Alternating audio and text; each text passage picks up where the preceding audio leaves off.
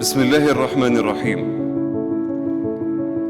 الحمد لله رب العالمين، والصلاة والسلام على أشرف الأنبياء والمرسلين، نبينا محمد صلى الله عليه وعلى آله وصحبه وسلم تسليما كثيرا إلى يوم الدين. أما بعد، أصحاب السعادة، السيدات والسادة، حفلنا الكريم، السلام عليكم ورحمة الله تعالى وبركاته.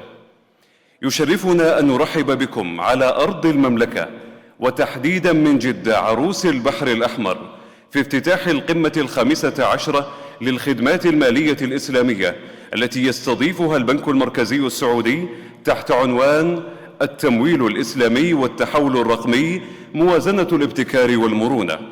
وقد اكتسبت هذه القمة أهمية خاصة على أصعدة عدة في ظل ما يواجه الاقتصاد في دول العالم، وبينها الدول الإسلامية، من تحديات فرضتها تداعيات جائحة كورونا.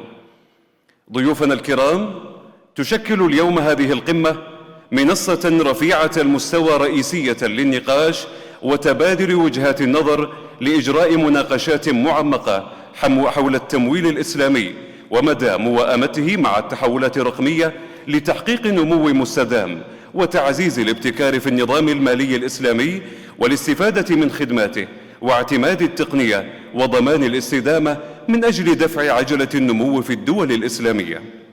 حفلنا الكريم، أهلا بكم في هذا المحفل الذي يجمع كوكبة من كبار المسؤولين والاقتصاديين وصناع القرار والخبراء في الاقتصاد الإسلامي وكبار الشخصيات الاقتصادية الإسلامية.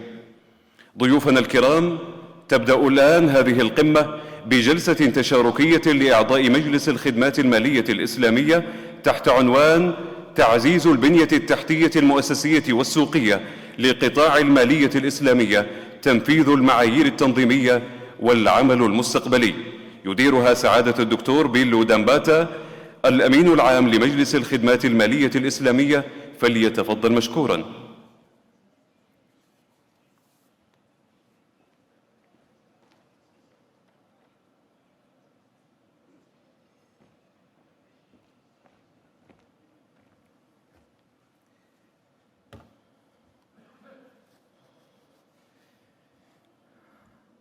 أعوذ بالله من الشيطان الرجيم. بسم الله الرحمن الرحيم، والصلاة والسلام على سيدنا محمد وعلى آله وصحبه وسلم. Your Excellencies, distinguished guests, our honorable members of the IFSB, ladies and gentlemen, Assalamu alaikum wa rahmatullahi ta'ala wa barakatuh, and a very good morning to all of you. It is indeed a great pleasure and a happy moment for us to meet for the first time in our IFSB event physically, after almost 2 years of lockdowns, travel restrictions, work from home, and so on. We are sincerely grateful and delighted to be with you this morning. And before I say anything, I would like to, first of all, extend our profound gratitude and appreciation to the Central Bank of Saudi Arabia for hosting the 15th IFSB Summit alongside with this free summit event. It is indeed a great moment and a great commitment for the Saudi Central Bank to host the entire IFSB membership in today's session. This first session is meant for member engagement of the IFSB. We intended to update our members on the activities of the IFSB, the level of work, as well as the growth of the industry as at today, and for us to also use the opportunity to get some feedback and guidance from you as our members.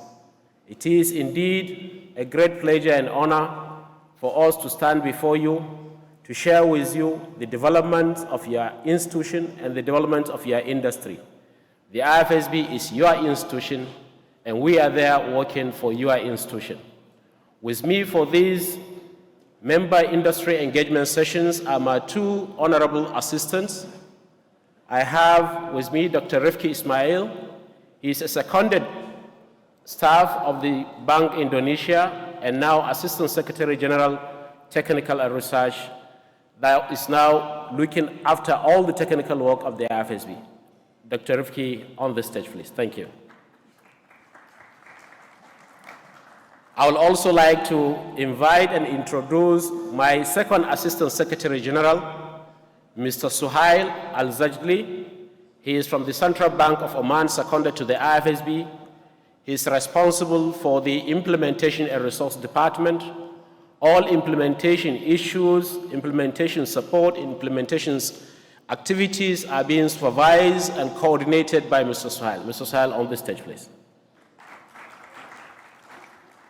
Now, perhaps to start the session, I would like to make some presentation, and I will appreciate if the presentation can be on the screen. I learned Dr. Rifki and Brother Suhail, you need to have some patience. The two screen will be on soon. So maybe perhaps you don't have to turn back. So you're already familiar with that. But my honorable guests for this MIES session as members of the IFSB, this is just to share with you the level of work and the level of progress and the activities of the IFSB. And we are using this opportunity as well to reach out to the potential members that are interested in being members of the IFSB.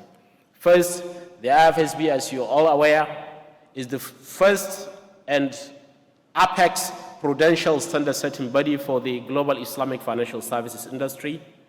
And our work is to complement the work of all other standard setting bodies that are issuing standards and guiding principles and technical notes for the prudential regulation of financial system.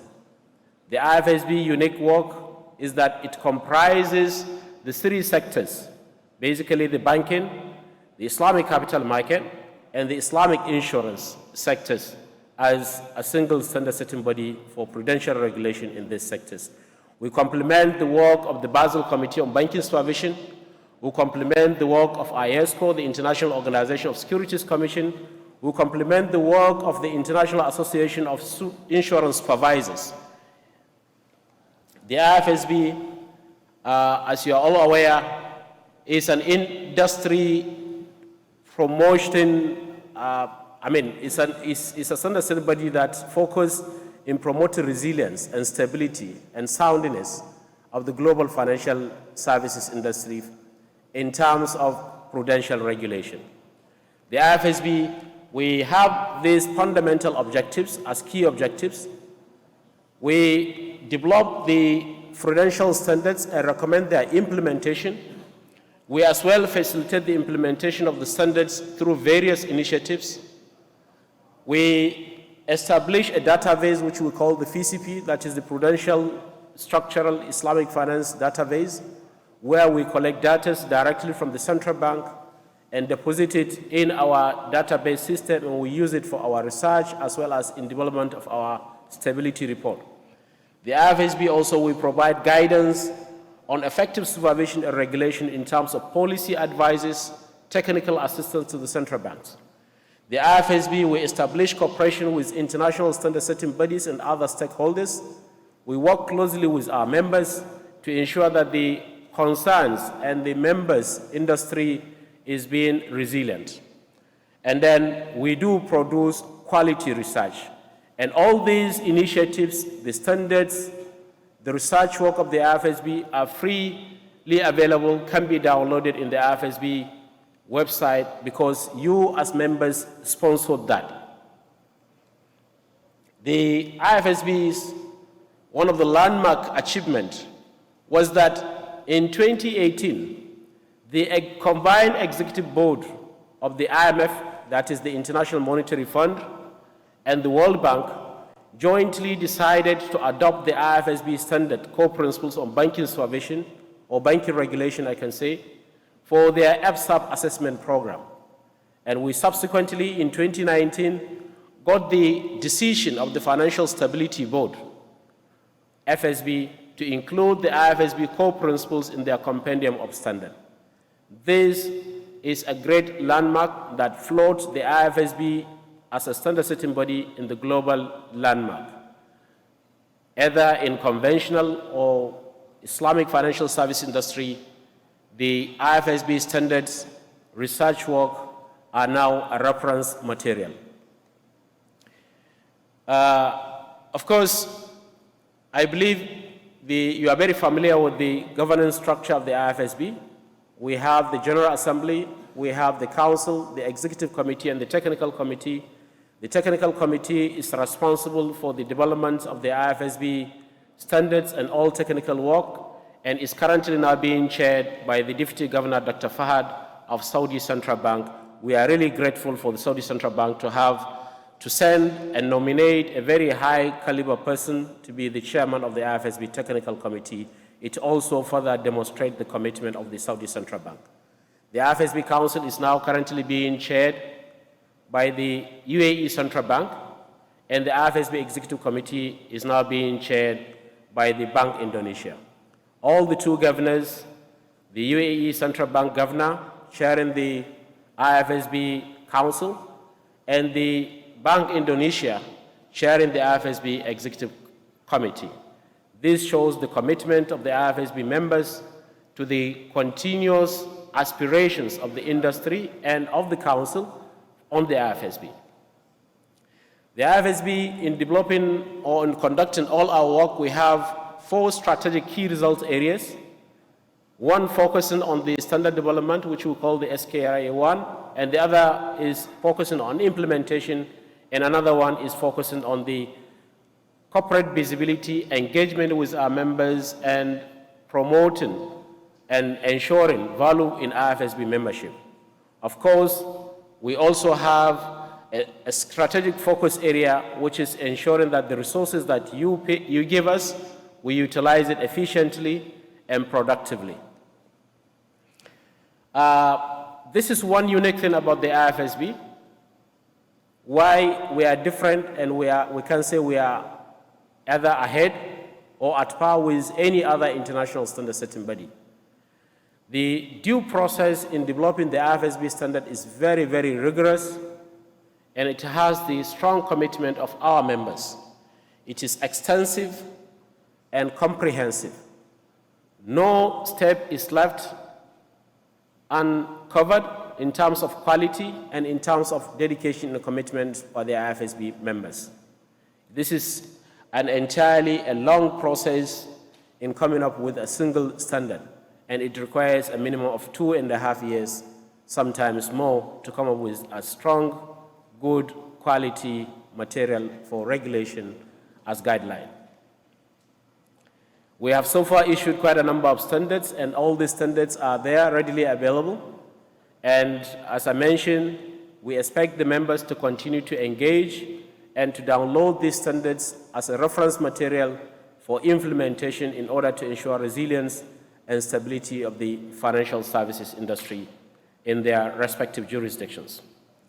The IFSB has done quite a number of new standards that are coming out. We have just in 2019 issued the first prudential standard globally issued by any standard setting body, which is on Islamic finance and financial inclusion. In this particular standard, we have covered digital transformation.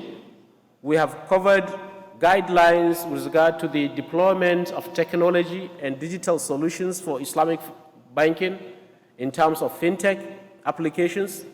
We have also covered Islamic social finance. We covered Islamic collective investment schemes and many other aspects of Islamic finance that will drive the global financial inclusion agenda. This standard is one of its kind that is aimed to support the regulatory and supervisory authorities as well as market players to have some guidance in terms of framework by making reference to this particular standard. The IFSB, we have an implementation framework, a very robust one, very comprehensive. In fact, with the ICAP that the IFSB Council approved, we can say in terms of implementation framework, we are far ahead than any other standard setting body on the planet. In the sense that while the Basel Committee on Banking Supervision have the ARCA, in the IFSB, we are now currently ahead by looking into ICAP. That is, we are not only measuring the regulatory consistency in application of our standards, we are also measuring the impact of our standards in various member jurisdictions. The IFSB's update in terms of implementation rates is still an area that we always want to support our members, while some are having a lot of various challenges, ranging from capacity in terms of human resources to be able to interpret and have the adequate expertise to be able to translate these standards into policies. So we always try to engage with our members by trying to provide the solutions to their peculiar situations and peculiar challenges. We have some that have legal impediments in implementing the IFSB standards due to certain legal provisions. We have some that are concerned they could not implement due to the size of the industry. So I believe in today's session, we will be able to have an opportunity also to further engage with you and for you to tell us what are the challenges that you are facing in implementing IFSB standard and how IFSB can be able to support in that area. I would like to perhaps maybe go to the membership. The IFSB, as of today, we have 187 members from 57 countries, and actually comprising of 98 market players, 80 regulatory and supervisory authorities, as well as 10 intergovernmental organizations, including the Islamic Development Bank, the IMF, the World Bank, the United Nations Development Program, and the Asian Development Bank, and many others. Of course, this is a great achievement from 9 members in 2003 to now 187 members in 2021. This is a great confirmation of the growth of the Islamic financial service industry and the commitment of the stakeholders in having a resilient and sound Islamic financial system. The IFSB's membership goes across the globe. We have the members in Germany, the Financial Services Authority of Germany. We have the Central Bank of Luxembourg. We have members from Northern Cyprus. In Turkey, all the regulatory authorities are members of the IFSB. And then, of course, the Bank of England is one of the council members of the IFSB. When it comes to Africa, we have almost in 20 over countries that are members of the IFSB. All the regulatory and supervisory authorities in this jurisdiction, some in one jurisdiction we have 2, some in another jurisdiction we may even have up to 4 members as members of the IFSB. And that shows the wide spread of the IFSB membership. In Asia, we have the highest number of members, 28 members. So, and then, as I mentioned, the composition of the membership is across all sectors and across all levels.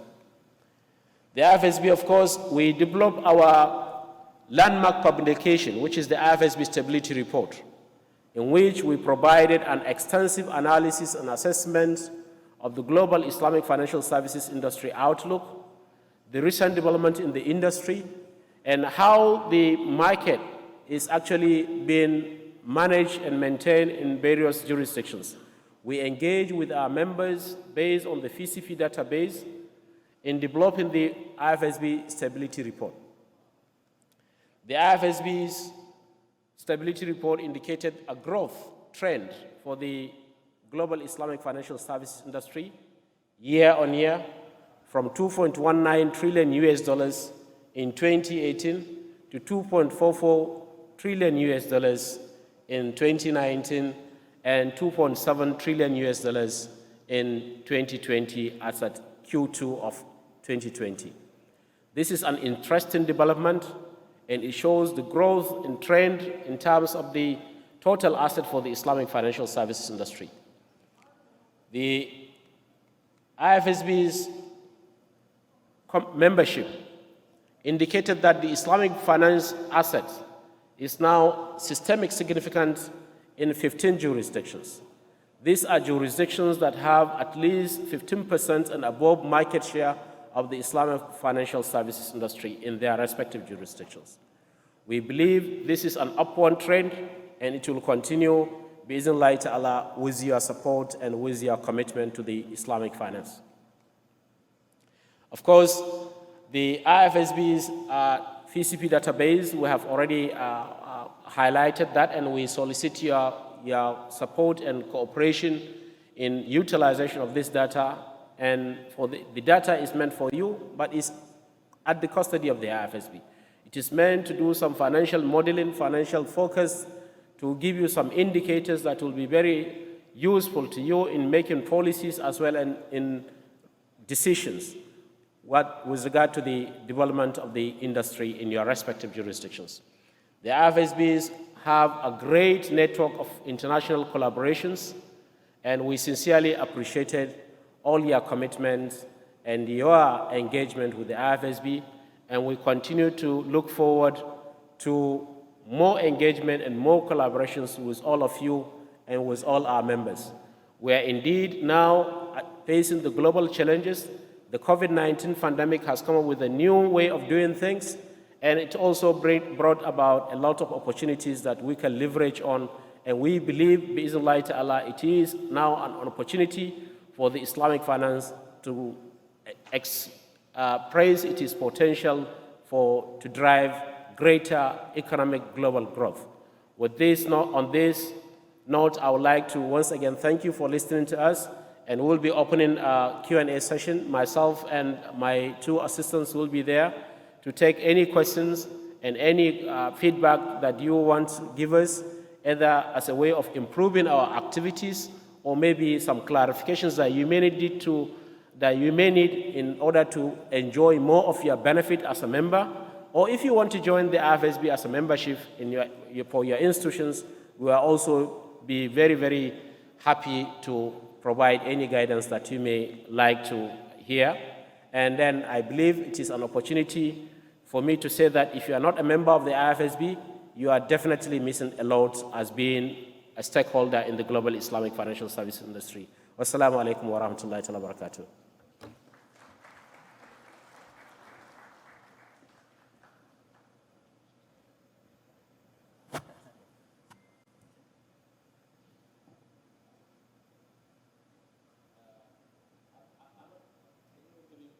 Make the mic round so that if anyone have any comments, we'll be very happy to respond to any questions or any inquiries that you may have.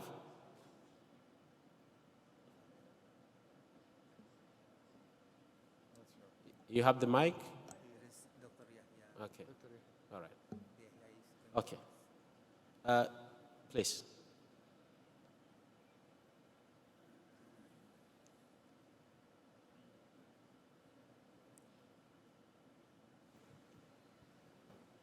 Thank you for the wonderful presentation. If you can, for the audience, in simple language, share with us the objectives of the IFSB when it started and now. What's your goal? What do you want to do? In simple language. Thank you. Thank you very much.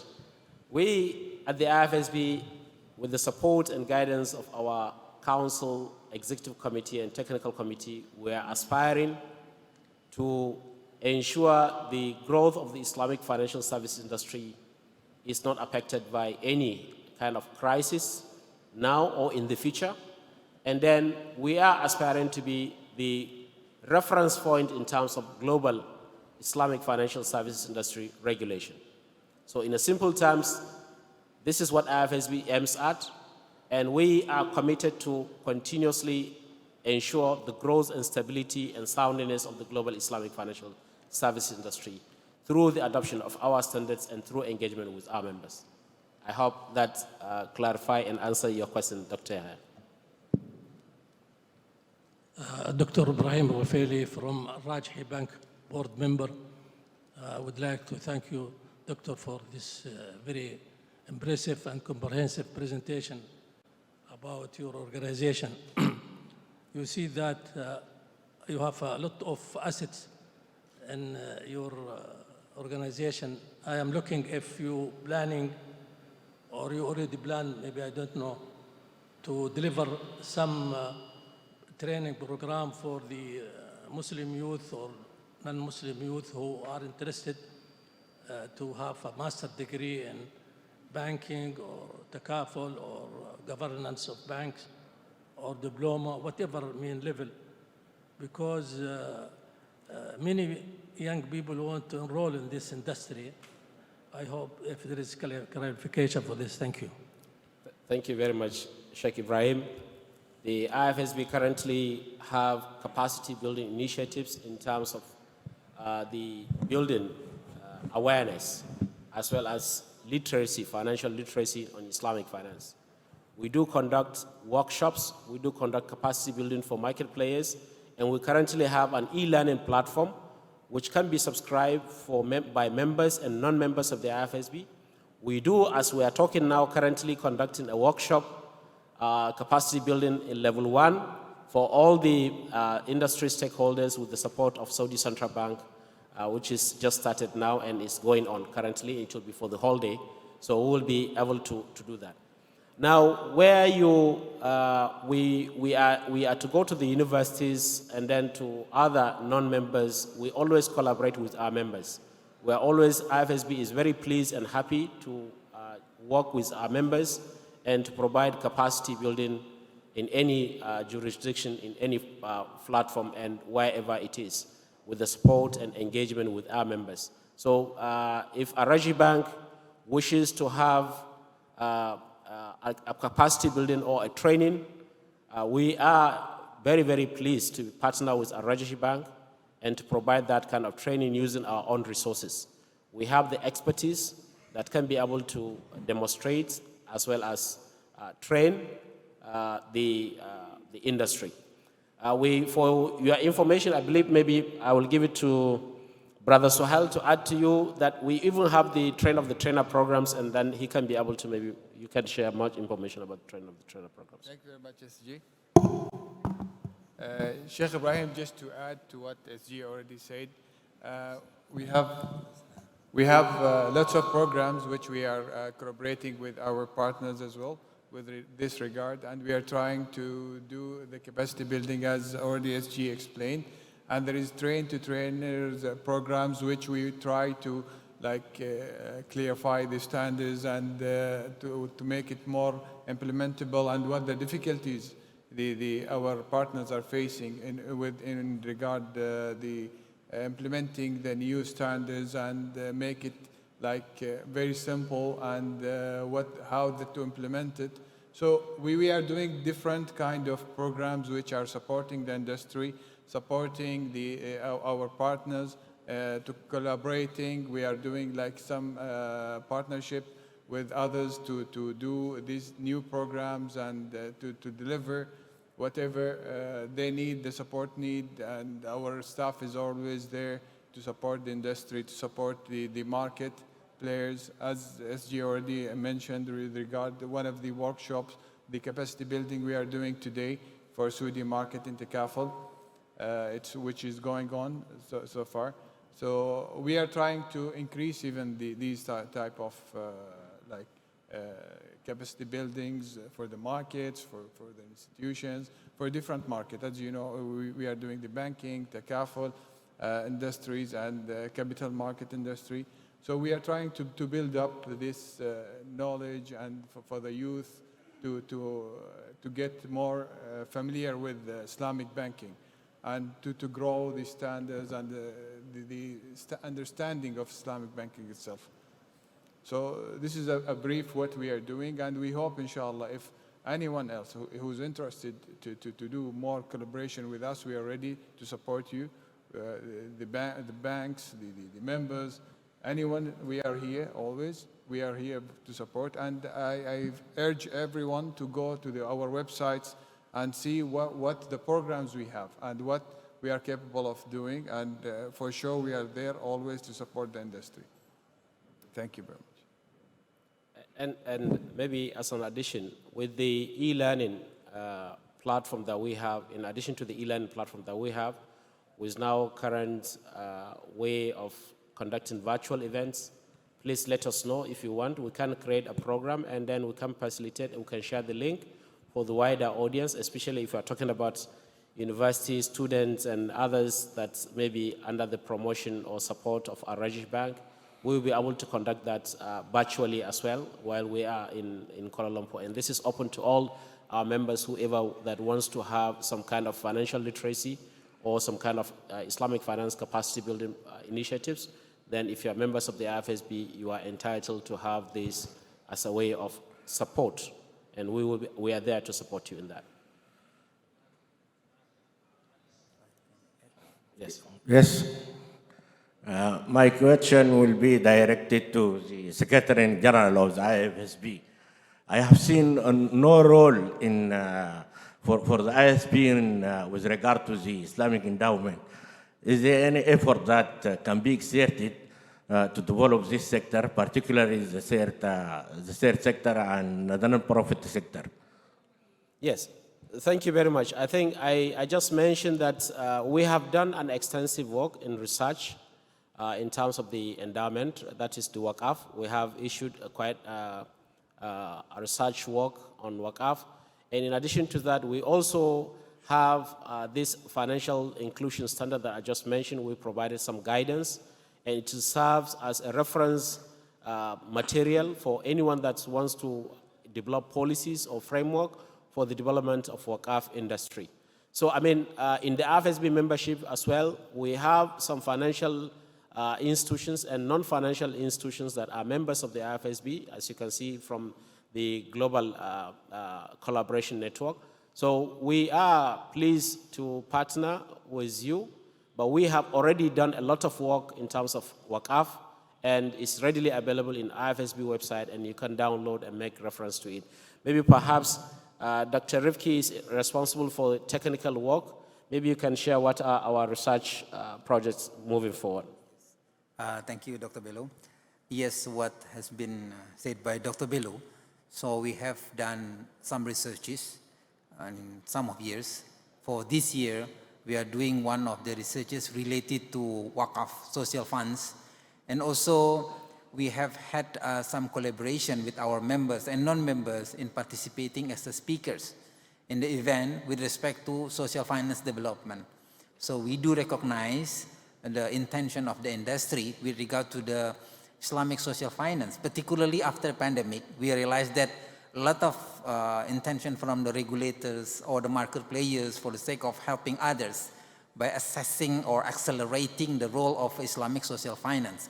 So we do support this one, and we do have some researches on this. We take part in some of the events, and we also, in our high-level discussion with the council members, besides assessing the stability of Islamic finance in general, we also particularly take note on the role of social finance. So especially in the pandemic, we cannot ignore that social finance is very important in assessing the needies, especially the public in general, because for sure Islamic finance is expected not only in the role of its commercial side, but also social side. Thank you. Assalamu alaikum. Wa alaikum assalam wa rahmatullah. My name is Umar Hafiz from Islamic Economics Institute in King Abdulaziz University. Thank you, Dr. Bello, very much for this informative presentation and outstanding. I would like to ask your good self that what is your plan of making your standards and guidance notes as mandatory to those full members of the IFSB? Thank you.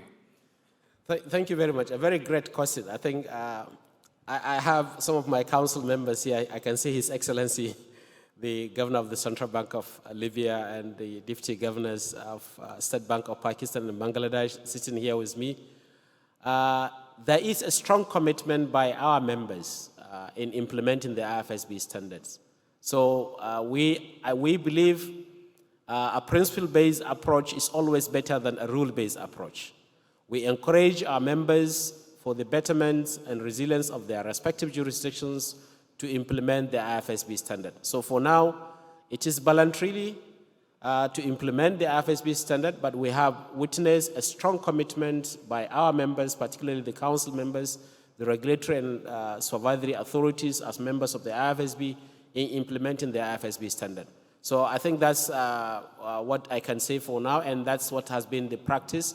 So we believe, unlike the Basel Committee, where the G20 are mandatory, compulsory to implement the standard, we believe the work of the IFSB, as the industry is evolving, and it is a niche in many jurisdictions, the implementation of the standards is left at the regulatory authorities' decision to ensure that, yes, they know better their respective jurisdictions, and then they know what they need to implement, and then they can implement. While in certain jurisdictions, implementation of Islamic banking standard is essential. In other jurisdictions, is the capital market or the takaful standards are what is essential. So that's what I can say for now. Yes. Hello. Good morning. Assalamu alaikum. Wa alaikum assalam wa rahmatullah. My name is Muhammad Maazulere from Nigeria. First of all, let me congratulate the SG for that wonderful presentation. He has given us an update as to the activities of the IFSB as of today, and it's quite enriching. My question is a follow-up to the earlier question that was asked on the implementation of the standards. I think over the years, this issue has been coming up in every event, the slow pace of implementation of the IFSB standard. I don't know whether the IFSB has taken time to do a research as to why the members are not implementing this IFSB standards as they should, because it would be surprising for somebody to develop something and refuse to use it. So it's really very sad. So I don't know whether you have taken time, despite the fact that you are using moral suasion to ensure that they implement that standard. But is there any special reasons why some of these members are not implementing? Is it legal, or is it the standard in conflict with the local rules or regulation, which is preventing them from implementing, or what? Because this is an issue. Because if we want to really grow, we have to use what we have. If we are not using, we don't expect any other person to use it for us. So I think this is an issue that we should take it very seriously. We urge the council members to really look at this issue and ensure that at least the standards are implemented. Thank you. Thank you very much for that remarks and for the question. I believe the implementation of the IFSB standards varies from one jurisdiction to another. As I mentioned earlier, the challenges as well varies from one jurisdiction to another. While majority of the members have shortage of capacity in terms of expertise in Islamic finance to be able to implement the standard, the IFSB has deployed a lot of initiatives to support the members in order to build the capacity. Not only the workshops, we now have what we call the implementation guide, and moving forward also from next year we'll be having the experience sharing session where we will have country A that face some number of challenges and overcome some of these challenges will be able to share their experiences on how they overcome some of these challenges. But you rightly mentioned some of the major challenges, particularly apart from the capacity building, some are legal impediments, some are actually the size of the market as well. And another one is also they look at the cost-benefit analysis of implementing the standard based on the size of the market as well. So, but there was an initiative, I think it is now 3 or 4 years, 2018, December, we are here in the same hotel, and we presented to the council an MOU to have an MOU to sign a memorandum of understanding to implement the standards. And then the council said, no, we are committed, so don't worry, take your memorandum, so no need. So, I mean, that's why we said we trust the council and we trust our members in implementing the standard. And to be very honest with you, we do measure and monitor the implementation annually. We have the implementation survey that we do every year. And we have seen the developments of rates of implementation among the IFSB members. And that's why we move from 5 systemic significant jurisdictions to 12 systemic significant jurisdictions in 2019, and now to 15 systemic significant jurisdictions in 2021. So this is a great achievement, and I believe the monitoring of the implementation rate, the survey that we conduct annually, is going to be a continuous exercise. And the IFSB Council put top priority in engaging with the members to support the implementation of the IFSB standard, and we are on that. Perhaps, maybe Brother Suhail would like to add some more. Thank you very much, SG. Just to add to what SG as well said, we have different programs which we try to support the industry through them. One of them, which we already done this year as well, Train of the Trainees. That program take care of lots of issues which we are facing currently, which is supporting our partners, the industry, the central banks to train their employees to understand the standards and to start teaching even their colleagues the capacity building here, which makes the standards easy to be implemented. I totally agree we are facing these issues and the challenges, but we are trying our best, and inshallah with cooperation with our council and the EC, with their support, we are reaching to a level which inshallah the implementation rate will be much better than before. Inshallah. Can I? Yes, please. Thank you. Samar from the State Bank of Pakistan. Dr. Bello, actually, both of the earlier questions, I think these are worth considering. The reason is, apart from the implementation side, the reason is that once a standard, you see, is mandatory and it has certain force, like Basel, you see, standards, or Financial Stability Board standard, you see, and when the country goes for departure from those standards, then they have to clearly mention that they are taking this exception, and they can always take an exception. So that force can only come once the standard becomes mandatory. So I think both of these questions, these need more consideration and discussions and deliberations in the councils or whatever is the forum. Thank you.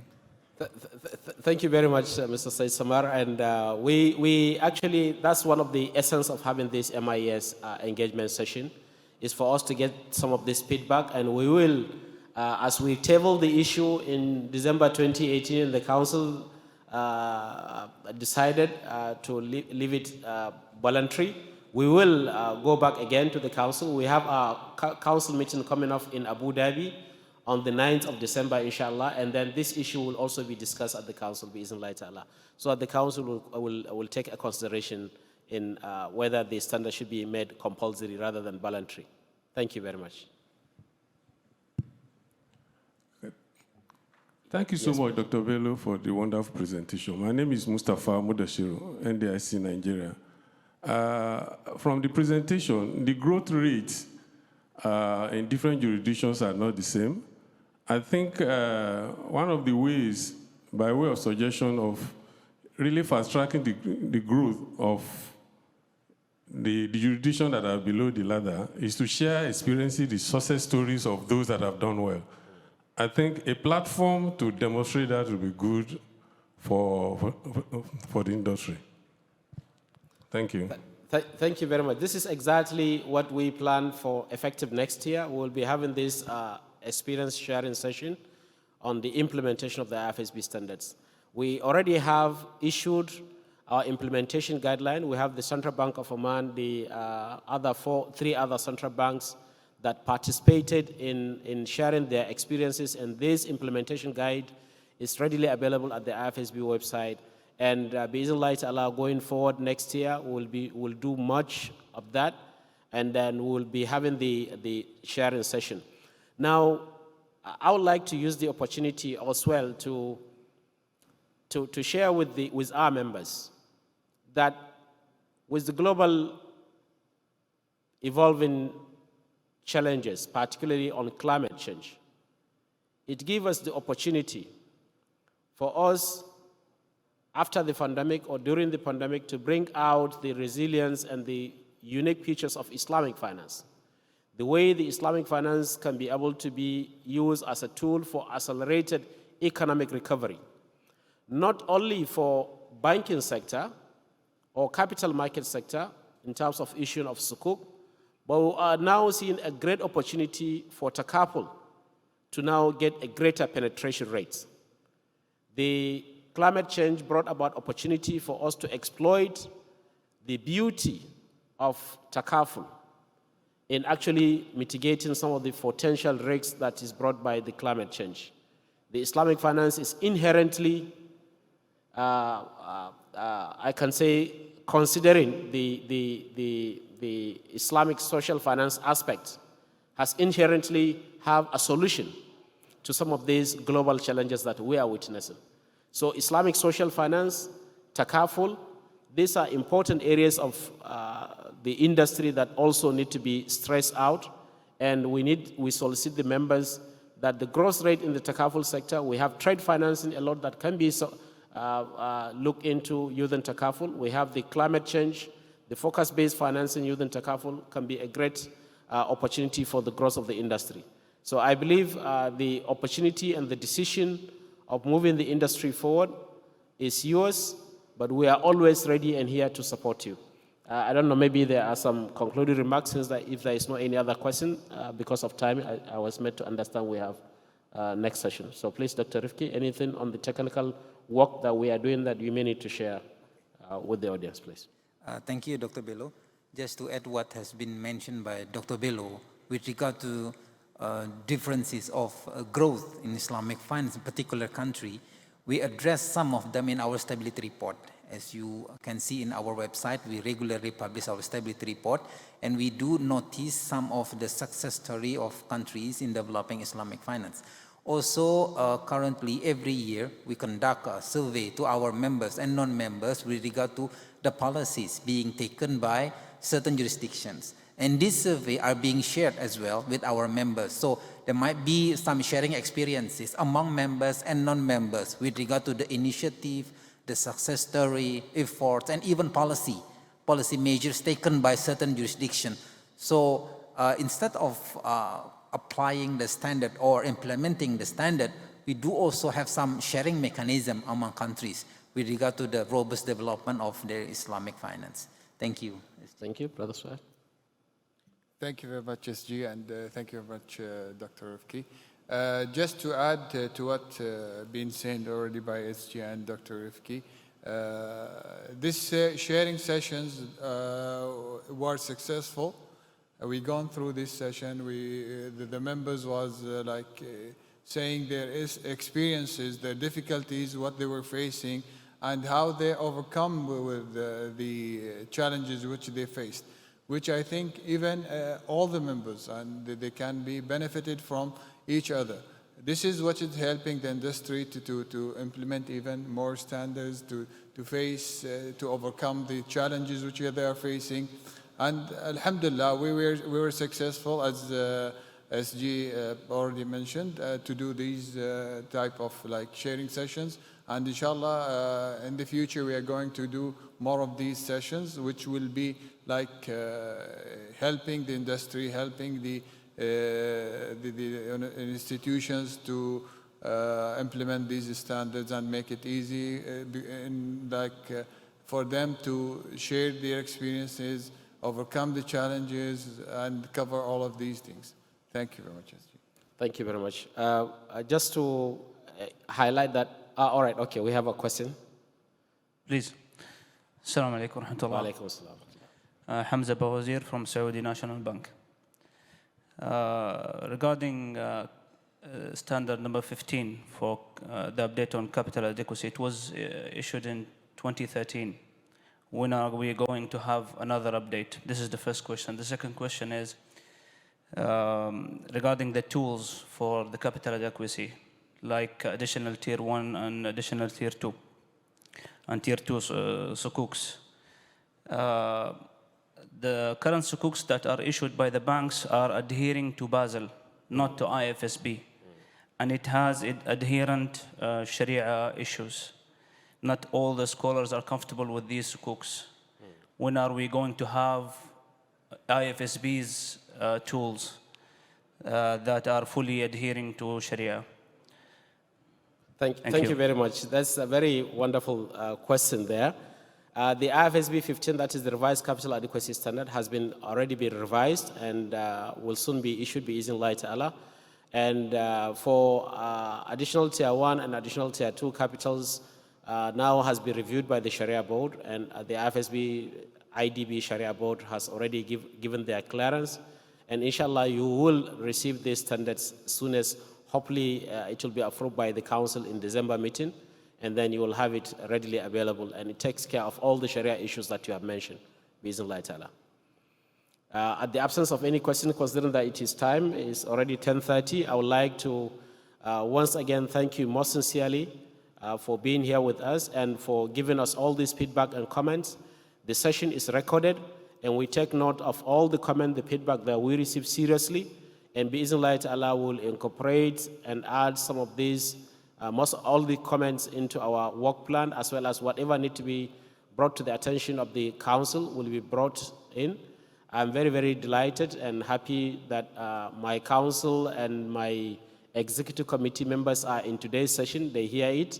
So when I raise the issue, I expect some kind of support in order to push the agenda forward. With that, on that note, I would like to once again thank you most sincerely for your continuous commitment and support to the IFSB.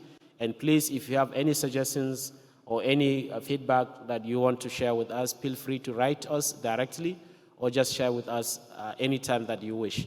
The IFSB is your institution, and we are there to work and serve you for this important development of this important institution. Thank you very much. Wassalamu alaikum wa rahmatullahi wa barakatuh.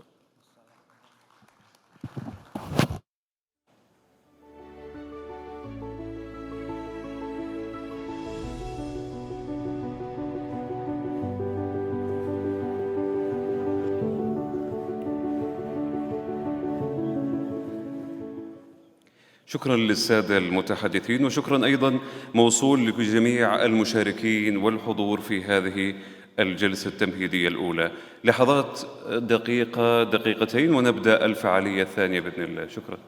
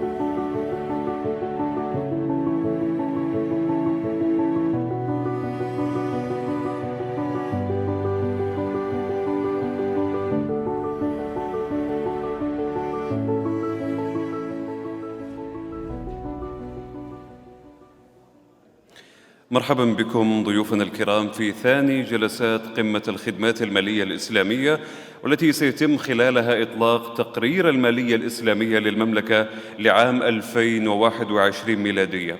هذا التقرير ضيوفنا الكرام يأتي نتيجة عمل مشترك ما بين البنك المركزي السعودي ومجلس الخدمات المالية الإسلامية، معبراً عن الالتزام وتوحيد الجهود لدعم ونمو والتطور في صناعة المالية الإسلامية في المملكة. كما يمثل هذا التقرير ترسيخاً لمبدأ الريادة والتميز للمملكة العربية السعودية على مستوى العالم في المالية الإسلامية. نتابع إياكم هذا التقرير.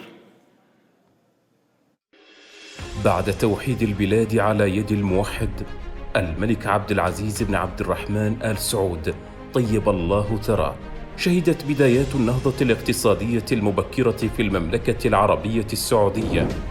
سك بعد توحيد البلاد على يد الموحد الملك عبد العزيز بن عبد الرحمن آل سعود طيب الله ثراه، شهدت بدايات النهضة الاقتصادية المبكرة في المملكة العربية السعودية سك أول ريال فضي يحمل اسم المملكة العربية السعودية عام 1935 للميلاد. أنشئت مؤسسة النقد العربي السعودي عام 1952 للميلاد، ويأتي ذلك لحاجة البلاد في ذلك الوقت إلى وجود جهاز يتولى أعمال مصرف الحكومة وينظم أوضاع النقد.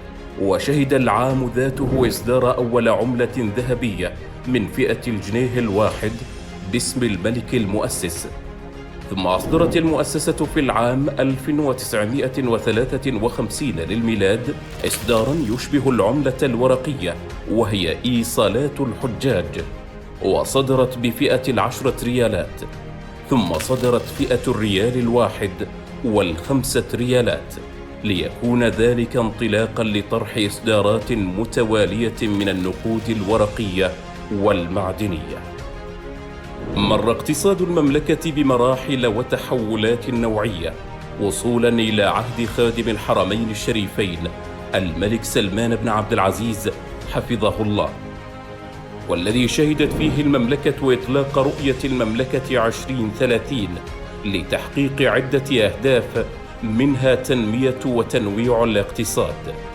وانسجاماً مع هذه التطورات صدر في عام 2020 للميلاد المرسوم الملكي القاضي بالموافقة على نظام البنك المركزي السعودي، وإحلال اسم البنك المركزي السعودي محل اسم مؤسسة النقد العربي السعودي.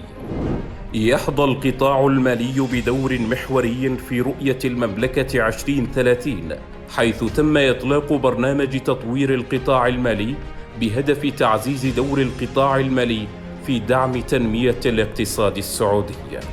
إن الدور الريادي العالمي للمملكة العربية السعودية جاء من الأهمية الاقتصادية التي تتمتع بها كأحد أهم الاقتصاديات على مستوى العالم وضمن مجموعة ال20، ويعكس القطاع المصرفي تلك القوة، فقد تبوأت المملكة المرتبة الثانية بين دول مجموعة ال20 من حيث نسبة رأس المال المصرفي للأصول لعام 2019 للميلاد، كما مثلت أصول القطاع المصرفي ما نسبته 88% من الناتج المحلي الإجمالي للعام ذاته.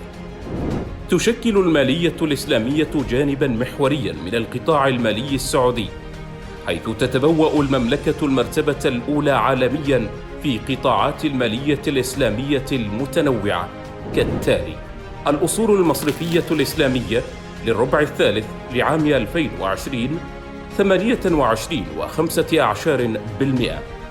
الصكوك السيادية المصدرة الجديدة للربع الرابع 2020 20.9%. صناديق الاستثمار الإسلامية 35.7% للربع الرابع من عام 2020. اشتراكات التأمين التعاوني تزيد عن 40% لعام 2019، وقد كان ذلك مصحوبا بعوامل النمو الراسخة، حيث بلغ متوسط نمو الأصول المالية الإسلامية في المملكة لآخر 3 سنوات لهذه القطاعات الأربعة نحو 39%. توج هذا التميز مؤخرا بحصول البنك المركزي السعودي على جائزة أفضل بنك مركزي في المالية الإسلامية لعام 2021 للميلاد من قبل لجنة جوائز المالية الإسلامية العالمية. ويأتي ذلك تأكيداً على اهتمام المملكة بالمالية الإسلامية التي أوجد لها مستهدفات في برنامج تطوير القطاع المالي، أحد برامج رؤية المملكة 2030. وفي هذا الصدد واستمرارا لاهتمام المملكة بالمالية الإسلامية ودورها في تنويع وتنمية القطاعات المالية، تعمل المملكة على إطلاق جائزة عالمية بمعايير تنافسية في المالية الإسلامية لتحفيز النهوض في صناعة المالية الإسلامية لتكون داعما رئيسا في التنمية الاقتصادية. وستستمر رحلة المملكة في رسم معالم الطريق لمستقبل واعد لصناعة المالية الإسلامية على مستوى العالم راسخة من مبدأ الريادة والتميز. كما ندعوكم للاطلاع على تفاصيل تقرير المالية الإسلامية للمملكة العربية السعودية، والذي يضع بين أيديكم المزيد من المعلومات حول التطورات الاقتصادية والمالية في المملكة العربية السعودية.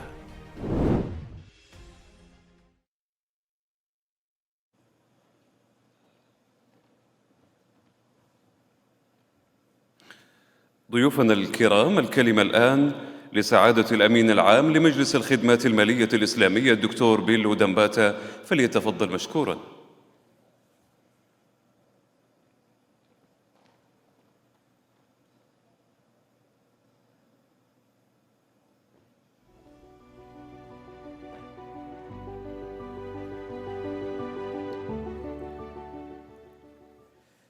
Bismillahirrahmanirrahim.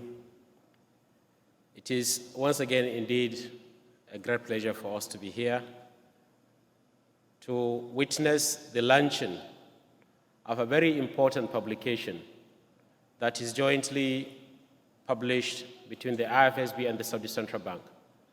It is indeed a great pleasure and honor for us to have with us today His Excellency Deputy Governor Dr. Fahd Al-Dosari to join me in launching this publication. And it is indeed an important publication that will be very, very useful for reference in order to learn from the experience and the development of the greater financial institutions that are in the kingdom. And it is an opportunity for other IFSB members to read this publication and understand and follow the trend in terms of development. If you have seen the IFSB Stability Report, you will realize that the Saudi Arabia has been the leading jurisdictions not only in banking and takaful, but as well in Islamic capital market. And it is indeed a great pleasure and honor for us to have this important publication being launched alongside the 15th IFSB Summit. And I will now be honored to invite His Excellency Dr. Fahd Al-Dosari to the stage to launch together this important publication. Your Excellency.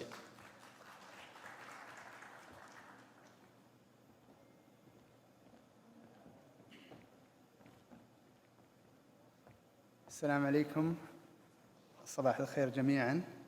Thank you, Dr. Bello. If you allow me, I have maybe few remarks that I'd like to share, and أستأذنكم راح أتحدث باللغة الإنجليزية.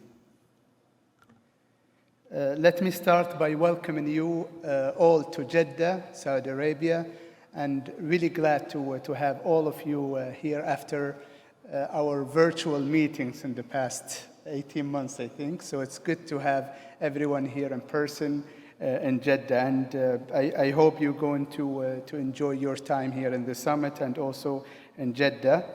This summit is an extraordinary opportunity for the global Islamic finance industry to showcase its development, innovation, and future growth trajectory.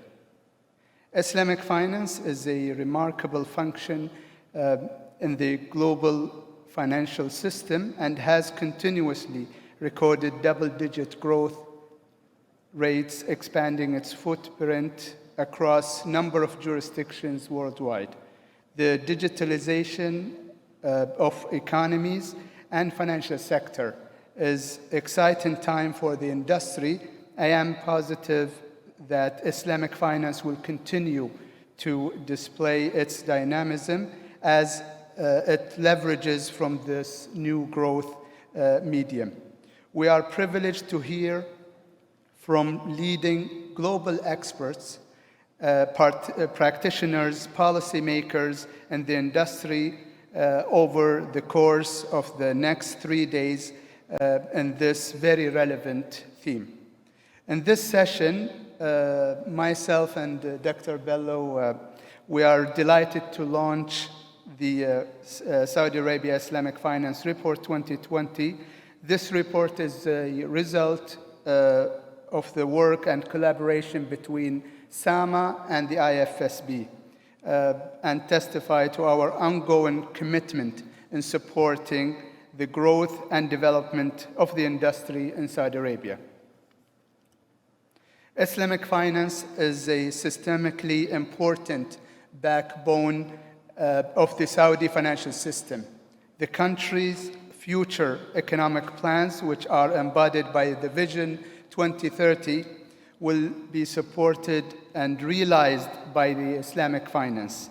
Vision 2030 is the national roadmap and will shift Saudi economies to a more sustainable and diversified model. It focuses on developing specific non-oil sectors, such as renewable energy, tourism, digital economy, transportation, logistics. The development of these sectors and other sectors will be achieved both through government investment and, inshallah, international capital inflows.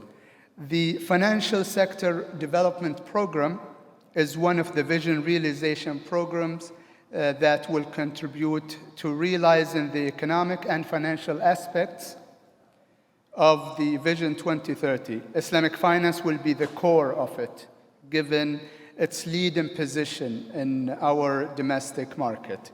The major components of the Islamic finance sector in Saudi Arabia currently stands at $842 billion in asset size as of 2020.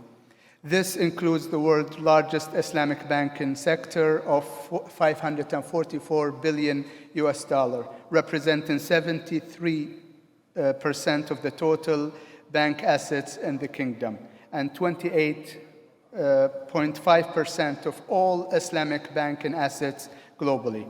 In addition, there are substantial developments across other Islamic finance sectors.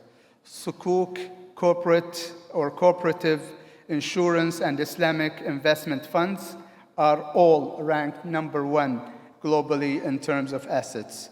Waqf sector has also reached a remarkable total assets value amounting $63 billion as of 2020. It is also noticeable that this exceptional quantitative growth is complemented with important qualitative aspects.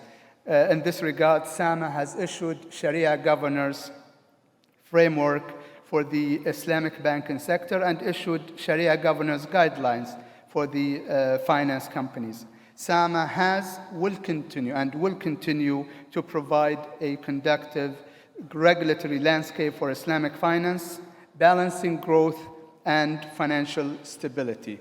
The newest financial sector subcomponent, which has emerged over the last few years, is fintech. The overall fintech sector in Saudi Arabia is thriving, with 82 fintech platforms operating in our domestic market as of 2020. Saudi Arabia is the largest Islamic fintech market globally, representing 37% of the global Islamic fintech sector by end of 2020. We foresee and look forward to the exciting new dynamic that Islamic fintech will bring, and I am sure this year's summit will highlight the evolving digital and technology-enabled landscape. I hope you will find the report to be useful and enlightening resource. We have tried to ensure that it is as comprehensive as possible and reflects a clear, complete, and self-contained description of the Islamic finance industry in Saudi Arabia. I would like to thank my colleagues both at the IFSB and SAMA for their tremendous effort in preparing this report, and I am pleased to be able to launch it at this year's summit. I wish you all fruitful 3 days of discussions, And again, please enjoy your time in Jeddah. Assalamu alaikum wa rahmatullah. Thanks. Join me there.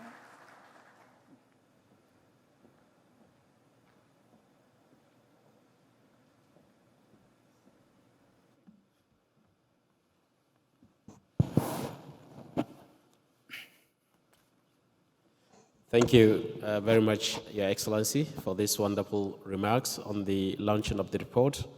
Perhaps the report will be projected, and then we'll be able to have it launched, bismillah ta'ala, shortly. And I think, who is putting it on? They're supposed to project a video.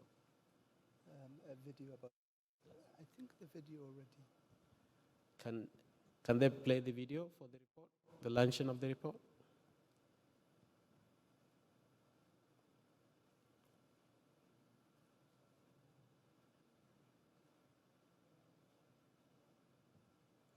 I mean, while they are trying to fix that, I would like بعد توحيد البلاد على يد الموحد الملك عبد العزيز بن عبد الرحمن آل سعود طيب الله ثراه، شهدت بدايات النهضة الاقتصادية المبكرة في المملكة العربية السعودية سك أول ريال فضي يحمل اسم المملكة العربية السعودية عام 1935 للميلاد. أنشئت مؤسسة النقد العربي السعودي عام 1952 للميلاد، ويأتي ذلك لحاجة البلاد في ذلك الوقت إلى وجود جهاز يتولى أعمال مصرف الحكومة وينظم أوضاع النقد. وشهد العام ذاته إصدار أول عملة ذهبية من فئة الجنيه الواحد باسم الملك المؤسس. ثم أصدرت المؤسسة في العام 1953 للميلاد إصداراً يشبه العملة الورقية، وهي إيصالات الحجاج، وصدرت بفئة 10 ريالات. ثم صدرت فئة الريال الواحد وال5 ريالات، ليكون ذلك انطلاقاً لطرح إصدارات متوالية من النقود الورقية والمعدنية. مر اقتصاد المملكة بمراحل وتحولات نوعية، وصولاً إلى عهد خادم الحرمين الشريفين الملك سلمان بن عبد العزيز حفظه الله، والذي شهدت فيه المملكة إطلاق رؤية المملكة 2030 لتحقيق عدة أهداف، منها تنمية وتنويع الاقتصاد. وانسجاماً مع هذه التطورات، صدر في عام 2020 للميلاد المرسوم الملكي القاضي بالموافقة على نظام البنك المركزي السعودي، وإحلال اسم البنك المركزي السعودي محل اسم مؤسسة النقد العربي السعودي. يحظى القطاع المالي بدور محوري في رؤية المملكة 2030، حيث تم إطلاق برنامج تطوير القطاع المالي بهدف تعزيز دور القطاع المالي في دعم تنمية الاقتصاد السعودي. إن الدور الريادي العالمي للمملكة العربية السعودية جاء من الأهمية الاقتصادية التي تتمتع بها كأحد أهم الاقتصاديات على مستوى العالم وضمن مجموعة 20. ويعكس القطاع المصرفي تلك القوة، فقد تبوأت المملكة المرتبة الثانية بين دول مجموعة 20 من حيث نسبة رأس المال المصرفي للأصول لعام 2019 للميلاد، كما مثلت أصول القطاع المصرفي ما نسبته 88% من الناتج المحلي الإجمالي للعام ذاته. تشكل المالية الإسلامية جانباً محورياً من القطاع المالي السعودي، حيث تتبوأ المملكة المرتبة الأولى عالمياً في قطاعات المالية الإسلامية المتنوعة كالتالي: الأصول المصرفية الإسلامية للربع الثالث لعام 2020 28.5%. الصكوك السيادية المصدرة الجديدة للربع الرابع 2020 20.9%. صناديق الاستثمار الإسلامية 35.7% للربع الرابع من عام 2020. اشتراكات التأمين التعاوني تزيد عن 40% لعام 2019. وقد كان ذلك مصحوبا بعوامل النمو الراسخة، حيث بلغ متوسط نمو الأصول المالية الإسلامية في المملكة لآخر 3 سنوات لهذه القطاعات الأربعة نحو 39%.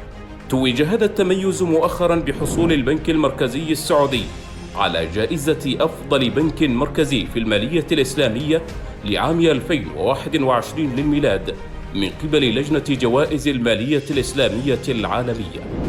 ويأتي ذلك تأكيدا على اهتمام المملكة بالمالية الإسلامية التي أوجد لها مستهدفات في برنامج تطوير القطاع المالي، أحد برامج رؤية المملكة 2030.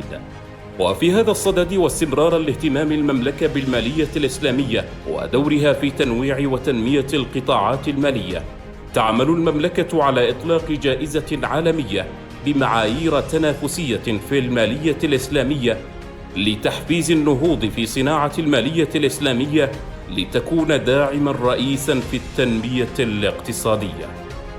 وستستمر رحلة المملكة في رسم معالم الطريق لمستقبل واعد لصناعة المالية الإسلامية على مستوى العالم، راسخة من مبدأ الريادة والتميز.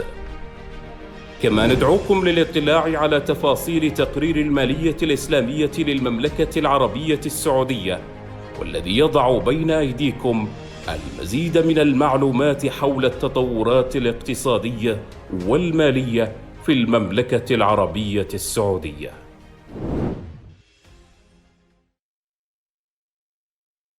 السلام عليكم ورحمة الله مرة أخرى. Thank you very much again for being with us today, and we're very proud to launch this report. And I think we're very proud with this video. That's why we had to show it twice. So we do apologize about showing it twice. The report, inshallah, will be on the summit's website, and inshallah, it's going to be on our central bank's Saudi Central Bank website. We're very proud, to be honest, to publish a dedicated report with a full description about the Islamic finance here in Saudi Arabia. We have our flagship report, the annual report of the Central Bank of Saudi Arabia, SAMA, in an annual report, and we normally talk a little bit about Islamic finance. But this year we took this opportunity to have the summit today, or this 3 days, to launch this report. Full support from the central bank as well on qualitative aspects of the Islamic finance, including research, workshops, all of these events, just to ensure that we share knowledge, we share information, and also we learn from each other. And we're very thankful of the IFSB to support us in that effort. It's good to see many IFSB members represented today, and I think this is a very good experience and good platform for us to share our knowledge and, inshallah, learn from each other in that sense. And we're really happy to host. This is the first event with this scale to host it in person, and we're glad to host it here in Jeddah, and inshallah in the coming period the pandemic inshallah will be behind us, and then we'll move on with our normal lives inshallah. Thank you very much, and best of luck. Shukran. Thank you very much, Your Excellency. And on behalf of the IFSB, we are greatly delighted and indebted to Saudi Central Bank for this great and important event, for hosting the 15th IFSB Summit and for launching this report digitally. It is a new normal. We are now launching the report digitally without even touching the report. And you can also read the report without you touching the report, by you going to the Summit website and download the digital copy of the report, and that is what we call digital transformation. So with that, we once again thank you most sincerely for being here with us and to witness the launching of this important report. And we once again thank all our members, and particularly the Saudi Central Bank, for hosting the 15th IFSB Summit. Thank you very much, Your Excellency.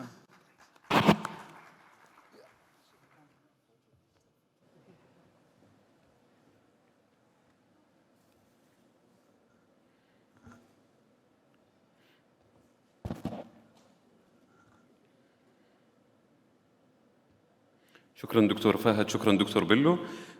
ضيوفنا المشاركين في ختام هذه الجلسة نتوجه بالشكر لأصحاب السعادة المتحدثين ولكم أنتم أيضا على حسن استماعكم وإنصاتكم. قبل الختام نود التنويه بخصوص استفساراتكم عن العمرة. هناك وجود فريق مختص لترتيبات الحجوزات لكم لأداء مناسك العمرة، بإمكانكم التواصل معهم في القاعة المجاورة. شكرا جزيلا لكم. نترككم الآن في استراحة قصيرة لمدة 15 دقيقة ثم نعود لمواصلة أعمال اليوم الأول من هذه القمة.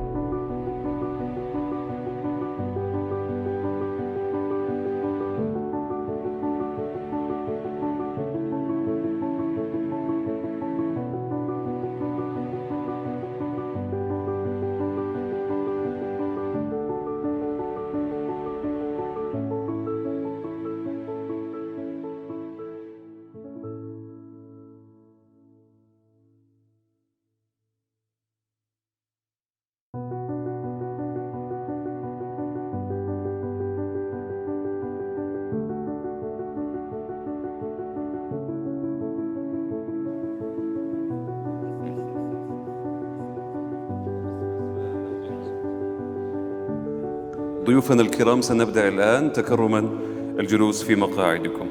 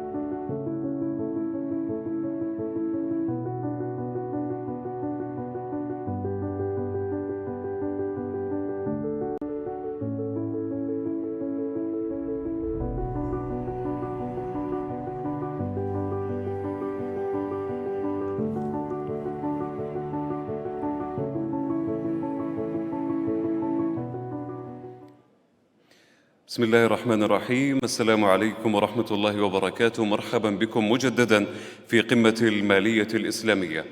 يسعدنا الآن أن نعلن عن بدء منتدى الابتكار التحول الرقمي لقطاع المالية الإسلامية، دراسات لحالات في القطاع، بحضور نخبة من المسؤولين والخبراء في القطاع المالي. ويدير هذه الجلسة سعادة الدكتور رفقي إسمال، فليتفضل مشكورا. وقبل ذلك الكلمة الافتتاحية للدكتور بيلو دنباتا، الأمين العام لمجلس الخدمات المالية الإسلامية.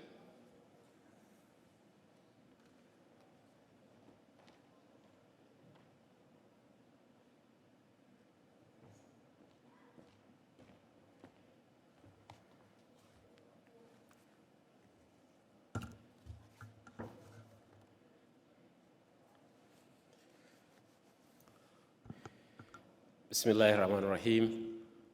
I hope you'll not be tired of seeing me. You'll be seeing me on the stage throughout the 3 days, inshallah. Your Excellencies, distinguished guests, panelists, Assalamu alaikum wa rahmatullahi ta'ala wa barakatuh. It is indeed another great pleasure and honor to welcome you all today to the 3rd IFSB Innovation Forum in this beautiful city of Jeddah, in the Kingdom of Saudi Arabia, one of the leading jurisdictions in Islamic finance. I would like to express my special thanks and appreciation to His Excellency, Dr. Fahad Abdullah Al-Mubarak, the Governor of Saudi Central Bank, and his team for hosting this event alongside the 15th IFSB Summit and welcoming us so warmly. I'm grateful to all governors and senior officials of regulatory and supervisory authorities here present, officials representing international organizations, heads of financial institutions, as well as other distinguished guests and speakers for being here with us today. Your Excellencies, distinguished guests, ladies and gentlemen, the pre-summit events are an important platform for the IFSB members and non-members as well. For them to come together and exchange ideas and share their Islamic finance initiatives and experiences in supporting the growth of a sound and stable financial services industry. It is part of the IFSB's mandate to create a platform for the cooperation among its members and that will promote the development of Islamic finance and strengthen the global resilience of the Islamic financial service industry. The IFSB Innovation Forum is an annual event that aims to cultivate the innovation, thinking, as well as dialogue in the Islamic financial services industry. In order to foster the development of an efficient, competitive, sound, and innovative Islamic financial service industry in a rapidly changing environment. The focus of the forum is on technological innovations in the Islamic financial services industry that create a competitive edge for the Islamic financial services industry in digital era, and its contribution to furthering the growth of the Islamic finance while also identifying potential regulatory and supervisory considerations arising from such practices. The theme of this forum complements the overall theme of the IFSB Summit for this year, and it is intended to provide an opportunity for the industry to share their leading strategies, initiatives, and case studies on the digital transformation of Islamic finance sector. Your Excellencies, distinguished guests, ladies and gentlemen, recent global events have resulted in a vastly accelerated phase of change and transformation in the financial services industry. It spurred the need for digital connectivity to replace the physical interactions between consumers and financial service providers. Globally, the COVID-19 pandemic has hastened the shift to digital payments and increased the share of consumers using digital channels and products. It has consequently presented us with a rapidly changing landscape with new entrants, new business models, and a race to develop necessary capacities, and in many cases, a potential for fundamental disruption to traditional financial services. In this context, the future of Islamic financial services industry depends on the ability to adapt and keep up with the latest developments and understand the value of innovation, particularly in these challenging times.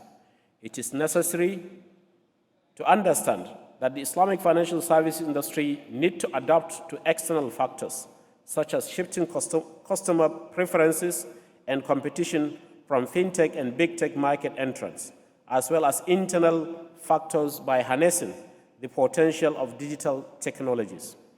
Innovation in the Islamic financial services industry has the capacity to bring about many benefits for consumers and society in general, and opportunities to better serve the needs of the economies.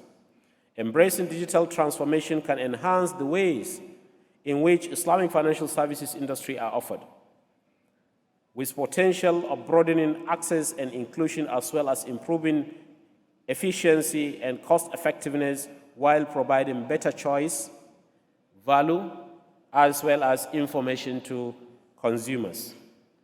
Your Excellencies, distinguished guests, ladies and gentlemen, nonetheless, the phase of the change, together with the borderless nature of technology, requires an appropriate level of caution to be exercised through appropriate regulatory policies and oversight. The unique challenge for financial sector regulators is to try to get in the way of beneficial innovation while also ensuring that any associated risks are well managed, as well as limiting or preventing those that are detrimental to the objective of well-functioning and resilience of the financial services market.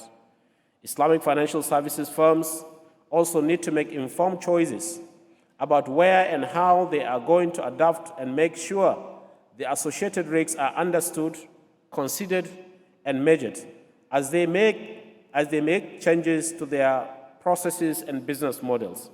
This includes being mindful of the associated risks, including the effectiveness in execution, cybersecurity risk, operational resilience, and data protection, as well as, most importantly, Sharia compliance.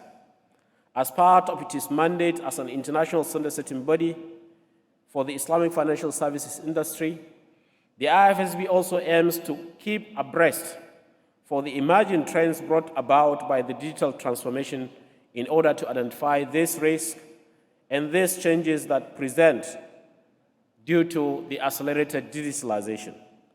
This has been part of the IFSB work program, including its research agenda as well as the standard development program. Recently, the IFSB has issued standards that have addressed Islamic finance specificities related to regulation of innovation of financial services that are provided using technology, such as Sharia-compliant peer-to-peer financing, equity crowdfunding, Sharia-compliant robo-advice, and crypto assets, among others, with the objective of ensuring such technologies can be safely adopted in the Islamic financial services industry, and in order to ensure effective regulatory frameworks that maintain the overall resilience of the global Islamic financial system.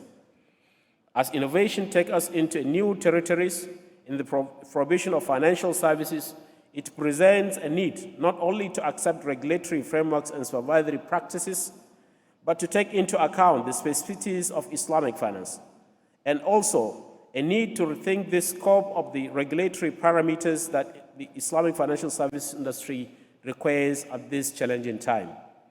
Adapting regulatory frameworks that can present a certain trade-offs between different policy goals and the economic growth is a great priority for all regulators. To balance such competing policy objectives, it is important for authorities and international standard-setting bodies to level up in terms of capacity at their respective jurisdictions in order to meet the emerging global challenges.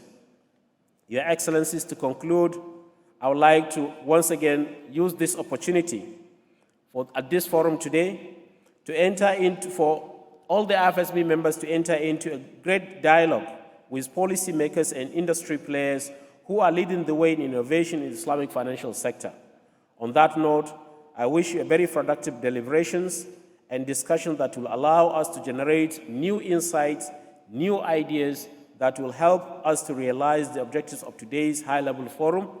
And once again, I welcome you and thank you all for your participation in the third IFSB Innovation Forum. On that note, I would like to invite my colleague, Dr. Rifki Ismail, on the stage to welcome the speakers of this session so that the discussion on the third IFSB Innovation Forum will take place. Thank you very much. Wassalamu alaikum wa rahmatullah.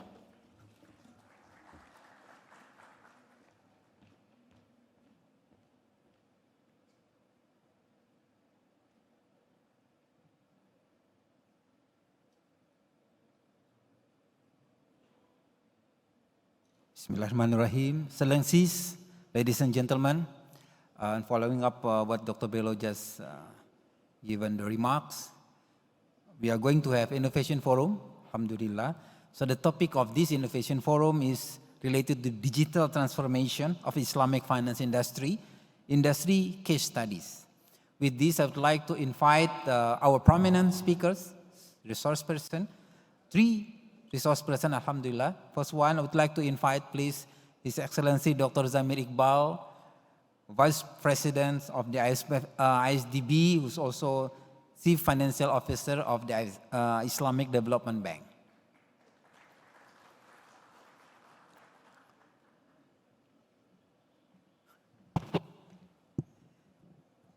Secondly, we are very pleased to have Dr. Yahia Abdul-Rahman. He is the chairman, also CEO of the LARIBA Bank in the United States. Please come on stage, please.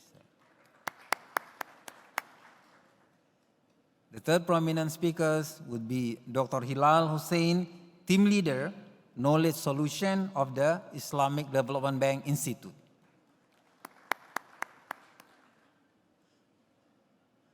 Firstly, we have Mr. Hassan Usman, who is the CEO of Jaiz Bank Limited, but unfortunately, due to some travel problem because the airline was delayed, so he may not be joining us today.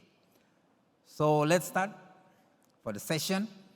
As being said by SG, digital transformation is gaining momentum right now, especially during the pandemic. And we realize that there are a lot of innovation with regard to the digital activities, transformation, initiated by the regulators or by the industry themselves. And then for the first one, as we know that ISDB, Islamic Development Bank, has initiated some good program, good project and research related to sustainable finance. So we'd like to know from Dr. Zamir Iqbal, what is sustainable finance initiated by Islamic Development Bank, and how come or how can digital transformation be supported in this project? Please, Dr. Zamir. Thank you, Dr. Rifki. Bismillahirrahmanirrahim.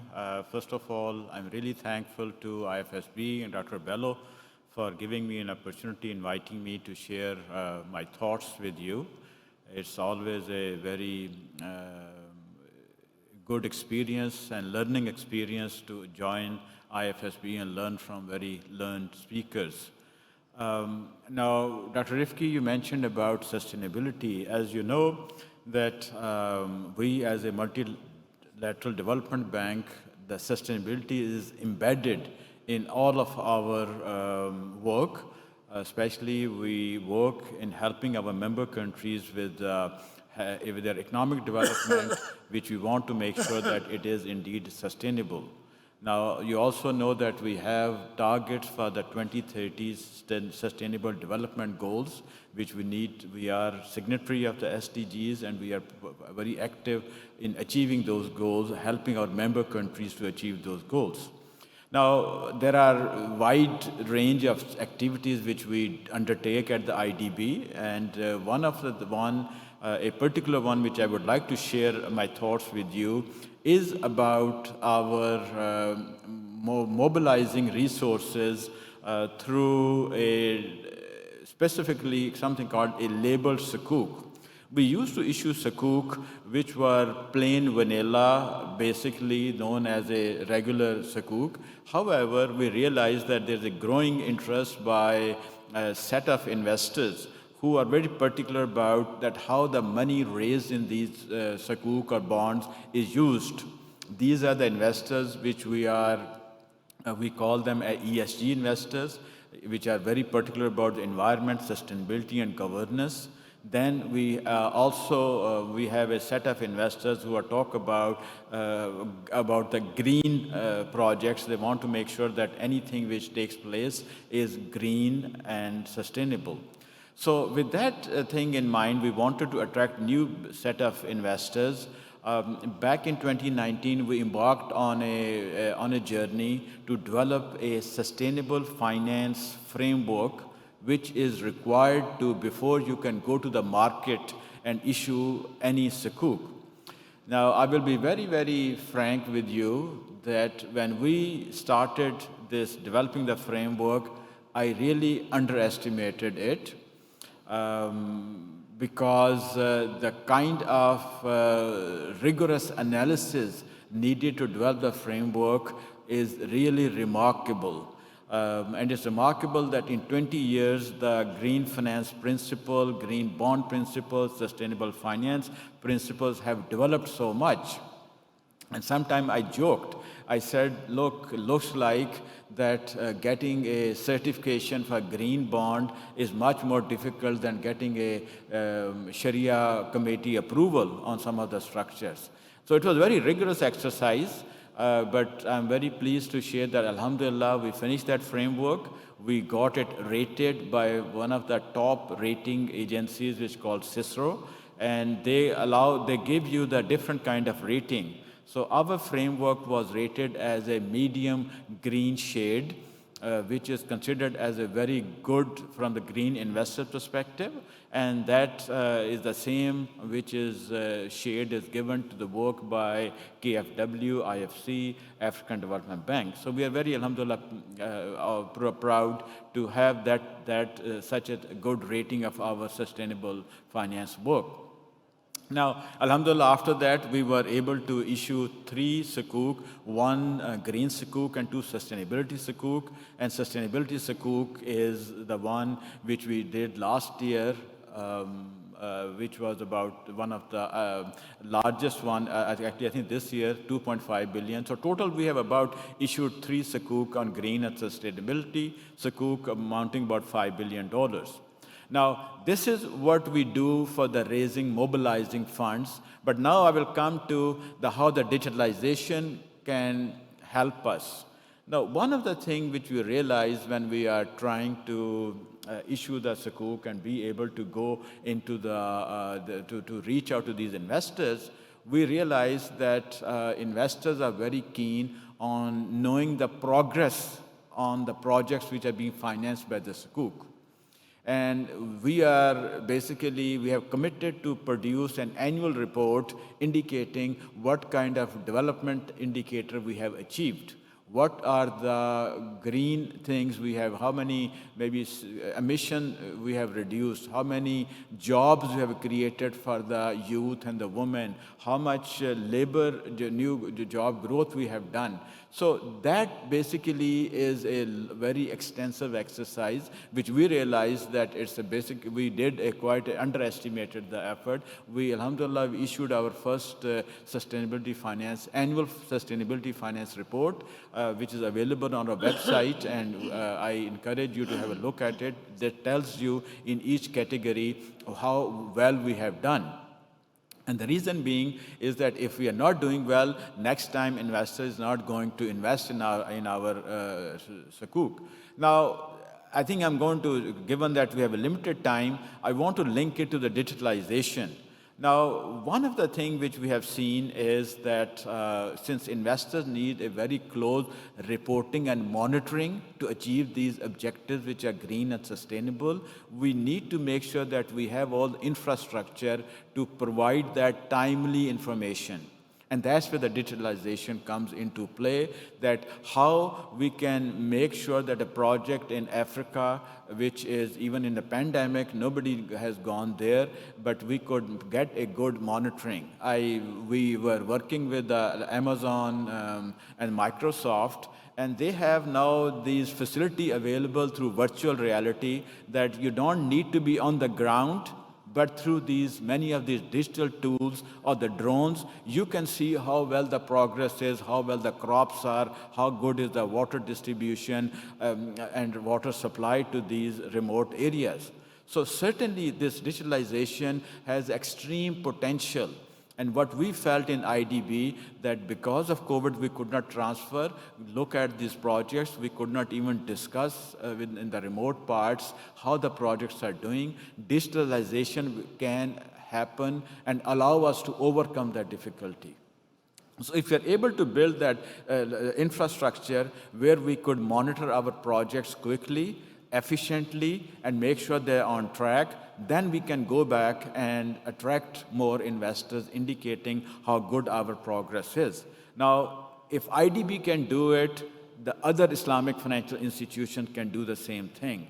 They can tap into different markets, they can tap into different investors, and they can provide financing for these causes.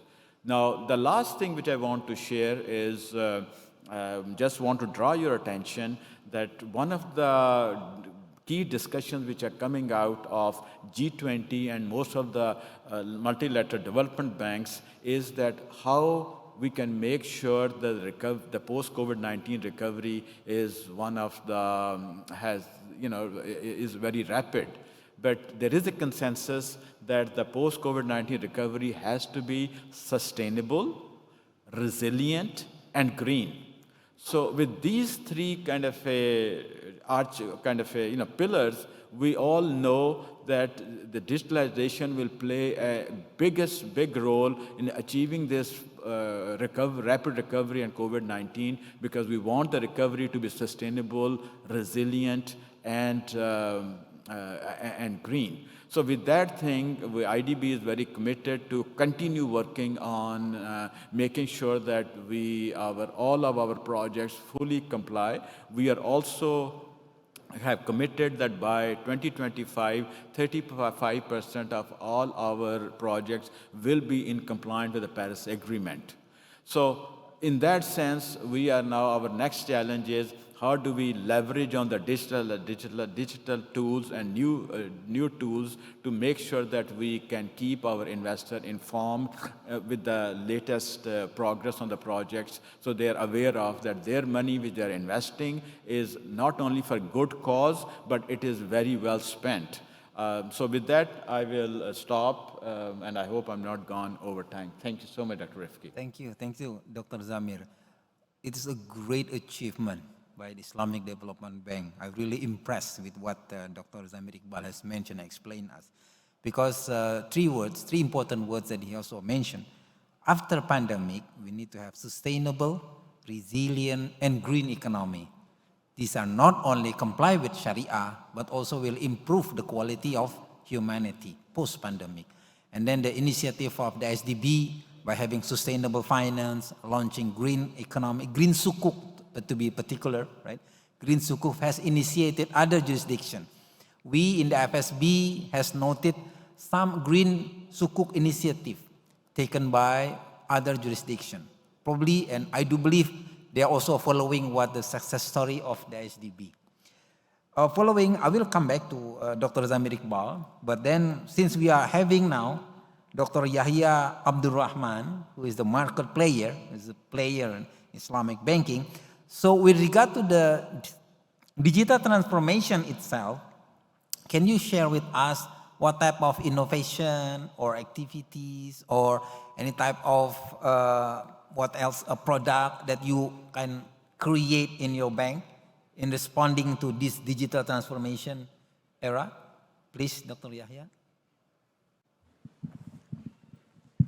Bismillah ar-Rahman ar-Rahim. I have a presentation and I'm going to go through it quickly. While we're preparing the presentation, I just want to tell you a little synopsis on our institution. We started 34 years ago in 1987 with our own resources. We raised $200,000 and we financed the first house in Madison, Wisconsin, where I went to school. And that's now history. Now we own a full-service national bank that operates in all 50 states called the Bank of Whittier. And we also have grown the American Finance House to become an important force in the mortgage market in the United States. The Bank of Whittier, when we bought it, the capital was about 2.7 million. Today it's about 20 million through reinvestment of profits and also added capital. And its assets were 27 million in 1998 when we bought it. Today, it's about $175 million by the grace of Allah. We also service a loan portfolio of about $600 million. All started with $200,000 small investment. And all of our assets are from the community, and we thank Allah for it. Today, I want to share with you, thank you. Today, I want to share with you how we handle the digitization of our work and what's the philosophy we use after a long process of thinking. We need to differentiate between, we call it LARIBA banks or riba-free banks, not Islamic banks, because in the West, we live in the United States. If I call it Islamic banks, it will be exclusive only to the Muslims. And our aim, and Allah is our witness, is to use it as a window for da'wah, to invite people to know how Muslims interact, how Muslims behave. And that's how we worked our digitization program that we use at the Bank of Whittier. I'd like to bring to your attention my email address, and I am prompt in responding to the emails anytime I'm at your service, inshallah. We need to touch base on the foundation of Islamic banking. And sometimes we forget the fact that it is a movement. It's not just building banks and doing sukuk and doing halal and haram. It is a process to benefit people. As the Prophet ﷺ said, خَيْرُ النَّاسِ أَنْفَعُهُمْ لِلنَّاسِ, the best of all people and the most beneficent to people. And most of the people, al-nas, Muslims and non-Muslims who need real help, are not computer savvy. They are not computer savvy. People who need help, they don't understand what a blockchain is. They don't understand all this boomerang. They don't even sometimes know how to run a smartphone. And we are out there to make their life better and easier. That's the whole idea. And that's why a riba-free bank is not just a mega bank, it is a community bank. And that's something that we need to focus in. And I'm sorry to say that we are now mimicking the big mega banks, and that should stop. We must involve people because we need to educate people. And let me tell you, we are witnessing in the United States people who used to shake in their boots when they participate in riba. Now they get introduced to financing using riba-free techniques, and then they look into it and they say, so what's the difference? It's the same. So without education and telling people what's the added value, you're going to lose them to the competition of riba-based banks. We need to involve people, not to take people away from the process. We need to offer the added value compared to riba banks, and we not to mimic the riba-based institutions. The other objectives of the riba-free financing is to community development banking, to reinvest in the community to generate economic prosperity, and to offer the riba-free credit versus the credit card lending, even if ruled Islamic. I am one of those who believe that credit cards should not ever be called Islamic. They should be charge cards. These are cards that people use to charge and pay at the end of the month, not to use it as a means of borrowing. We need to go out on a mission as community bankers to really replace the lending by credit cards into lending through the real process of riba-free financing. Here is our observation of major mega banks. Bank of America, for instance, has a very sophisticated ATM machine. And it's an ATM machine that does everything the teller do. Why? Because they don't want the customers in their branches. They are reducing their branches. They don't want the customer. And that's exactly the opposite of what a riba-free banker is about. A riba-free banker should involve the customers, to educate them, to consult them, to counsel them, so they can be living a better life. And then integrate the already developed financial pros using the blockchains and the small investors in our communities, and there are many of them. Actually, they need to be taken care of and not the rich and the affluent. So we use a technique, we use the word for it, wise fintech. وسأقولها باللغة العربية وهي التقنيات المالية الحكيمة التي تستخدم في بنك LARIBA Bank. Internet banking using the same core processor as Bank of America, Chase, and Citibank. So we use all the bells and whistles that Chase and Citi and Bank of America do. But we apply it differently. with a different goal and objective. We use a simple-to-use website to apply to open an account, mortgages, commercial and non-profit organizations, but we do not execute the opening of an account or a lending relationship without having final approval by a person, because the whole idea of riba-free banking is interaction with people, so we can touch their hearts, touch their minds, and touch their pockets. Then they come and say, La ilaha illallah Muhammadur Rasulullah.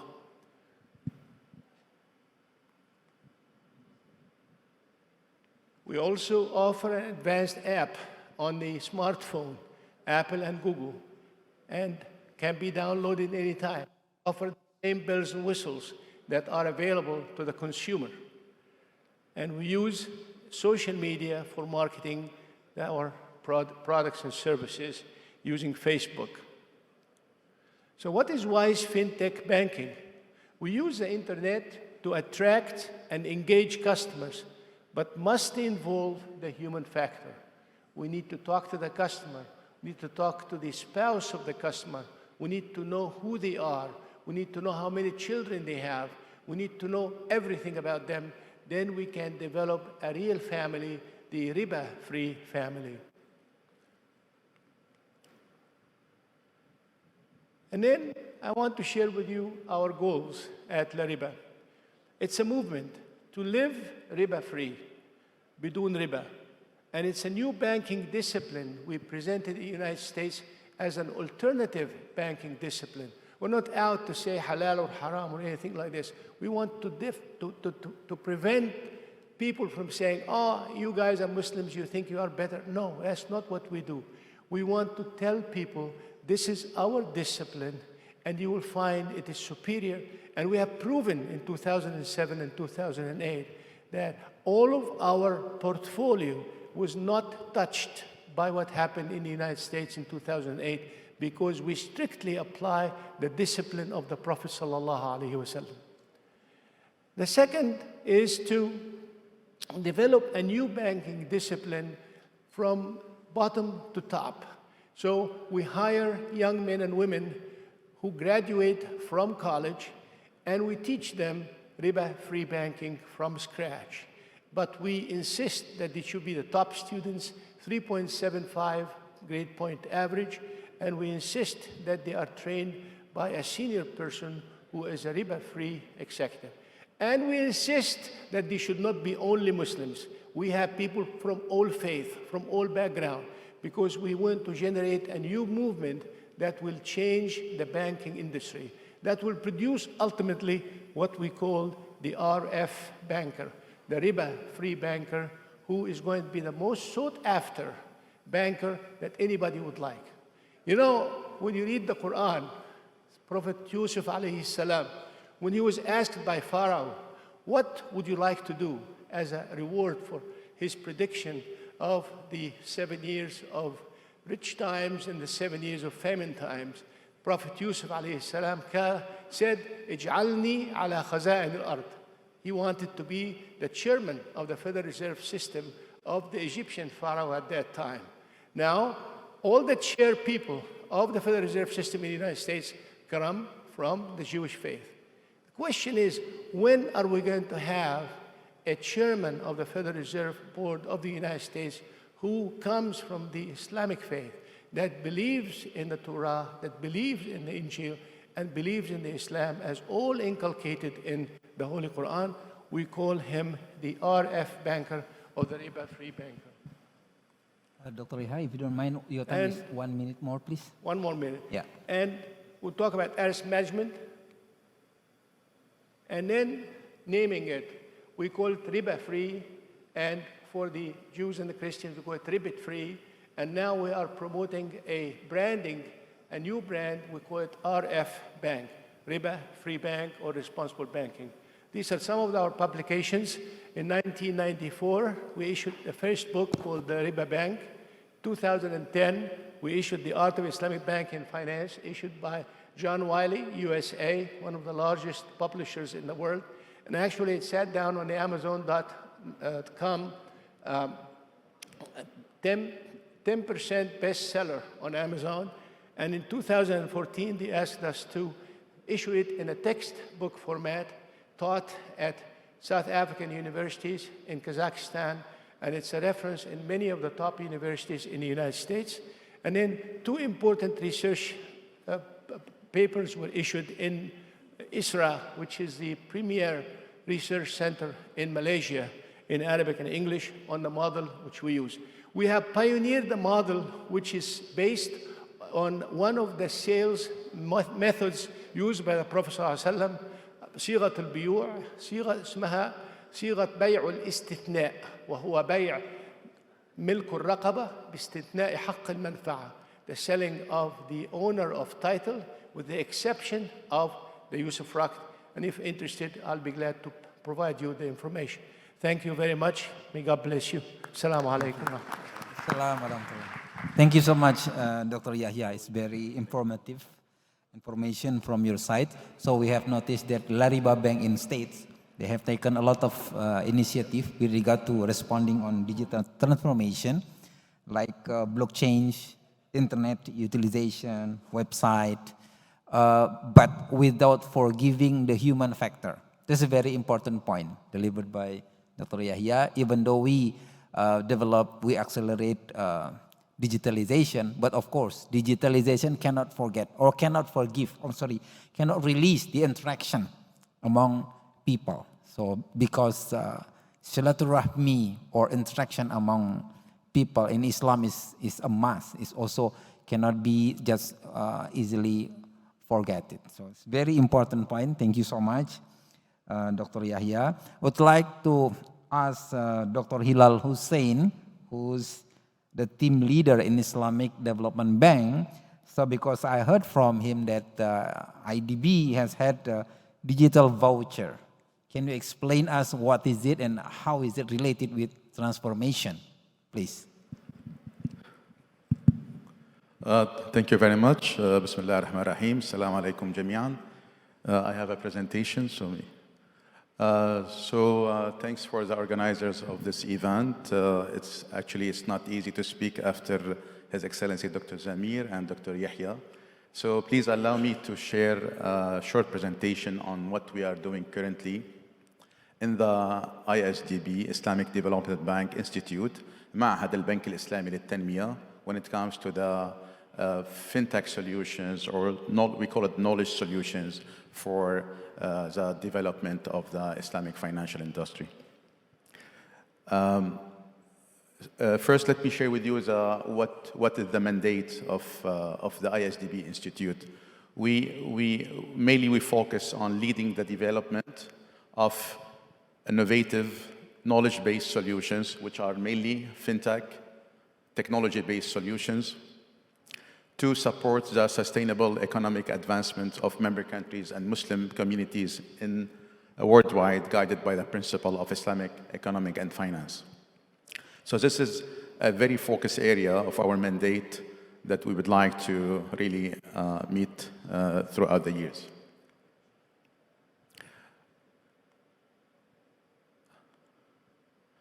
So to start with the digital voucher, maybe I need to introduce who are the stakeholders of this digital voucher. When you talk about digital voucher, it's simply a digital value, which could be anything, including money. But in our structure, the design that we thought of in the ISDB Institute, that we need to have authority, we need to have beneficiaries, and we need to have service providers. Authority could be governmental, non-governmental entity that take care of managing this digital voucher system. So they issue the voucher and they manage the whole process of the voucher. The beneficiaries could be socially disadvantaged individuals and could be micro or small enterprises. For the service providers, these are businesses that offer any kind of service, food, hospitality, and you name it. We have the authority that issues these vouchers to the social individuals. and they can also give interest-free loans to the small business. So it has two types of beneficiaries. So the authority, they don't have to give real money, they give these vouchers. These vouchers are built on blockchain technology. So we do have the traceability, we do have the transparency, we do have the security, and we do have the involvement of different people to check on the authenticity of this data. Now, the individuals, the beneficiaries, can go to the service providers and purchase goods and services using no cash, using the digital voucher, whom the service providers can redeem or pay their taxes to the authority using digital vouchers. So far, we don't see any real money in the design. Service providers can also purchase equipments, materials from these small businesses. So hospital can buy tables, schools can buy whatever they want from the small businesses using digital vouchers, which the same for the small businesses can pay their taxes to the authority by the digital voucher.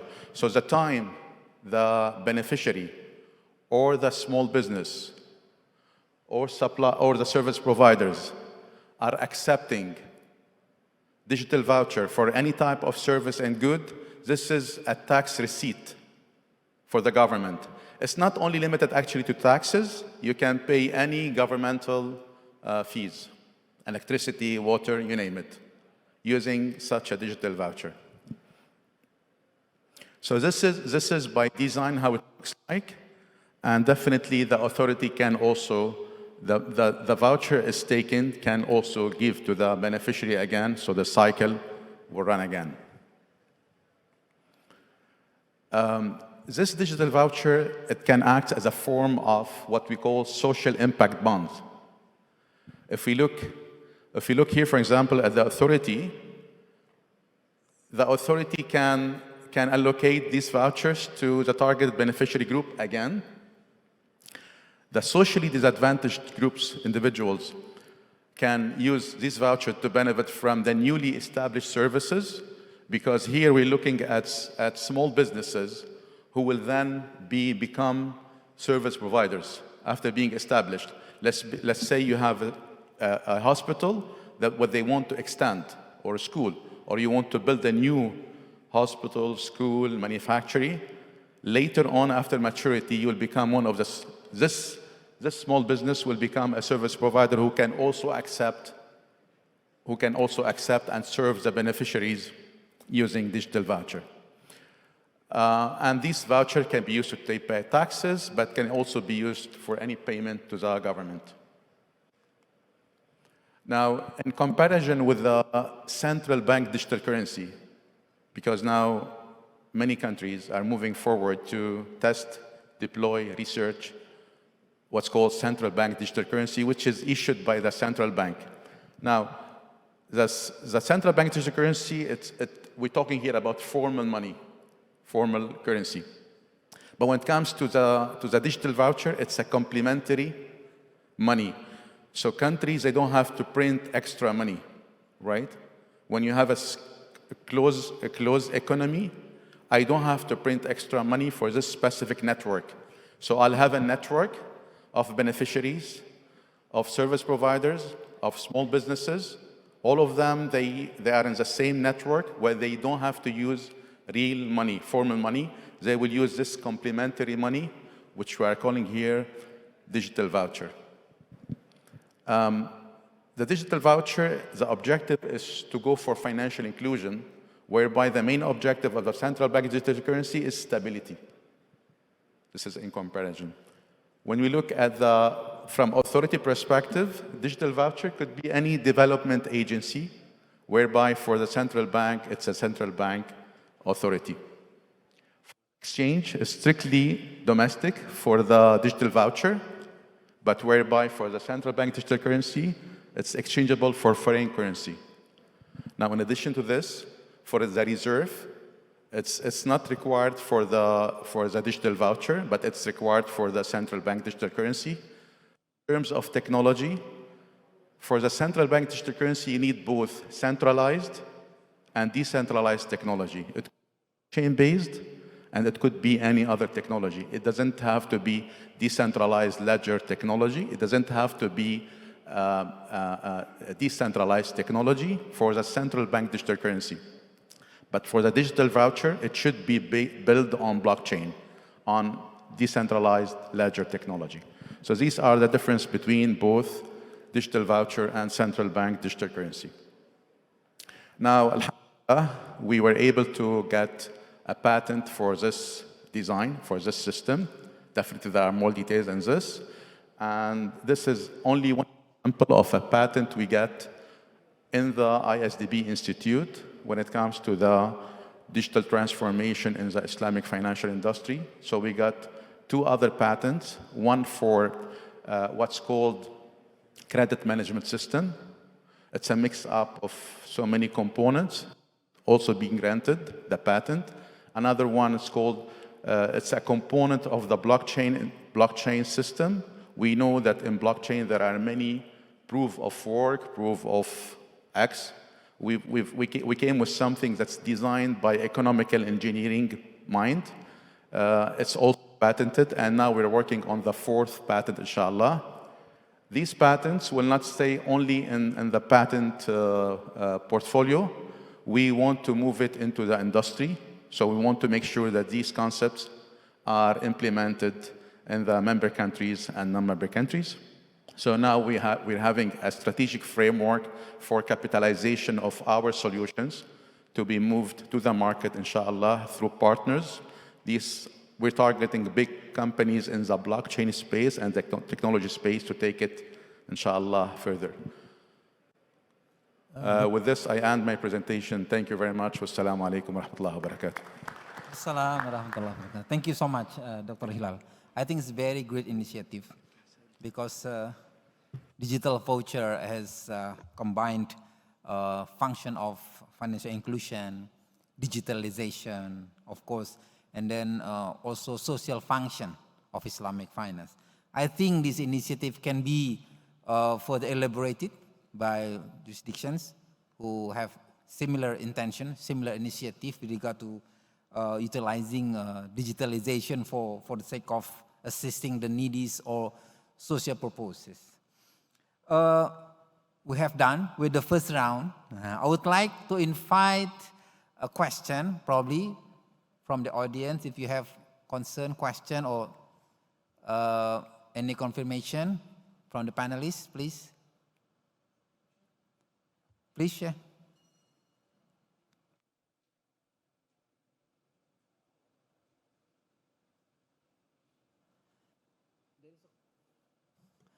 Please, can you hand over the mic?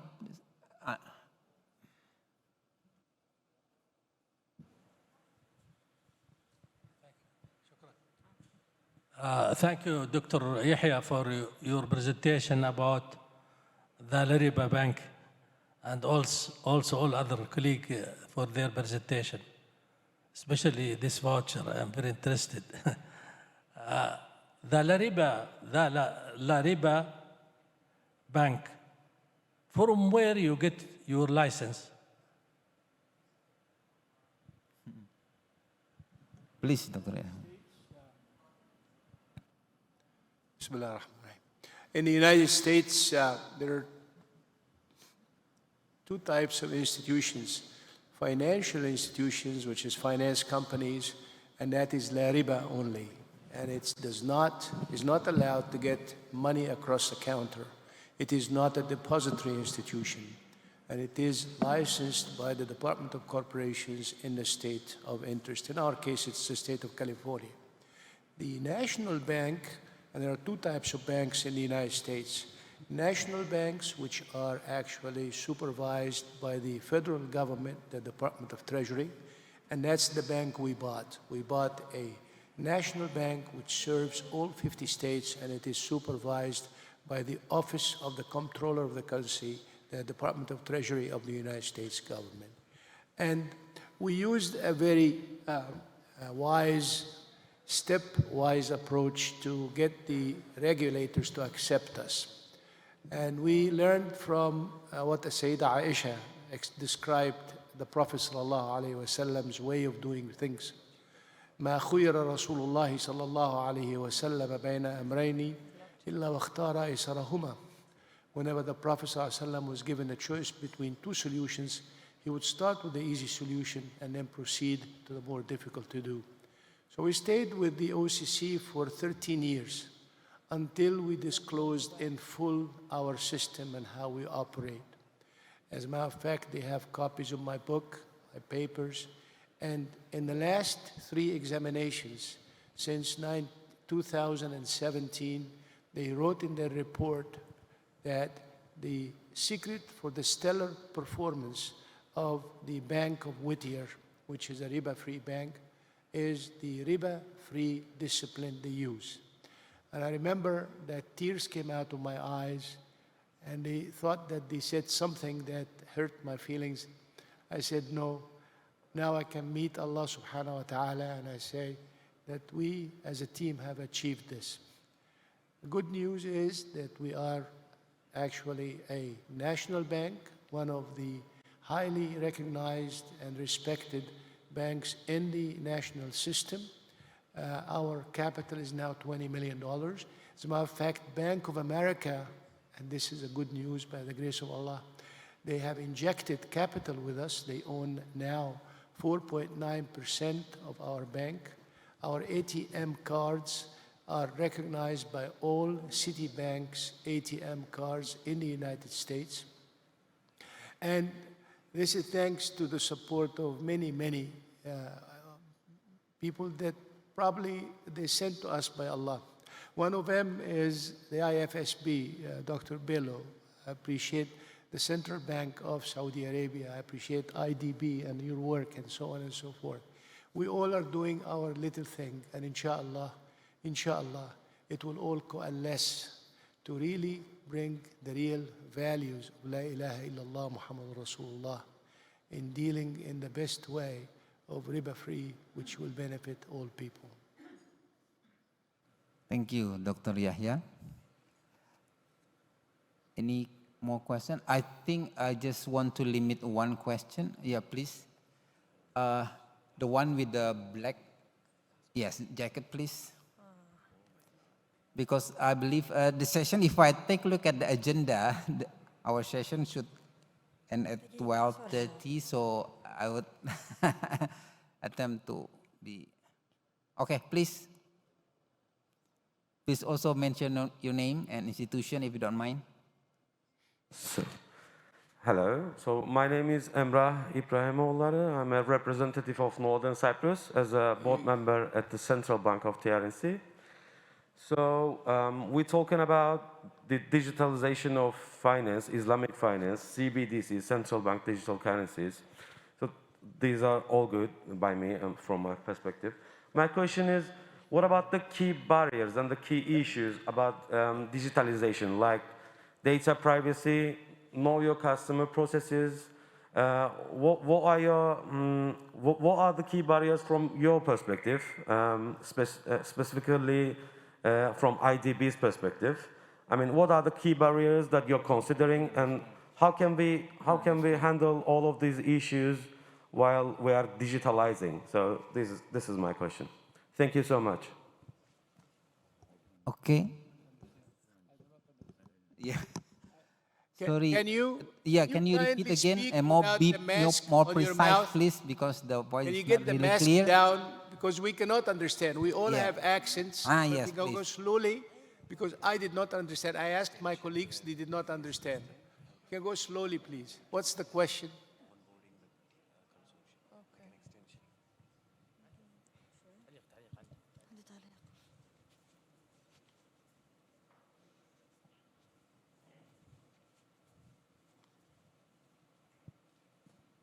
Sorry for the inconvenience. So my question is, we're talking about digitalization, innovation, and CBDCs, blockchain. So these are good by me.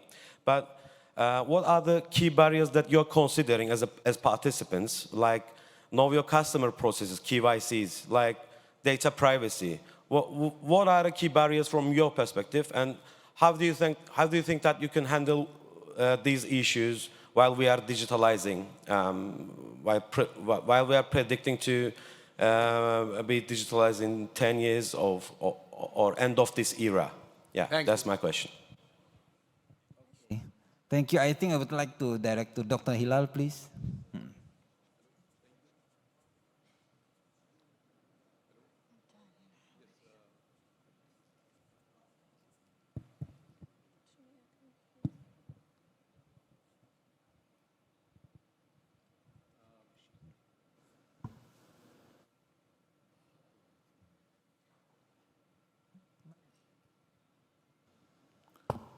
Yes, thank you very much for your question. I think this is a very important question with regard to the concerns you mentioned, the privacy, the security, KYC. Let me tell you something from my experience. Internet was built with no security in mind that time. So that's why we see many security companies are working to build on top of the internet, layers on top of layers. The blockchain technology is built with security in mind because it was built around what's called cryptography, which is the engine, the major component of security. It's built around mathematics, complexity of mathematics. So security was built by design, inherited within the blockchain technology to start with. That's why now we do have a trust, more trust in transacting financial data in the blockchain space, voting in blockchain space, KYC and so on and so forth. So from these concerns, I think technology is being very well developed to give us a certain level of assurance that security and privacy is very well taken care of there. Now, for the ISDB Institute, definitely, I mean, all the Islamic Financial Institute, we take care about Sharia compliances. So we need to make sure that it's there. We need to make sure that we can validate and we can authenticate and check on the application. So we do proper auditing. Now, in the blockchain space, there are companies that do auditing for security.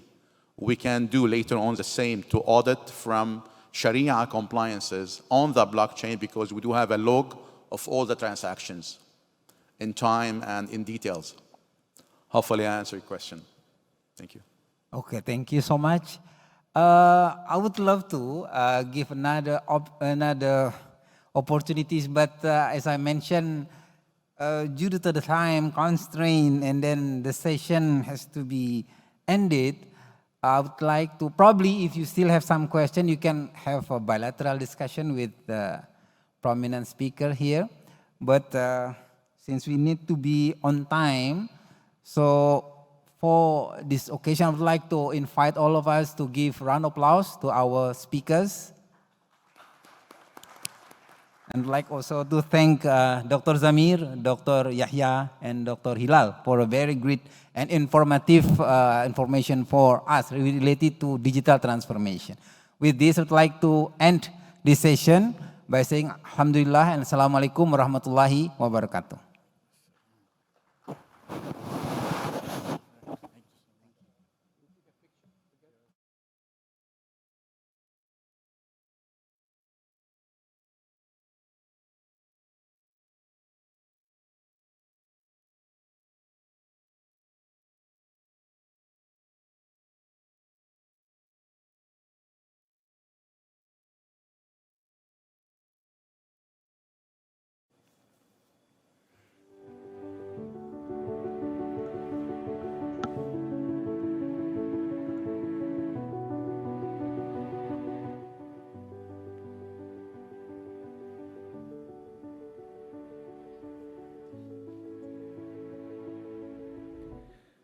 شكرا لكم ضيوفنا الكرام، وشكرا أيضا للمتحدثين في هذه الجلسة. نذهب وإياكم الآن إلى استراحة الغداء، ثم نستأنف الجلسات المتبقية من أعمال اليوم الأول لهذه القمة.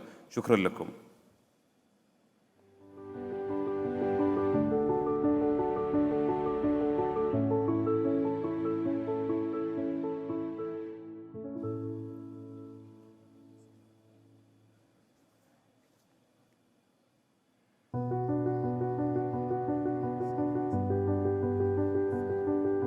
الفترة المتاحة لوجبة الغداء ساعة تقريبا.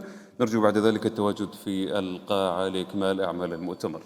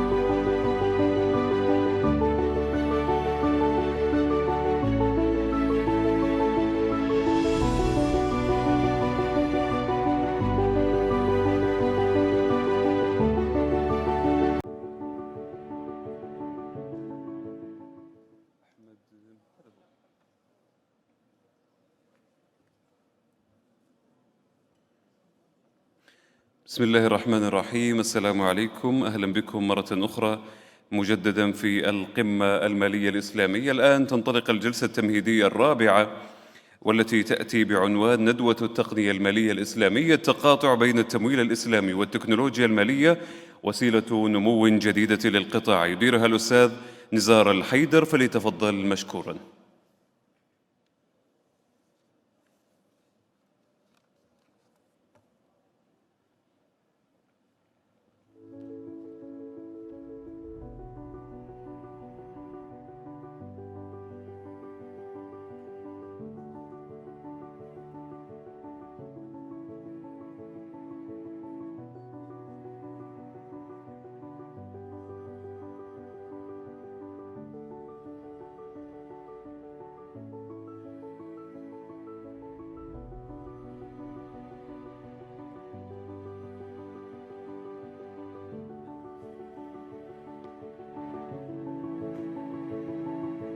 Assalamu alaikum. Good afternoon, everyone. My name is Nizar Al-Haider. I'm a FinTech Saudi team member. So for today's session, we're doing it a bit differently. Instead of throwing information at you, we thought we should do it of a style of aligned with the FinTech domain and the startup domain as well. So we're doing a bit of a demo day, but we're not asking for your money today. How I'm going to start is by basically building the scene and setting the scene for the ecosystem here in Saudi Arabia, which is a good start would be touching and introducing FinTech Saudi, which is the organization that I belong to. So what is FinTech Saudi? FinTech Saudi is basically an initiative that started in 2018, and it is co-owned by the Central Bank of Saudi Arabia and the Capital Market Authority, which are the two main regulators of the financial sector in Saudi Arabia. So what do? We develop the infrastructure needed to enable the ecosystem and enable the fintechs in Saudi Arabia to position Saudi and hope to make Saudi a fintech hub in the region. We build the capabilities and skills in the ecosystems that are needed for today's market and the future market of the fintech sector as well. And of course, we support the growth of the entrepreneurs and the fintech startups that we have in the ecosystem. which, by the way, today we're going to showcase two amazing fintechs. The first one is called Sukuk, and the second one is called Lendo. You'll get to know them and know their amazing services shortly. So how is the industry looking in Saudi Arabia? So when it comes to the growth, today we have about more than 82 operating fintechs in Saudi Arabia, and in the various verticals that we have in the ecosystem and in the financial sector, you name it, whether it's financing, lending, payment, capital market, we have fintechs operating in that domain. And a testament to that growth that we're witnessing in the ecosystem of Saudi Arabia is the investment injected in the ecosystem as well. We're witnessing a huge growth when it comes to the investment, whether it's by angel investors, VCs, or even the capital arms of banks, or you name it. And also, we're witnessing a change and development in the regulator as well. The regulator is flexible and developing over time, and we've seen that, SAMA, CMA developed their experimental environment to basically working out the regulations and the frameworks of these technologies to enable them to enter the Saudi market. And the national initiatives that whether the SAMA or the Financial Development Program have launched, or CMA, one of them would be the CBDC, which we've touched on in the previous session.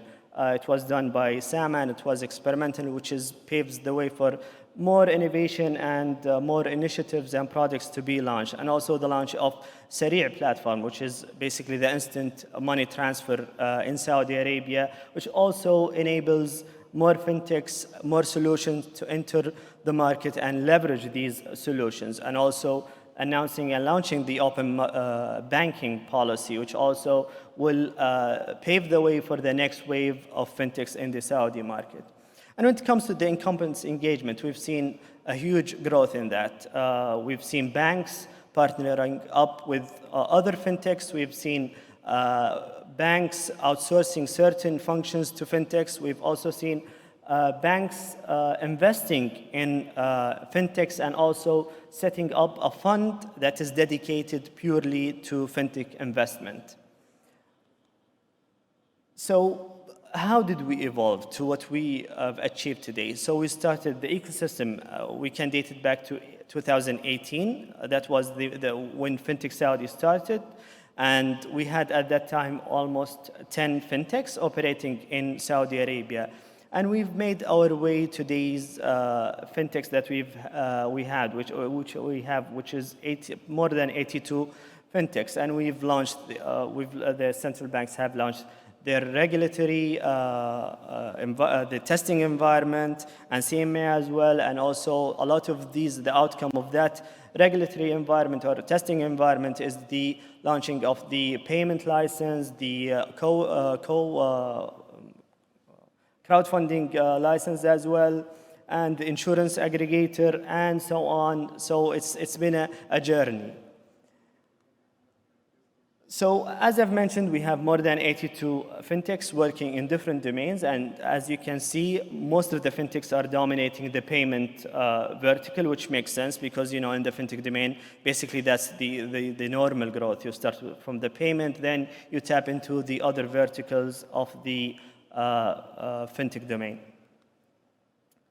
So the global trends, basically, just to touch on the growth and what's happening nowadays. So the fintech sector is evolving because of two factors, basically. The first one is the financial crisis, which happened in 2008. So that enabled us to enable the technology and trust new players in the market to basically either regulate or govern the financial sector.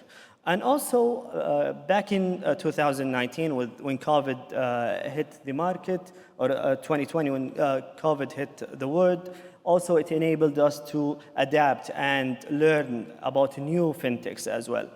And another thing is the maturity of technology. Today we can do things with the technology that did not exist at the time, while today we can leverage these technologies and also the awareness of the customers about their needs as well. And also when it comes to the partners and the incumbents in the sector itself, they are becoming more aware of the industry, and they're becoming either investing, as I've mentioned, in these fintechs, or actually we've witnessed like big players such as MasterCard, Visa, also acquiring fintechs, or even partnering up with fintechs as well. And we've witnessed also a fintech acquiring a bank. So there is that growth as well in the market. So as I've started today, we're doing it more of a demo day style. So the first fintech that I'm going to introduce to the stage is Abdulaziz Sayari. He is the co-founder and a board member of Sukuk Capital. Please welcome him to the stage.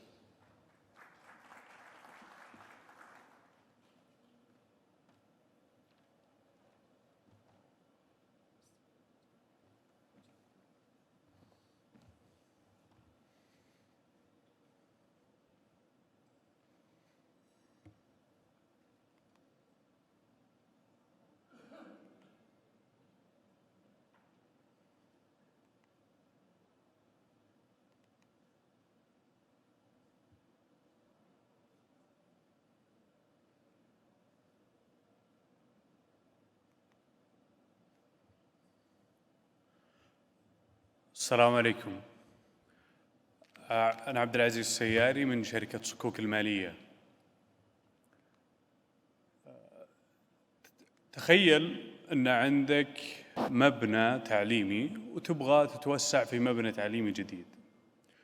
أو imagine, sorry, speak in Arabic, I will speak in English. Imagine you have an educational building and you want to expand to a new educational building. Imagine you have a hospital and you want to expand to a new hospital. Imagine you have a production line and you want to go to and expand in a new one. This will require from you a huge fund. This huge funds, you can get it from two things. Either from issuing new shares and getting equity, or getting debt. If you want to get it from equity, means changing in the ownership structure, which will affect the stability of the company. So the solution for you is to get it from debt. In this first and the second year of your expansion project, you have a lot of capex. So you don't want to do any repayment in these 2 years. By the third year, you will start utilizing your project and in generating more revenues. And by the fourth and fifth year, you will reach your capacity. So, which means you will need a flexible repayment, and you will need a long-term debt. So what's the challenge that you will face if you are looking for a long-term debt? First, banks focus on short-term debt due to most of their assets in the balance sheets are current, so that's why they don't prefer to lend for a long term. And the length of the assessment of process, you will have a very lengthy process that might go up to 14 months. Also, the releasing of the proceeds might have big conditions that affect your project progress. They will require from you high guarantees, low amount of financing. Sometimes, for example, you have a project that you will need 30 million, you get offers for 5 or 10 million that will not help you to do your project. The repayment schedules most of the time are built fixed, so it's not suitable to your cash flow.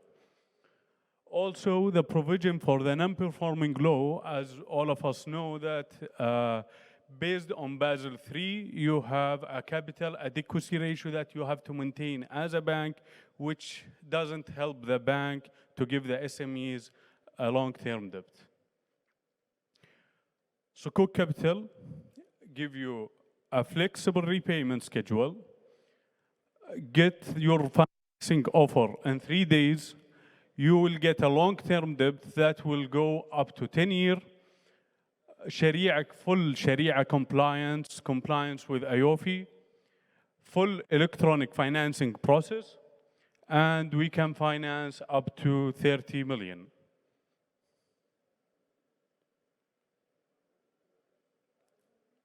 Sukuk Capital was established in April 2020 from the FinTech Laboratory, and we got license from the FinTech Lab in CMA. We got our license in last November. We started our operation with the first Sukuk issuance for hospitals here in Saudi Arabia by the 2nd of May this year. And alhamdulillah, by end of October, we have reached 200 million in Sukuk issuances. The outlook of the debt instrument in the world, if you see in the United States, the companies get financed from debt instrument 3 times the conventional ways. In Malaysia, they have $100 billion of corporate issuances, while, for example, in Saudi Arabia in 2019, it was 14 million. The lowest issuance in Saudi Arabia in the last 10 years was 240 million. We have full electronic process. We have integration with all the government entities in Saudi Arabia and all the data providers.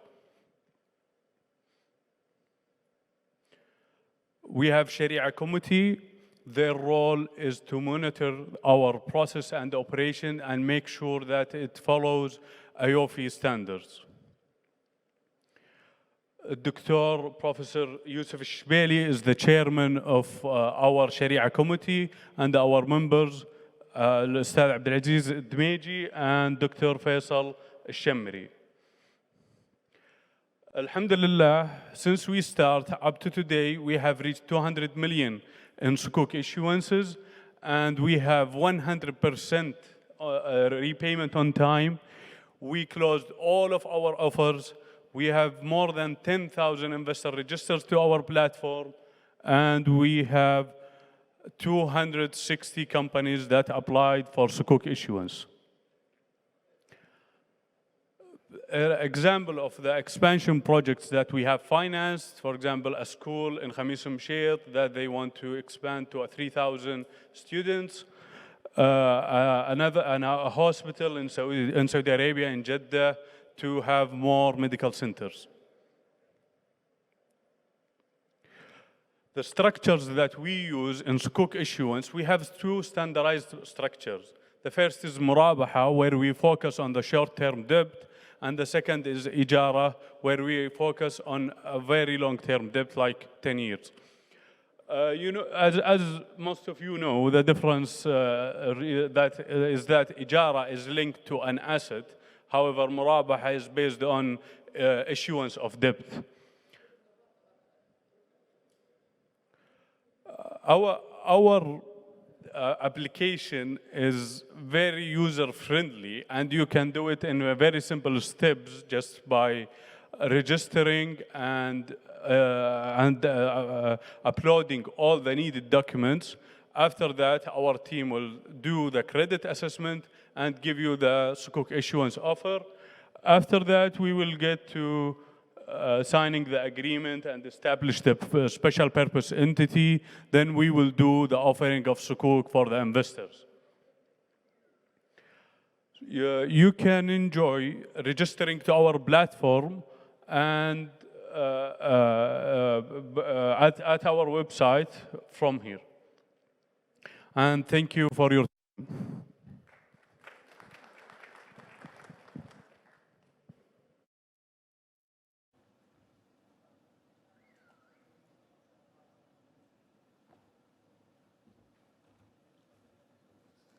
Thank you, Abdulaziz, for that great presentation and showing us the capabilities of Sukuk Capitals and the great offering that you're bringing to the market. Our next fintech that we're going to bring to the stage is Lendo, and going to introduce us to Lendo, Osama Al-Ra'i, who is the CEO and co-founder of the platform. Please welcome to the stage.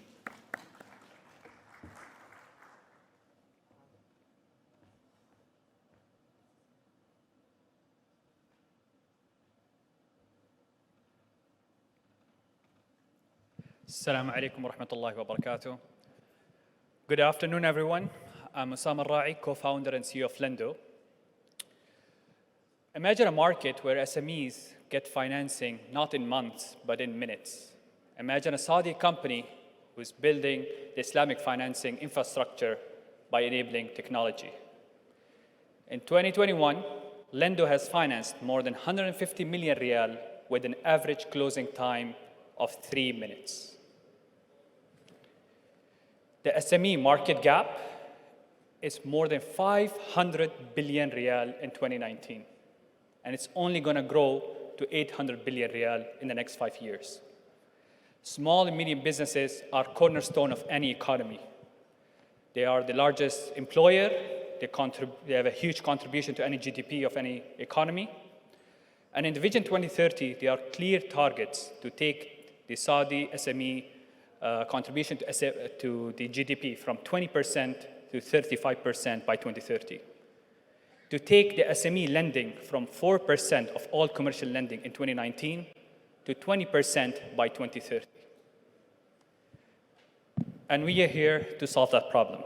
The problem that SMEs face today is that there are limited source of funding for them. With the decreasing number of national banks through the M&A from 12 to 10, and limited non-banking finance institutions who focus on SMEs, they go to shadow market to cover this gap. In addition, the loan process is hectic, paperwork, it takes forever, and that's even if they get approved after months of dealing with the banks and non-banking finance institutions. On the other hand, we have investors who are looking for short-term investment opportunities with great returns and reasonable risks. Lendo is a Saudi fintech company, Islamic financing, licensed by the Saudi Central Bank. We provide invoice financing to small and medium businesses through a crowdfunding model. We have any SME in Saudi who is a supplier to large enterprise or government who have invoices pending to get paid in 3 to 6 months. We come and finance these invoices for them. And we do that after our due diligence. We present these invoices on our platform, and any Saudi resident or any institutions can come and finance these invoices. We do that through an automated process with integration of many government agencies such as credit bureaus of SIMA and Bayan, Ministry of Commerce for Audit Financials, Qawa'im, and the CR and Article Association data, with Ministry of Justice for the promissory note issuance, with Upshare, the Ministry of Interior for the KYC, and many other integrating service provider integrators that automate the process of onboarding, underwriting, security document issuance, and even collection. In 2022, we're planning to launch a few new products, such as reverse invoice financing, which is also called supply chain financing, point of sale financing, and an extremely high growth ecosystem and market e-commerce financing. Our business model, we charge 1 to 3% management fees from the SMEs.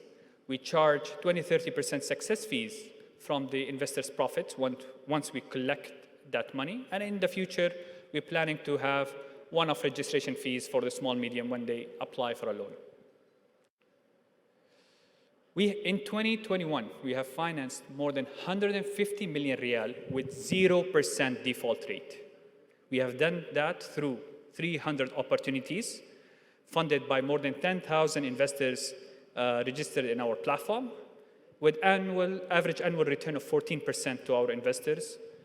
And we have distributed more than 4 million riyal already to our investors, and more to come once the remaining invoices are, or remaining financing are due. This would not have been possible without an amazing team. We have my co-founder, Mohammed Jawabra, and our executive team who have worked with well-renowned financial institutions and management consulting such as McKinsey, Deloitte, Accenture, and many more. Thank you so much, and I'm looking forward to have your questions today.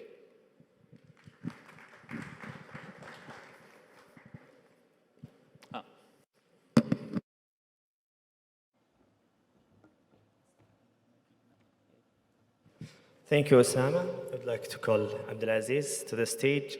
So we've heard of Fintech Saudi, from Sukuk, and from Lendo, and now I'll pass it to the crowd to ask any question.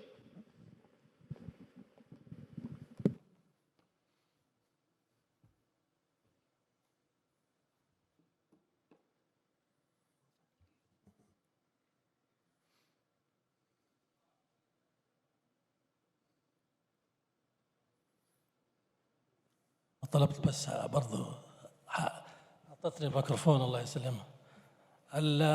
يعني I don't ask to ask a question, but since she gave me the microphone, I will ask. It is very fantastic with these beautiful flowers of fintech companies. Allah يسلمك. يعني you are the future, inshallah, of this economy and this development in my country 2030.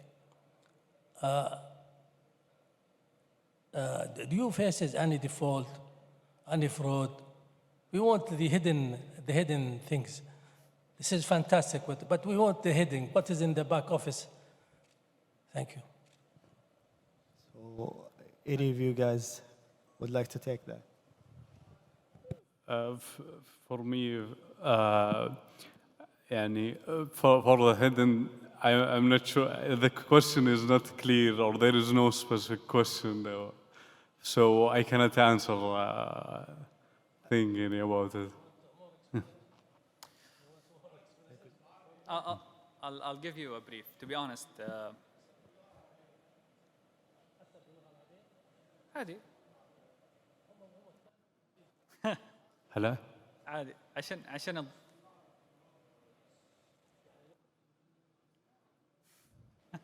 لا فهمنا السؤال. Let me give you a little bit hidden of what's happening in the Lendo. To be honest, we have been in the sandbox for the last 2 years, and we got a great support from Fintech Saudi and the Saudi Central Bank. Now, I personally don't come from financial services sector. I never worked in any bank. I never worked in any financial institution, and I don't come from this world. Most of my career has been in management consulting, advising boards and CEOs of Saudi companies, publicly listed, and governments. But the view I took on this problem I have in front of me is a fresh eye view, where I don't understand SAMA regulations. It's new to me. I'm learning, and I'm asking them to help me learn better. But the way we're solving problem, we're building it from white sheet. I don't have legacy systems. I don't have legacy teams, processes, paper forms.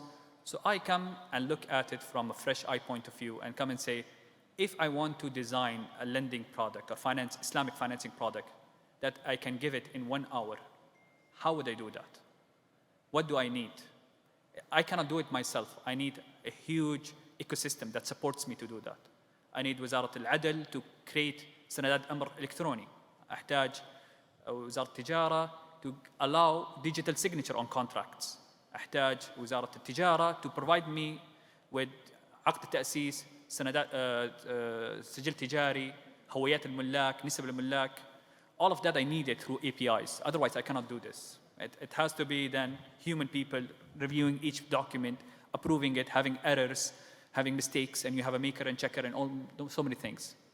So behind the scenes what's happening is that we took every single step of this process that happens in banks and we reconsider it. Does it really need it? Do we need it to do this way, or can we do it differently?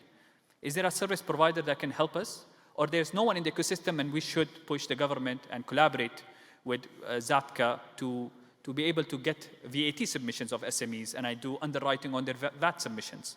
I don't need to have audited financials, 3-year audit financials to do underwriting. We became creative.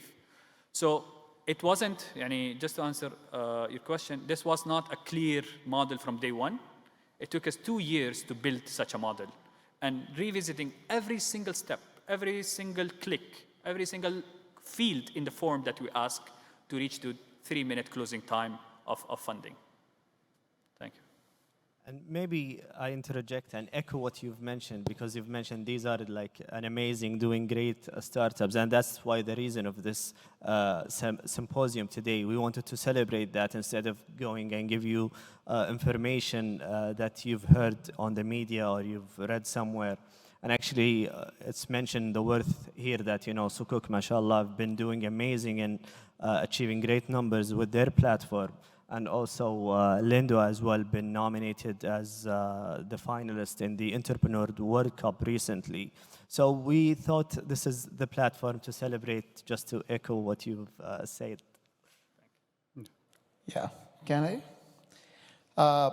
I'm Zamir from the Central Bank of Pakistan, and my question is from Osama Lendo. I think that's music to my ears to know that SME gets financing in 3 minutes. That's marvelous, you see. My question is, because we also run the same problem in Pakistan, huge exclusion of SMEs. So the question is that the invoice discounting platform that you mentioned, there are, of course, 2 models. One is to have an individual entity platform like yours, I think.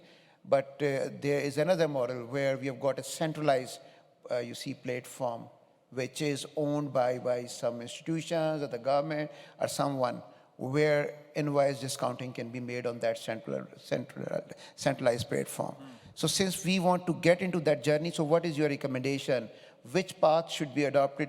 What are the pros and cons of having an individual entity, having collaboration with the FinTech, having a platform, or a common platform by some of the institutions? Which one is a better part? Thank you. Can you please give the mic to... I'll take your question next. And then, can you please give him the mic? So, to answer the question, by the way, there is a Saudi government institution with Saudi payments called Sadat, and they're building the centralized platform for invoice financing. I believe that allowing individual platforms to do that enables creativity, enables innovation, and enables competition.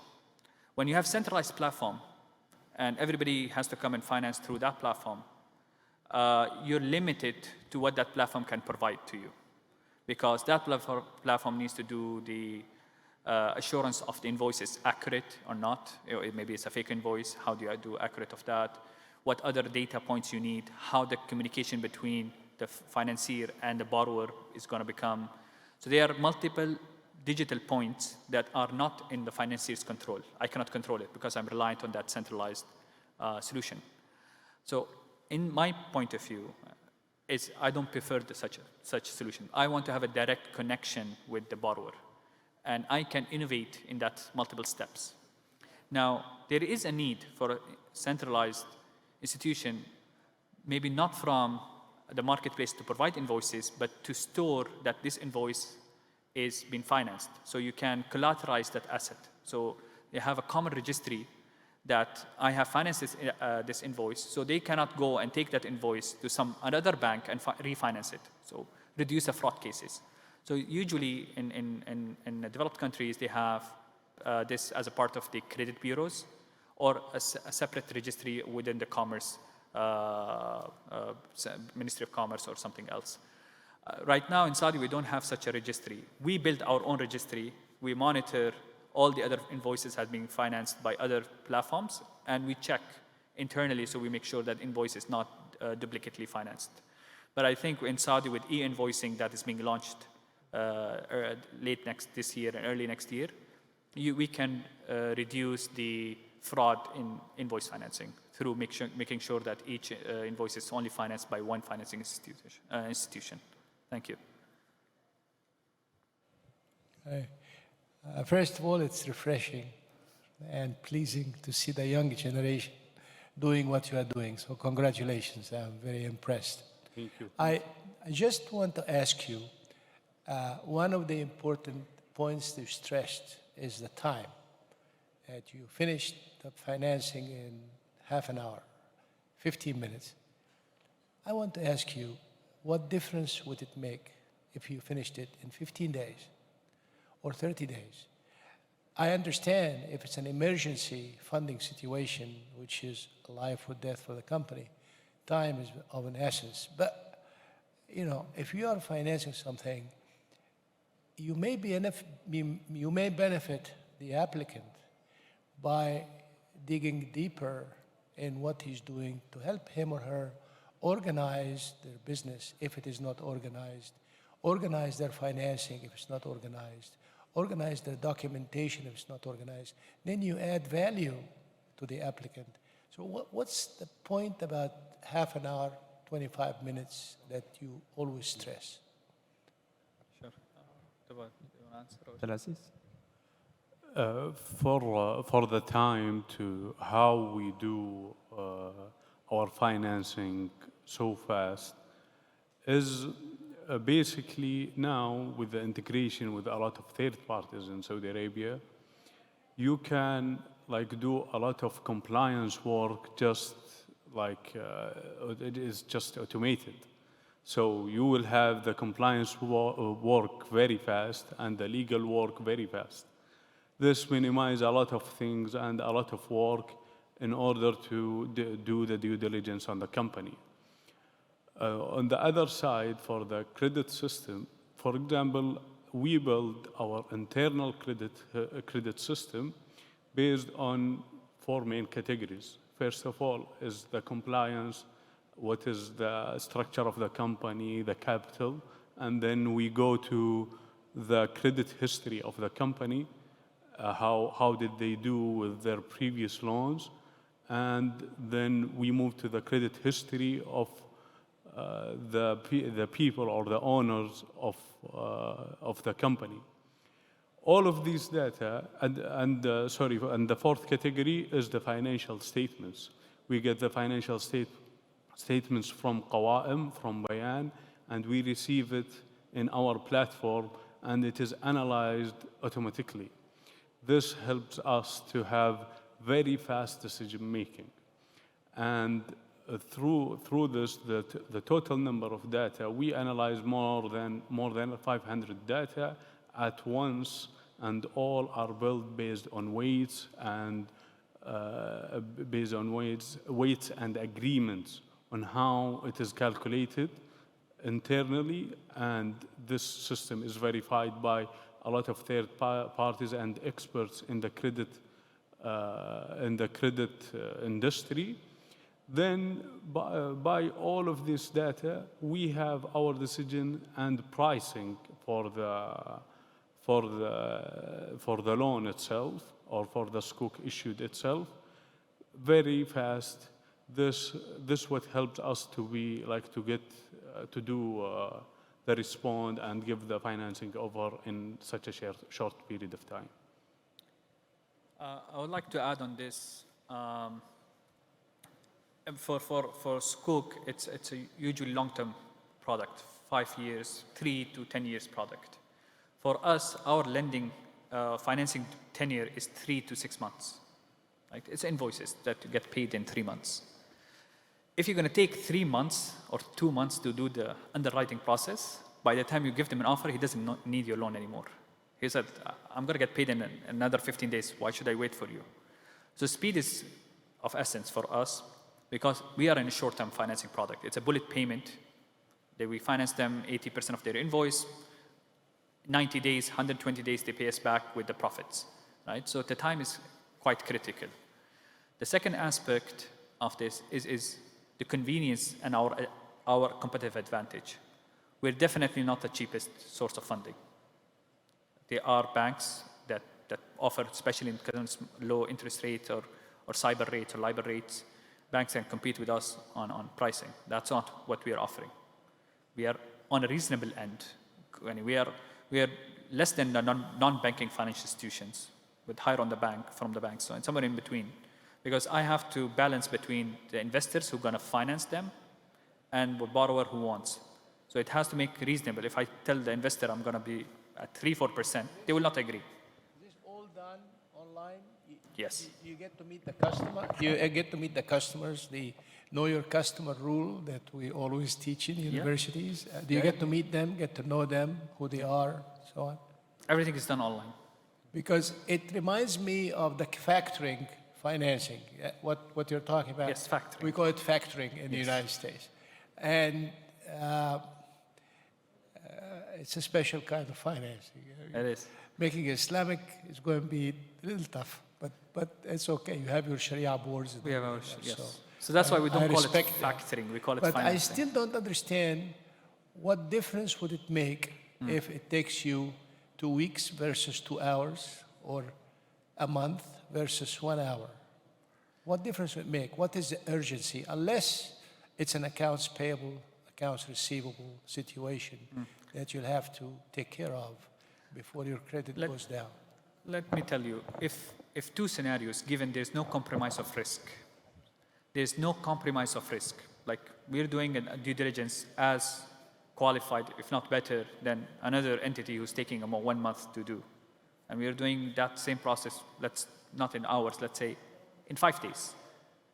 Why do you wait for additional time? What's the value add of that? So definitely there's no compromise on the risk underwriting process. That should not be tolerated, especially for us that we're not doing financing from my own balance sheet.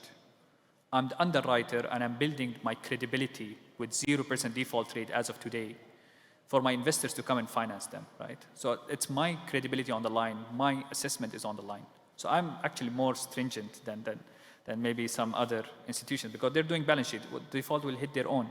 Nobody is gonna ask them to. But for us, it's our reputation on the line. So as long as there's no compromise on the quality of underwriting and risk assessment, why not in 1 hour? Why do I need to do additional time? And that enables us for growth, right? It optimizes our cost. It increases our scalability. Since inception, we have financed more than 200 million riyal. We are in the stage in the Q4 where our boards are putting some targets on us. And our target for next year is 1 billion riyal of lending. We haven't, it's still a debate between our board. But this is something, with this enable of technology, we can actually scale up and then do hopefully 1 billion riyal next year, 5 billion riyal the year after, and so on. And that's why it's important to be able to scale using technology. Thank you.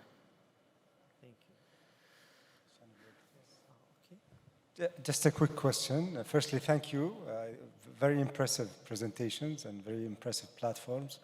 I think the two value propositions that you've presented, mainly addressing a sector that have not been properly addressed by the conventional banks, which I think this is your competitive advantage. And the other thing is the speed at which, as you mentioned, the speed at which you guys have executed these. But don't you think there is quite a risk if conventional banks, over time, and now they're happy, the market is kind of making them, making a lot of money without much effort, but down the road, if banks started to more of financial inclusion to sectors that you guys have been really penetrating, because that's, I think, the value proposition. You have a fantastic electronic platform. You do it quickly, and you go to customers that banks currently are not really financing. To what extent do you think that risk is affecting or making you, or cost you some sleep, as you think about the growth of your business? For the sector that we are targeting companies with turnover, let's say, from 10 million to like 500 million. Most of these companies, they don't get financed from banks. Why they don't get financed from banks? First of all, in our product, we focus on long-term debt. First of all, they don't get short-term debt because of the current situation of the banks. Their balance sheet, most of their assets and their deposit, يعني أغلب الحسابات عندهم هي الحسابات الجارية. Since أغلبها حسابات جارية, they cannot lend it for a long term. And that's why they cannot do it for a long term في الوقت الحالي. أضف إلى ذلك أن البنوك في الوقت الحالي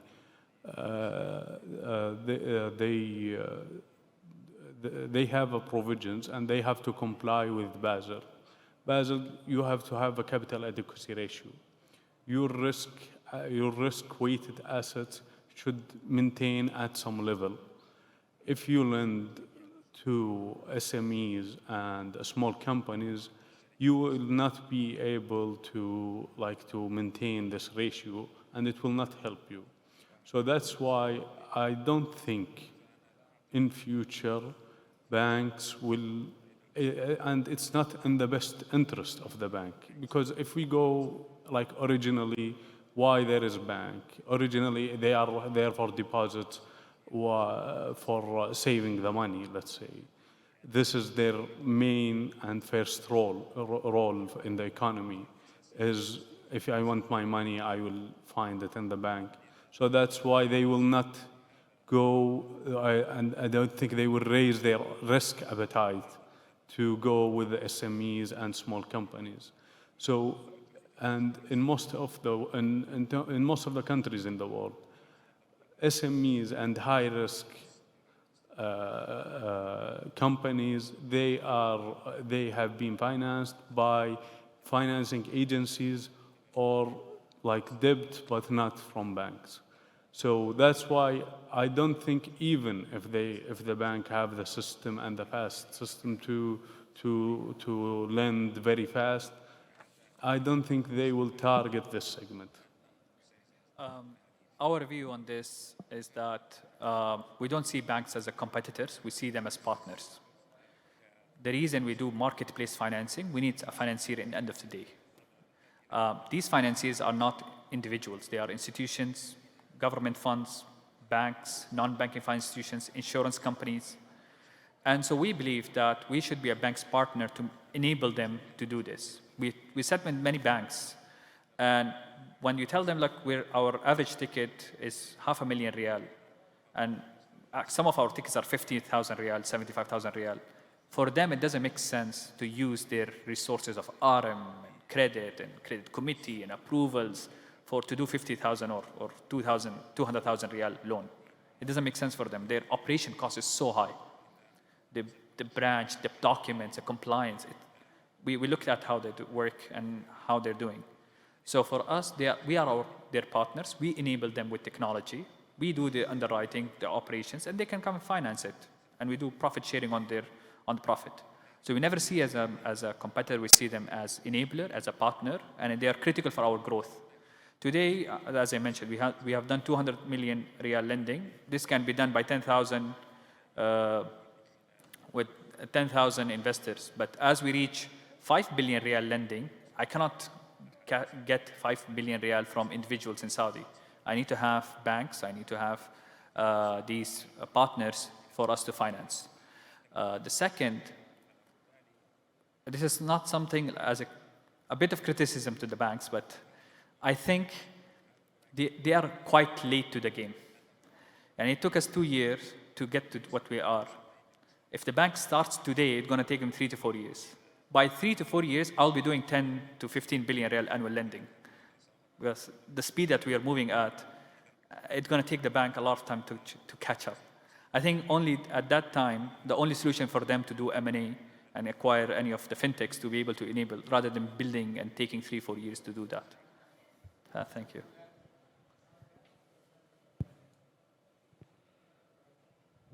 How do I collect?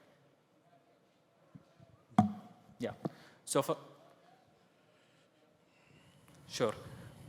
For us, it's unsecured loans. So we have a promissory note on the company and on the owner. Plus, we have assignment on the invoice. So the buyer pays us directly. So it's not factoring because we don't own the invoice. That's not Sharia compliant. It's still a financing through Tawarruq agreement. But we have an assignment on the buyer. So the buyer will transfer the money to us. We settle the financing and repay whatever the extra remaining to the SME.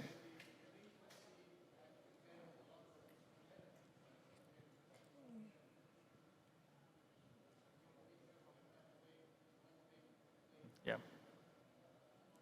Thanks. Maybe we take Okay. Yeah. Over very, here. Very quickly, maybe. Hello. Yes. Yeah. My name is Chibuzo FOB. I'm a Director of Financial Policy and Regulation Department, Central Bank of Nigeria. Mine is really more on the regulatory space. Are you the Sukuk Capital FinTech Saudi Lendo?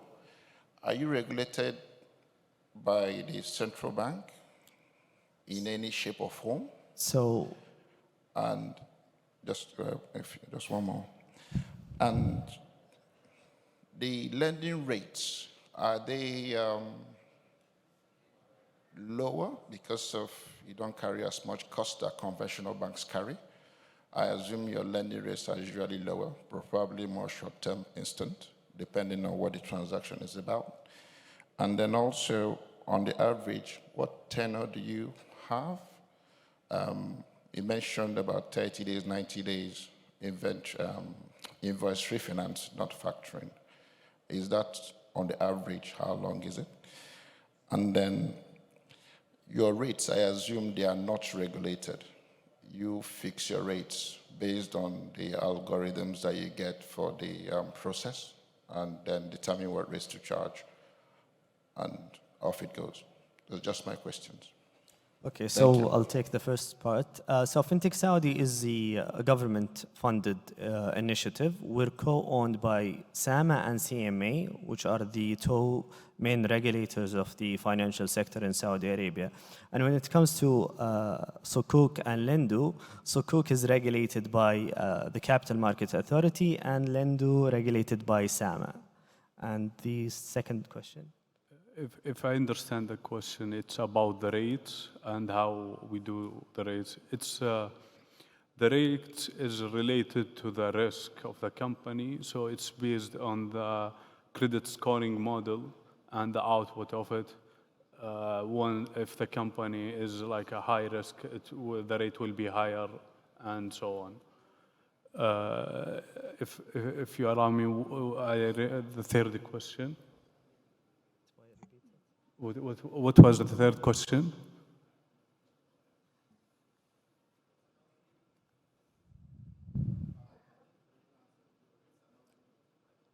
Yes, our rates are not regulated. It's a market defined between supply and demand.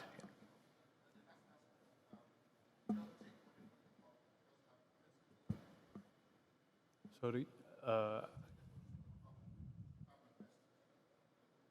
I cannot hear you. We cannot hear you, sorry. I cannot hear you. Yes. Yes. For the investors, we are open for all the investors, retail and sophisticated qualified investors. We have a lot of investors invested with us, like insurance companies, like capitals, funds. They invested with us. We are open to all type of investors. Well, no. No, they don't have to be. So they. But.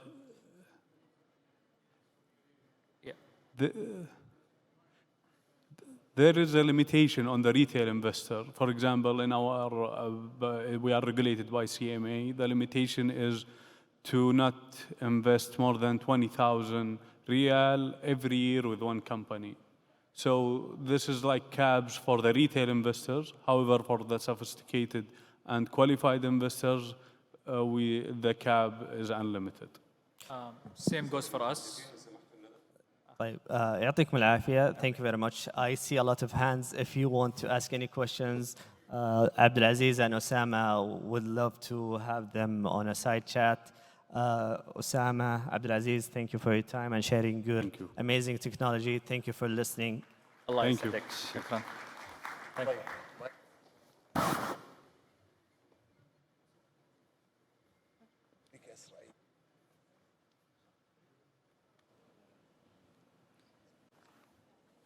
شكرا للسادة المتحدثين في هذه الجلسة، وشكرا لكم أنتم أيضا على مشاركاتكم الفاعلة.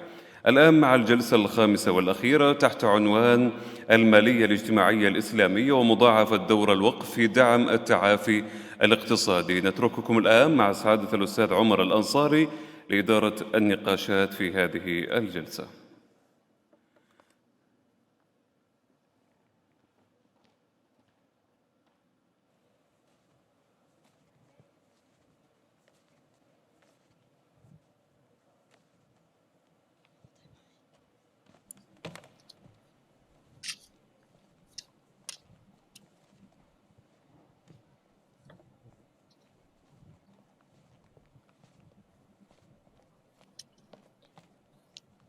أعوذ بالله من الشيطان الرجيم بسم الله الرحمن الرحيم رب اشرح لي صدري ويسر لي أمري واحلل عقدة من لساني يفقهوا قولي.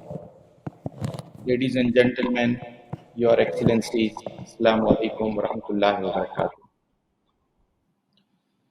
It is a great pleasure to be part of this event, and my regrets and my sincere apologies to my friends there who I can see on screen, particularly IFSB Secretary General and our friends from Saudi Central Bank, that I couldn't make it due to some logistic issues. And I hope that that absence will not be felt by the way, alhamdulillah, the things have moved, and now we can have the online sessions and the way we can have the things happening real life. But still, I feel that being physically present there would have been better.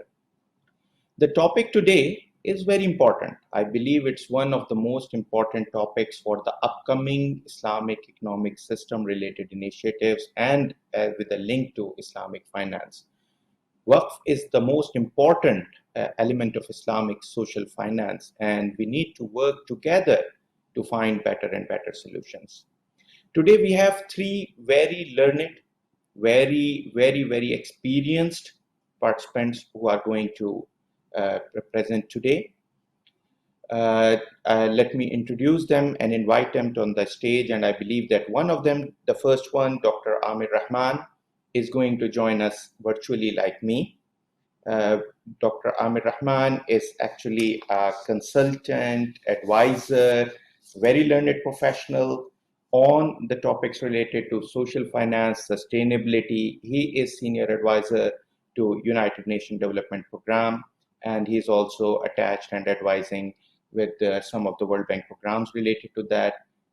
He has been advising on Islamic finance and related matters. Welcome, Dr. Amir. The second participant today, very learned professional, very experienced academician, a person having experience in Islamic finance and Waqf alike, having structured some of the biggest experiences in Islamic social finance in form of Abrajul Bayt. I would like to welcome Dr. Ibrahim Al-Ghufeli. Welcome, sir, and we would like to learn from you, inshallah. The third participant and presenter today is Mr. Hassan Al-Faiz, CEO of Awqaf Investment Company, which is the investment arm and the active arm or the executive arm of the General Authority for Awqaf Saudi Arabia. He is also serving on boards of multiple institutions related to social finance and Waqf, and has a very vast experience. And he will be sharing more about the Saudi experience of Awqaf and how this experience can be converted into the real path towards the Vision 2030, inshallah. With that, I would like to first invite one thing before I go to that. To be honest, this is the last session. We are starting a bit late, and I can well understand that the audience is also a bit tired. It's after lunch and a little bit after lunch. Maybe incentive to sleep would be there in this very nice environment.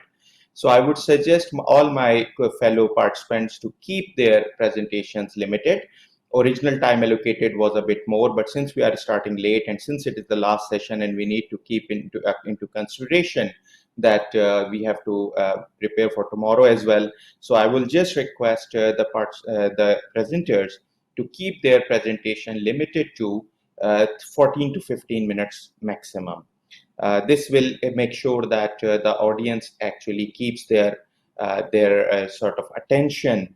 And obviously there are a lot of questions to come, so we'll keep a little bit time for the questions inshallah towards the end as well.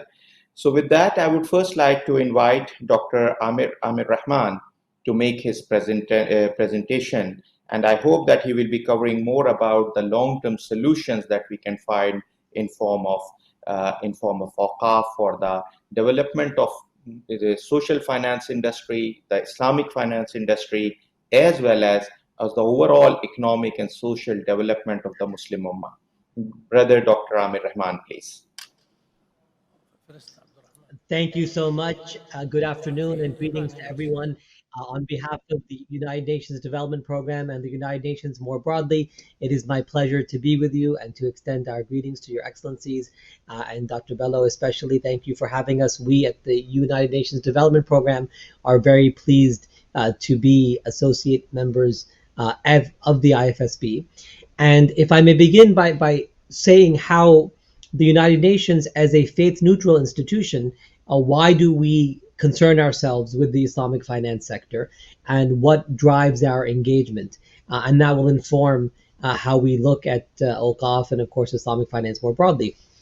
And of course the answer to that is because we are deeply committed to the Sustainable Development Goals and to the 2030 Agenda. And what we've observed in the development community has been very consistent, that the Islamic finance sector has stakeholders who are committed similarly to sustainability. They are committed to aligning their finances with values that are beneficial for society, for the environment, and for the world at large. And we've found over the years consistently that the interaction with the Islamic finance stakeholders has led to many partnerships and many projects by which we're able to align finance with the SDGs. So that's how we approach the topic of awqaf, is to see the role that these endowments are playing in sustainable finance. And suffice it to say, the role is tremendous.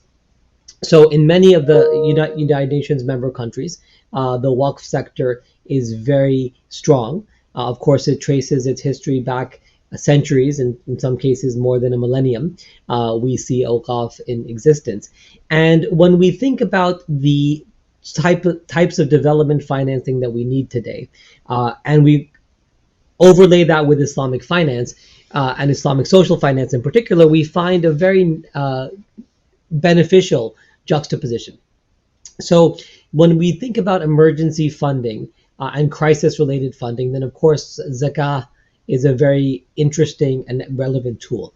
And zakat, of course, by its requirements to be dispersed quickly, to be dispersed within a year, the fact that it's given every year, the fact that it has the 8 categories of beneficiaries as interpreted by various scholars around the world.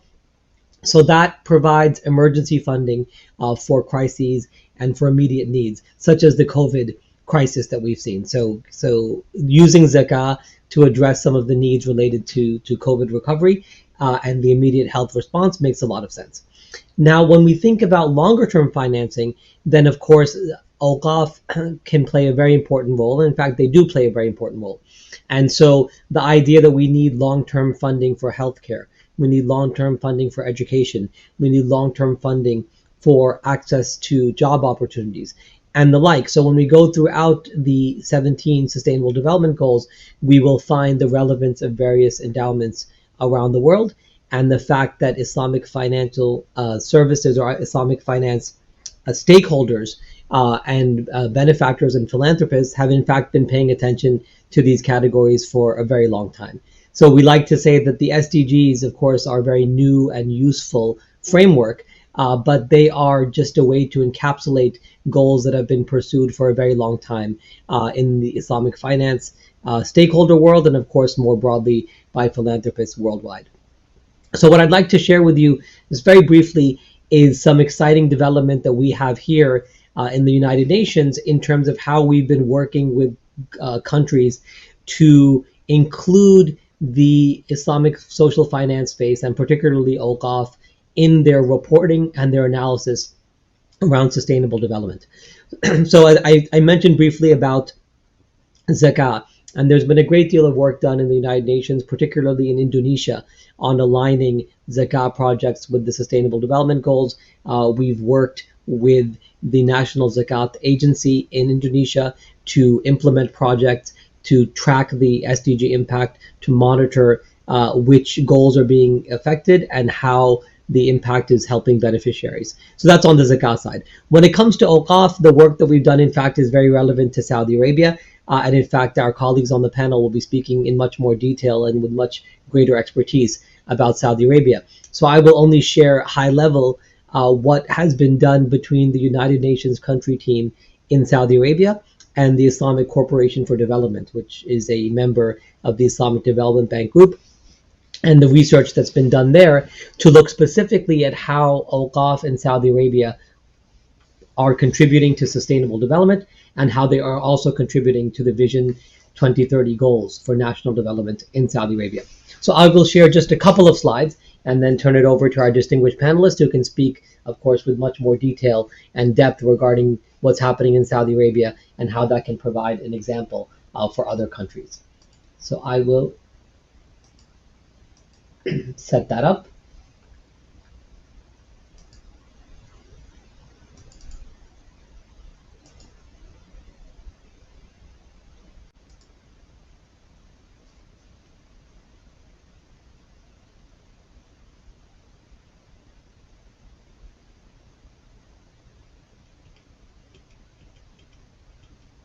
Lovely. So this is the report that was published just last month actually the very end of September, so now coming on a month and a half, regarding the role of Awqaf in achieving the Sustainable Development Goals and Vision 2030 in Saudi Arabia.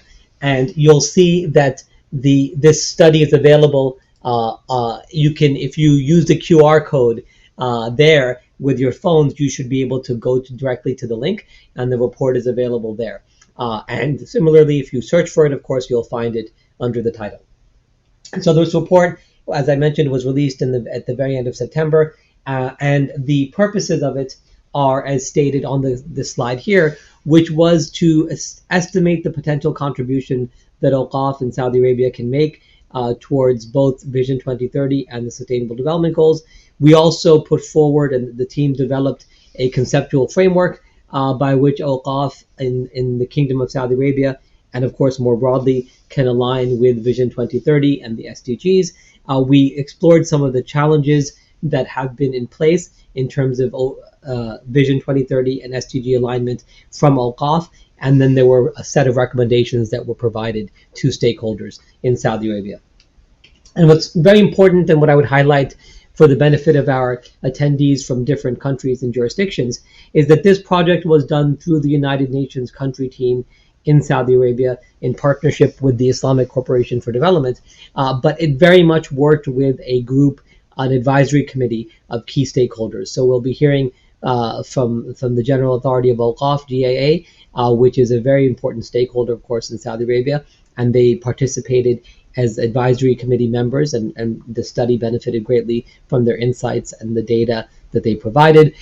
We involved the Ministry of Economy and Planning in Saudi Arabia, the G20 Secretariat was involved, and various stakeholders played a role, including other parts of the Islamic Development Bank and the IDB Institute. So we did have a team that was representing various stakeholders in Awqaf and experts on the topic.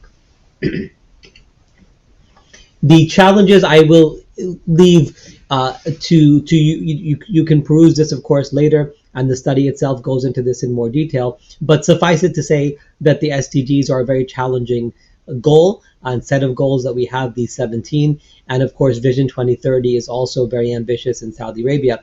And when we look at these two ambitious programs, the question becomes, how can Awqaf contribute? And knowing, of course, that in Saudi Arabia, Awqaf had been so pivotal for, again, well over a millennium, the question becomes, how do we count include and make sure that awqaf are part of the solution as recognized not only within the kingdom but also globally, so that we can include the contributions of awqaf to the overall development program. And the findings, and again, our colleagues from the kingdom can share more on this going forward, but suffice it to say that the study found that there's a very large number of awqaf in Saudi Arabia that can be seen as aligned with the Sustainable Development Goals.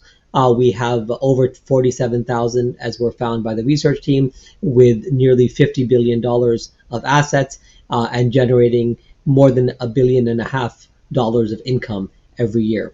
And this is across the full range of the Sustainable Development Goals, the 17 goals that have been put out by the United Nations and that have been adopted so broadly around the world. And in terms of the which SDGs or which goals are supported by these endowments, we found that overwhelmingly education was the largest in terms of goals that are supported by awqaf endowments in Saudi Arabia, followed by poverty alleviation, so that's SDG 1, followed then by hunger, so zero hunger, which is SDG 2, and then reduced inequalities, SDG 10. Very importantly for us as a global institution, the fact that there are nearly 5,000 endowments in Saudi Arabia that are dedicated to gender equality, SDG 5, that was very important for us and very good to see. So we find that there are, if you look at this chart, it's very heartwarming to see that there are awqaf really connected to each of the Sustainable Development Goals. And we can say that for each of the goals that have been put out by the global community, there are at least some awqaf in Saudi Arabia that are serving that. So I will leave the rest of this and the report, Mr. Moderator, is of course available for the colleagues to review afterwards. What I will say about the framework is that when we think about the alignment of a waqf with the Sustainable Development Goals, there are three ways in which a waqf can be aligned.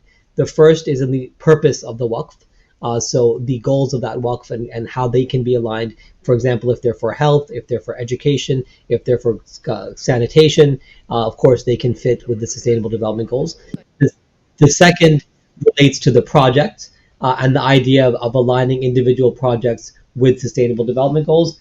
And the third relates to the investments and the idea that where we have cash awqaf or invested awqaf, how can those investment funds or those funds that are invested be consistent with the Sustainable Development Goals and sustainability?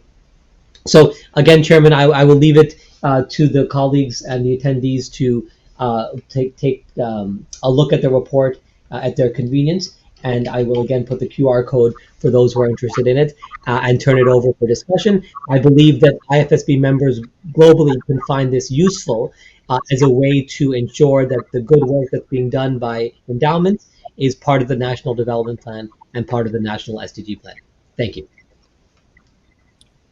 Thank you very much, Brother Dr. Abdul-Rahman. This is actually something, eye-opener. There were some eye-openers in your point, and I believe that this is something that need to be done on each of the relevant countries. I would suggest that Saudi was a starting point, but I would request UNDP and ICD to coordinate with the respective countries. We need to work hard on revival of this very important tool, which has been the source of health, education, and other social services throughout the Muslim history. So for that purpose, studies like this are needed for all Muslim countries and even those non-Muslim countries, non-Muslim majority countries where Muslim population is in a significant number. So I would request that ICD and UNDP and other relevant stakeholders should pick up these sort of initiatives. Highly appreciated, sir.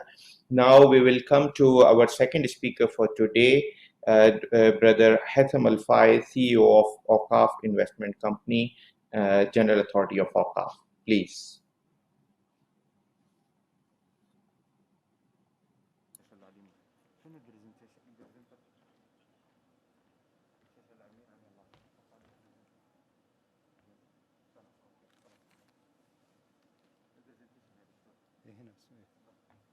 Bismillah ar-Rahman ar-Rahim.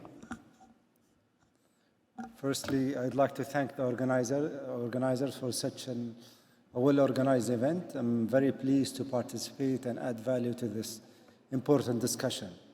My name is Haytham Al-Faiz. I'm the CEO of Awqaf Investment Company, which is the investment arm of the General Authority for Awqaf. I'm going to be presenting there are two parts to my presentation today. The first part discusses key trends in the endowment industry globally. The reason we've mentioned endowment is endowments are very similar to the concept of waqf. It's an asset that have been endowed for a charitable cause. So I think lessons learned from endowments can be of great value to Awqaf in Saudi and elsewhere. The other part of my presentation is going to talk about the Awqaf scene in Saudi Arabia and how the country have developed the General Authority for Awqaf and the Awqaf Investment Company to continue to contribute to the 2030 vision. So globally, what's happening to the endowment industry? What we've seen in the last 2 decades, massive growth in the endowment industry. We can see from this chart, it started in 2000, up to 2018, we've seen more than 200% increase in the endowment industry in the US. The endowments have generated around 6% annually, and the returns of these endowments have contributed to 35% of the operational requirements or the operational needs of those organizations. So the contribution of endowments to the US institution has been really impressive in terms of what they've done and the continual growth.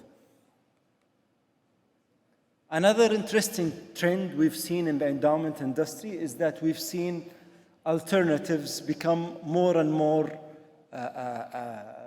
interesting to endowments. We can see here the allocation to endowments from the year 2000 to the year 2018. It's growing quite a lot over the last 2 decades, which indicates the importance of diversification in the endowment asset allocation. Also, it also indicates that Awqaf or endowments are actually, they're not more risk tolerant, but they're more patient when it comes to their returns. Even within the alternative allocation with endowments, we're seeing more allocation to venture capitals. The previous session was talking about fintech and venture capital. We're seeing endowments in the US allocate more funds to VC and private equity, which is also an interesting result of the recent asset allocation. What has this led to? This different asset allocation has led to actually higher returns for endowments when compared to other pension funds or sovereign funds. So I'll be talking about how we arrived at our asset allocation, but this allocation to alternatives has contributed to higher returns for the endowments in the US. Another important area, not only confined to endowments, but to investments funds globally, is the ESG. We've seen recently higher interest in the ESG. This bar chart here shows in 2012,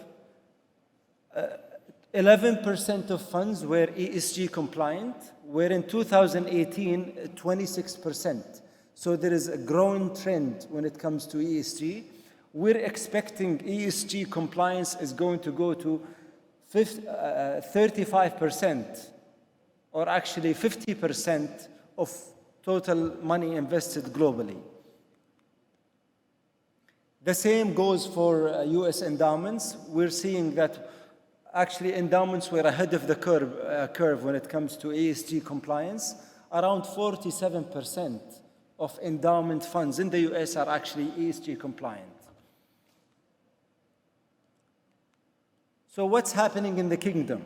So as Mr. Amir mentioned, the role of awqaf and how they can actually be a contributor to the economic development of the country with the Vision 2030 have established clear strategic goals when it comes to non-profit sector.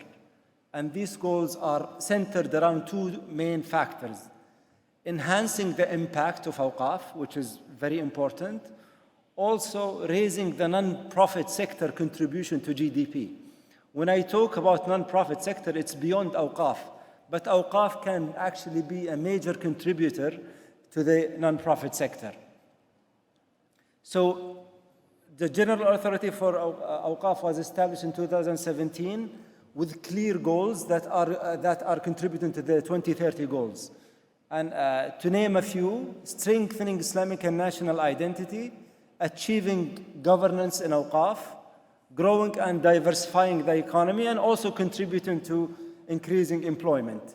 The current contribution of the profit sector or the third sector or non-profit sector is actually, as of 2018, is less than 1%.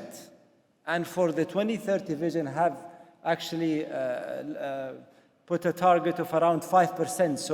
So over the next 10 years, we would have to work really hard to achieve those important targets.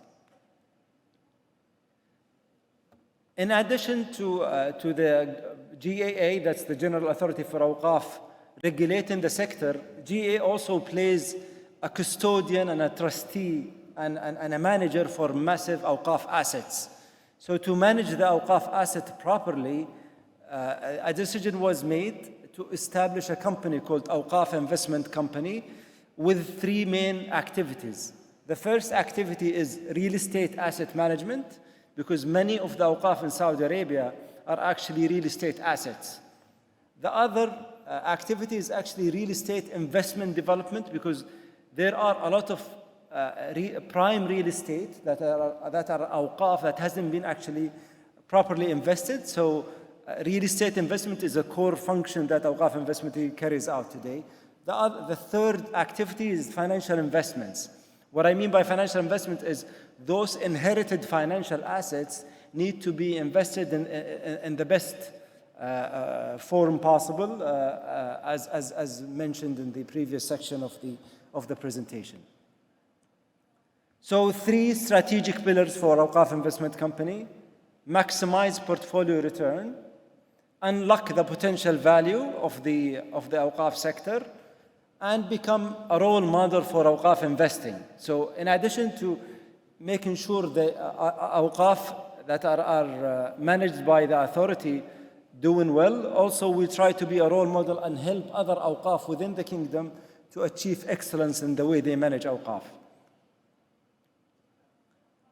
So the three main activities: we do real estate asset management because we've inherited a lot of scattered real estate. So we've actually built a team internally that takes care of these real estate assets. And what I mean by real estate asset management, that goes from contracting to facility management to collections. So we've got a professional team that looks after this real estate portfolio. Real estate investment, and I'm going to give example of each of these activities. What I mean by real estate investment is, with the prime real estate that we're lucky to have, how can we build an investment, a waqf investment on those prime real estate, like an example I'll be mentioning later. And the financial investment, which is what we've done when we inherited those assets, is we diagnosed the portfolio and built a strategic asset allocation, just mimicking the best endowments globally. That's an example of what we do when I come real estate investments. Many of the awqaf were actually not in a good state, like this important waqf in Mecca, near Jabal al-Nur. It was like storage houses that were not really properly built. What we've done is actually, when we assessed that location, there is a tremendous historical value to that location. So we've reached out to investors, and we've managed to actually, we're in the process of building a high-end, a global standard museum that is actually of a massive Islamic value. Real estate investments, that's an example that we're currently building, is a prime real estate in Medina that was actually left and developed for a very long time. What we've done, we came with a very professional approach to it. We've done the highest and best use. We've partnered with a well-known investor to develop the Waqf, and now it's going to be a 5-star hotel in Medina that is going to contribute to a visitor experience in Medina. The third activity, when we received those assets, they were actually large financial investment in very small concentrated positions. So what we've done is we've developed, as I mentioned before, a strategic asset allocation, and we started offloading these assets. And we started actually rebuilding the investment portfolio, and so far we've managed actually to deploy most of that money. In addition, we've been opportunistic when it comes to IPOs. The kingdom recently witnessed really kind of an increase in the rate of IPOs, and we've managed to actually get a nice allocation on those IPOs, and alhamdulillah, those Awqaf investments have done very well in the last 2 years. Another thing that the General Authority of Awqaf has actually carried out is As-Sanadiq al-Waqfiyya, the Awqaf funds. So what happened in the past is we've got organizations in the third sector that actually do have assets, but they do not have the investment experience to manage those assets. And we've got also donors who wanted to give money to those organizations, but they were reluctant because there was no human capacity on those organizations. So the Awqaf Authority, along with the cooperation of the CMA, they have cooperated to develop what we call Sanadiq al-Waqfiyya. So now those organizations can actually receive assets on those Waqf funds that are managed by professional organizations, authorized persons. And this has been a success in terms of the growth of those Awqaf funds. And also the third sector, those third charitable organization and third sector entities have tremendously benefited from this initiative. An important aspect of managing Awqaf investment is good governance. For us to achieve good governance, there needs to be a very robust governance in place. I'm talking here about Awqaf Investment Company, and this example can be used elsewhere. So we have a board of directors. We have an investment committee that is composed of really experienced investment professionals, and also we have an audit and risk committee that continue to oversee the performance of these investments. And we have a strategic asset allocation that we continue to implement. Without a proper governance, Awqaf investment cannot really actually continue to do well. So with good governance, alhamdulillah, we have been very lucky to achieve great investment performance. And thank you. That's the end of my presentation. I'm happy to take any questions during the Q&A session.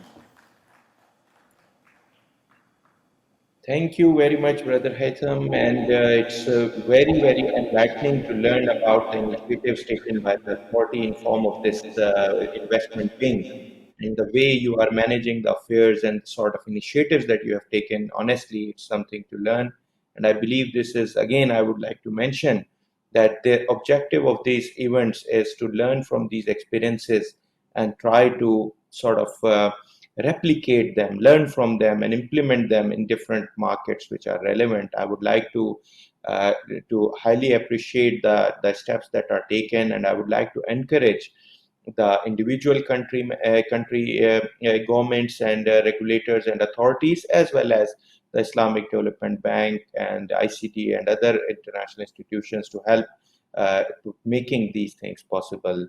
Thank you very much, brother. And I would also learn to have more questions. But before questions, we have our last speaker for today, And Dr. Ibrahim Al-Ghufeli is going to discuss about something that again, we all might have seen it ourselves, but we didn't know about how this thing actually became possible. That is about the Brajul Bayt project. And mainly his presentation will be about that. We understand that, and we need to learn a lot from him. Dr. Ibrahim Al-Ghufeli, please, sir. السلام عليكم ورحمة الله. في الواقع أنا آخر محاضر. I am the last speaker, and this will make me burden on you. I am sorry for that. But I would like to make it as a story so that most of you will wake up, because you have a very nice hall and very cold area. And mashallah, Dr. Bello with us is still here. In the beginning, I would like to thank Dr. Bello and his team for this symposium or conference. And also would like to thank the sponsor, the Saudi Central Bank, and they are a very helpful team who organized this activity in an international standard. I attend many conferences in the world, and this is one of the best. So I will make it as a story so that you'll wake up from, and I promise you I cut maybe 20 slides. What do you think? Good? I'll go back to the story, because this will take another half an hour. The story began a success story. And this story began with me before 20 years. And this 20 years, before 20 years, so you'll know that how old I am. And I was contracted by the presidency general of the two holy mosques that to make feasibility study for land in Mecca about 26 square meters. And with the developer of this land, and how we can put the best advantage and minimize the lowest disadvantage for this project. So the beginning is to make a feasibility study. And one of the best feasibility study is to make a market survey. And this survey, you should cover all the existing hotels, apartment, shopping mall, whatever. And then we set the criteria, which is challenging for us. We want to be the best, number one. And to be the best number one, to collect all the advantage of the existing institution, whether hotels, shopping mall, Hajj or Umrah companies, whatever, who can serve this community, Haji or Mu'tamir from all the Muslim world. And this is the holiest place in the world, or in the earth, I mean. So we should think here is the area, the land of the two, called it the King Abdul-Aziz, name it King Abdul-Aziz endowment for the two Holy Grand Mosque. And the trademark for it is Abrajul Bayt. Abraj means tower, Bayt means Baytullah al-Haram. And the slogan of this project, بيتك عند البيت, mean your house is in front of the house of Allah. بيتك عند البيت. How you imagine that this slogan and the logo of Abraj al-Bayt, who reached to it, he is not a Muslim, subhanallah.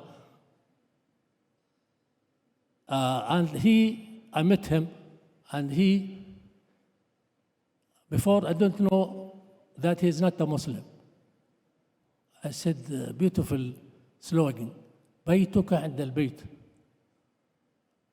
And he said, read it from the left. البيت عند بيتك.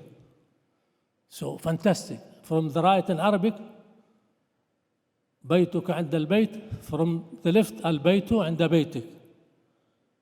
قلت له يعني, this is fantastic. How you make it? From which country? And then I found he is not a Muslim. Subhanallah. And he said, I study the story of Prophet Ibrahim alayhi salam.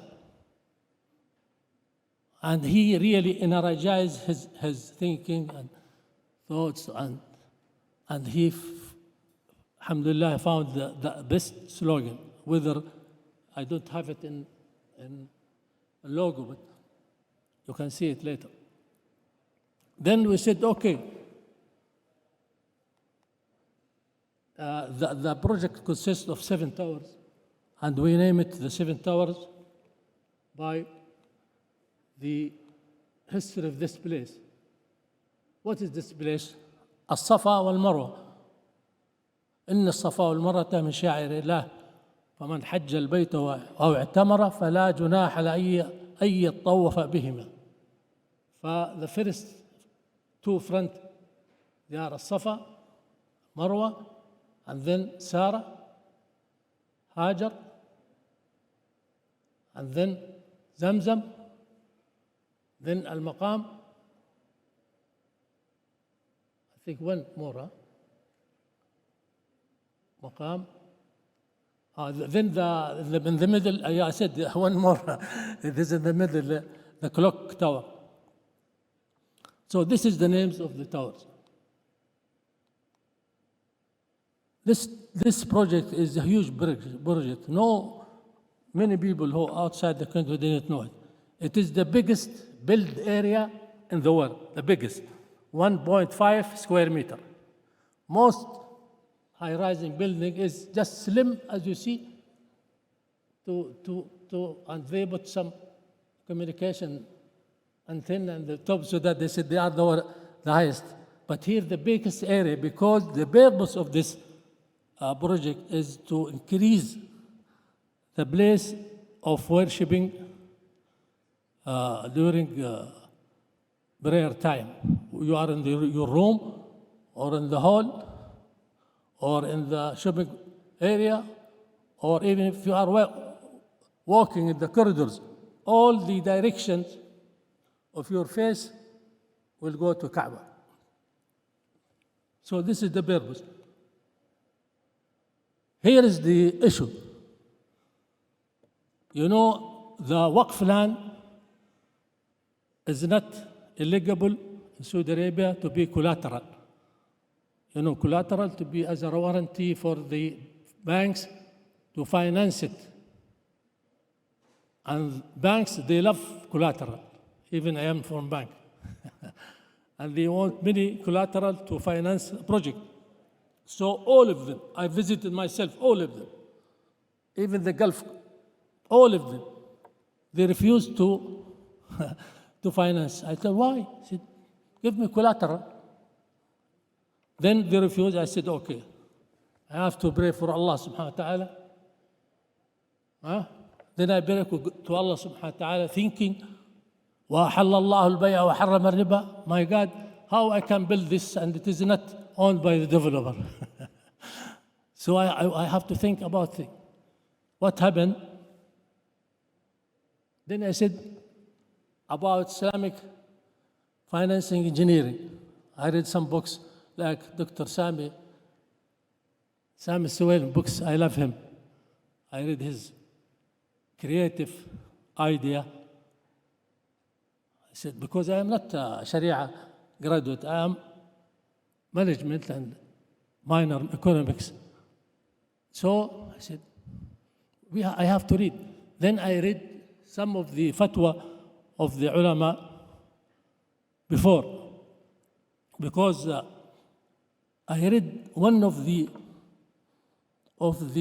صيغة or contract بيع المنافع المؤجلة في الذمة الموصوفة وصفا يمنع الجهالة والغرر. For me at that time before I said all these words I have to understand it. I found the sale, but I don't found the how to put it in this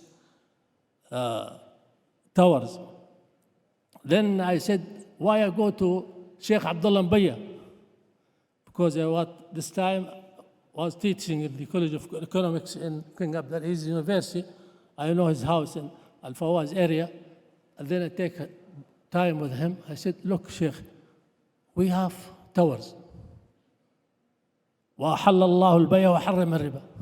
How we sell the authorities, إجارة, how I sell it, and it does not exist. Can we sell it on the map, in the drawing, in the video, 3-dimension?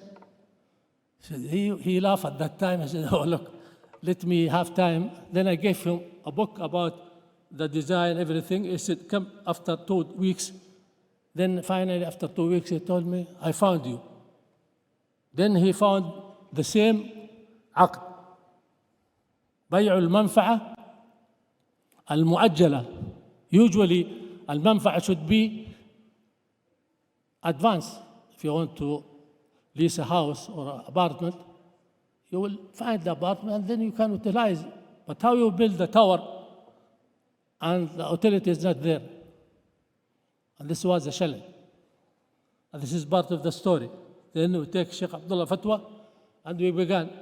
And we established what do you call a financial model for each tower according to the occupancy, according to the contract period, 25 years, and should the developer deliver this to the رئاسة الحرمين الشريفين, deliver it to the Presidency General for the Tulhil Mosque, because the contract will finish after 25 years, after the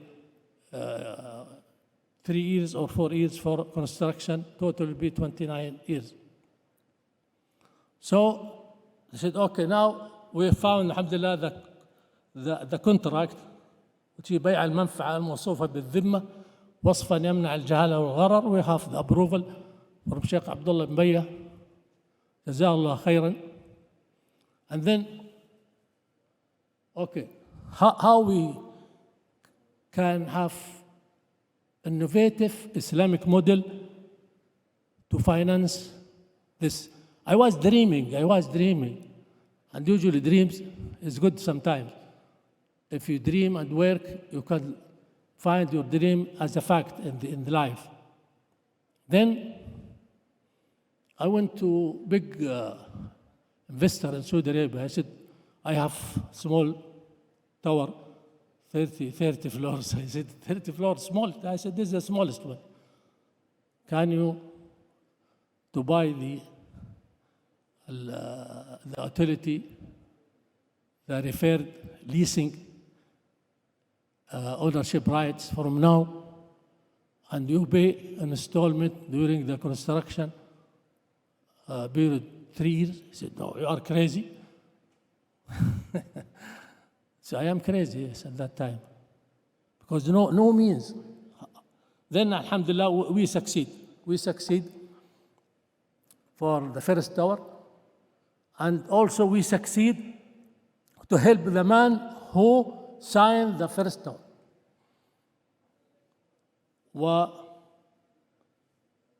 Look, this, how the pointer? Pointer is which, to make point?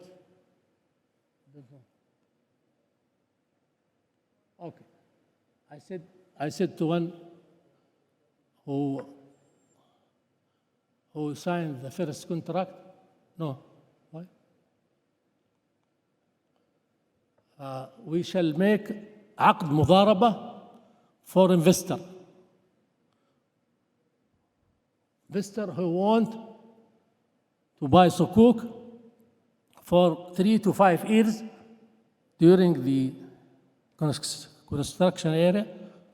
So we sell part of this equity ownership right for the utility of this tower to people who want to invest, and we put very strong minimum investment because we didn't want too many people. We are not like fintech guys who want pay 20,000. This is not our customer. So we. Dr. Ibrahim, my apologies. It's a very unpleasant duty because I'm enjoying even more than others your presentation. But I will have to request you to kindly, Since I am the last speaker, I will finish. The last speaker, I should have some advantage. Wala Dr. Bello, you are right? Me right? Yeah, I have here the authorization. The General Secretary. You all are loving it, sir. Okay, thank you. Now, this first investor who bought the sukuk, Islamic sukuk, and this is the art of re-engineering the financial. Banks will not do this, unfortunately. They have no time. They just want sign just بيع المؤجل or whatever إجارة or whatever just in 48 hours and they turn it to a loan. This is not the goal or the Islamic spirit of Sharia. Islamic Sharia is to circulate the wealth among all partners. So this sukuk, we bring the first stakeholder or the third, which is the investor, whether individual or companies. Then they inject it, and alhamdulillah, we pay them after 3 years. Then we go to commercial investor who want to buy the equity right for the whole tower. And then we go to the retail side, and alhamdulillah, the fund is come from one stakeholder to the second. And this advantage, every one of these stakeholders is making profit. And the cost of funding, if we go to other banks, will be higher. But here, the cost of funding, which is the profit of one stakeholder to the other, is really competitive. Thank you. I hope I can explain more, but since the chairman of this panel asked me to summarize. Okay, thank you very much. Thank you very much, sir, again. And as I mentioned myself that I was enjoying it, and I enjoyed it, to be honest, with my heart. And I also enjoyed your comments in the end that this is the real Islamic finance. And I'm more happy to see that this way Islamic finance is genuinely integrated with the social finance. This is the way Awqaf can actually benefit from the Islamic finance instruments. And this is one of the opportunities again that needs to be learned from replicated in different parts of the world. For sure, you cannot have another Rajul Beth, but you can have lot of similar projects at a smaller scale, which can provide the eventual social benefit. And for the Islamic finance industry, this is a message to learn that instead of following the conventional style products like tawarruk, like very sort of replicating products to conventional finance, we can still have some real genuine Islamic finance products. Hats off to you, sir, and hats off to all of those who contributed in this great project. And this is, pride for the Muslim Ummah in front of Baitullah, not only because it's a very nice building, but also because it's owned by one of the largest Awqaf in the world, and also because the model through which it was developed is one of the greatest models on Islamic finance and Islamic social finance.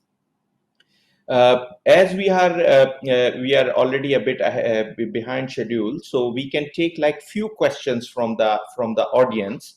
My apologies, I'm sitting right now online. This is not the best thing to be a chairman in a session like this, so I will need support from those available physically to take 2 to 3 questions from the audience. I think we can allocate 5 minutes to that, or 5 to 7 minutes to that.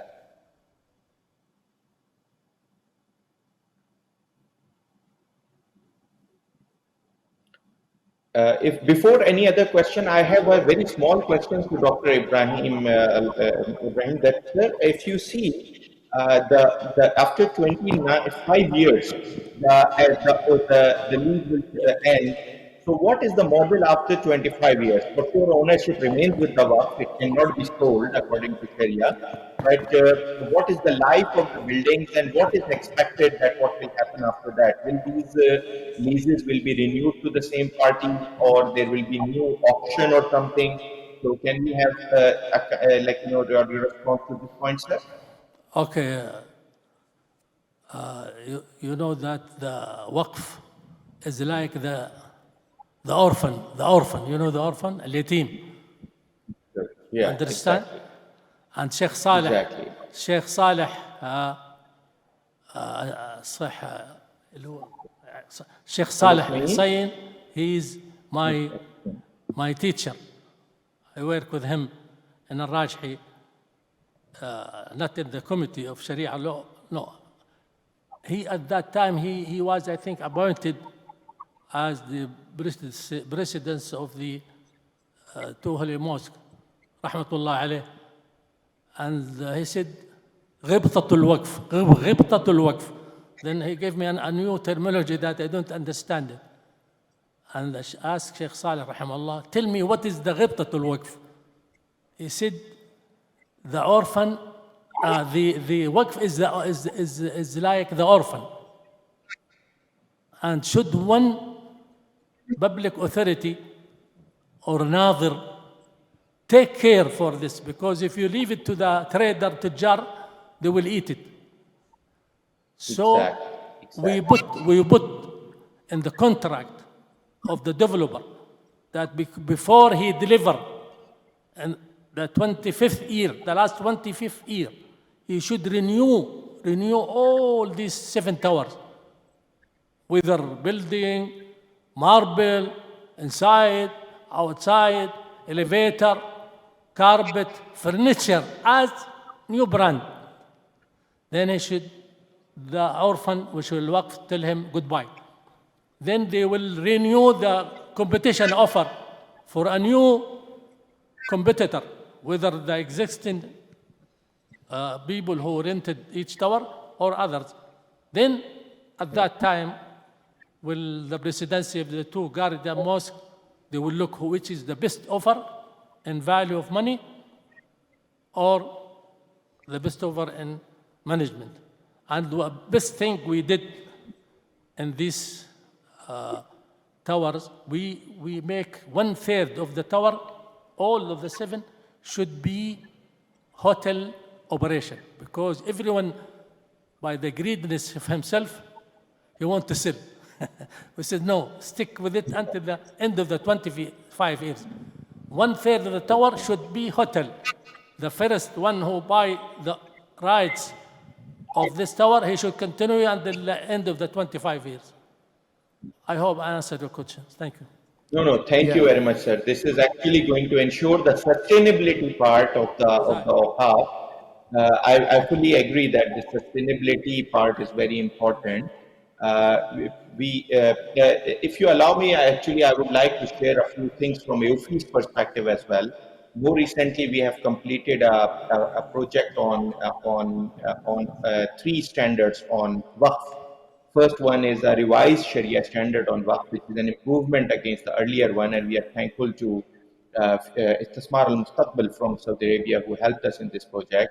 The second one is a governance standard on Waqf, in which International Institute of Islamic Waqf helped us, and main challenges on the governance standard were how to ensure the conflict of interest avoidance, how to ensure continuity and sustainability of the institution, and how to ensure that the performance of the institution is properly evaluated on an ongoing basis, because we have seen a lot of waqaf being failed in the world because of lack of performance assessment, evaluation, and lot of competitive performance. The third project was on the financial accounting side of WAF, and again, it was having so many challenges from this perspective. Again, we are thankful to Future Investments for supporting the initiative on the development of that standard. And I would say that there were very serious challenges on development of financial reporting standard for OHAF because there were no precedences available around the globe. And the challenges were to ensure sustainability, to ensure performance evaluation, and there is a term called in financial reporting that is called management stewardship. So whether the stewardship of the management is up to quality, how you can compare the performance of two different OQAF as to how the management or Nazir is performing.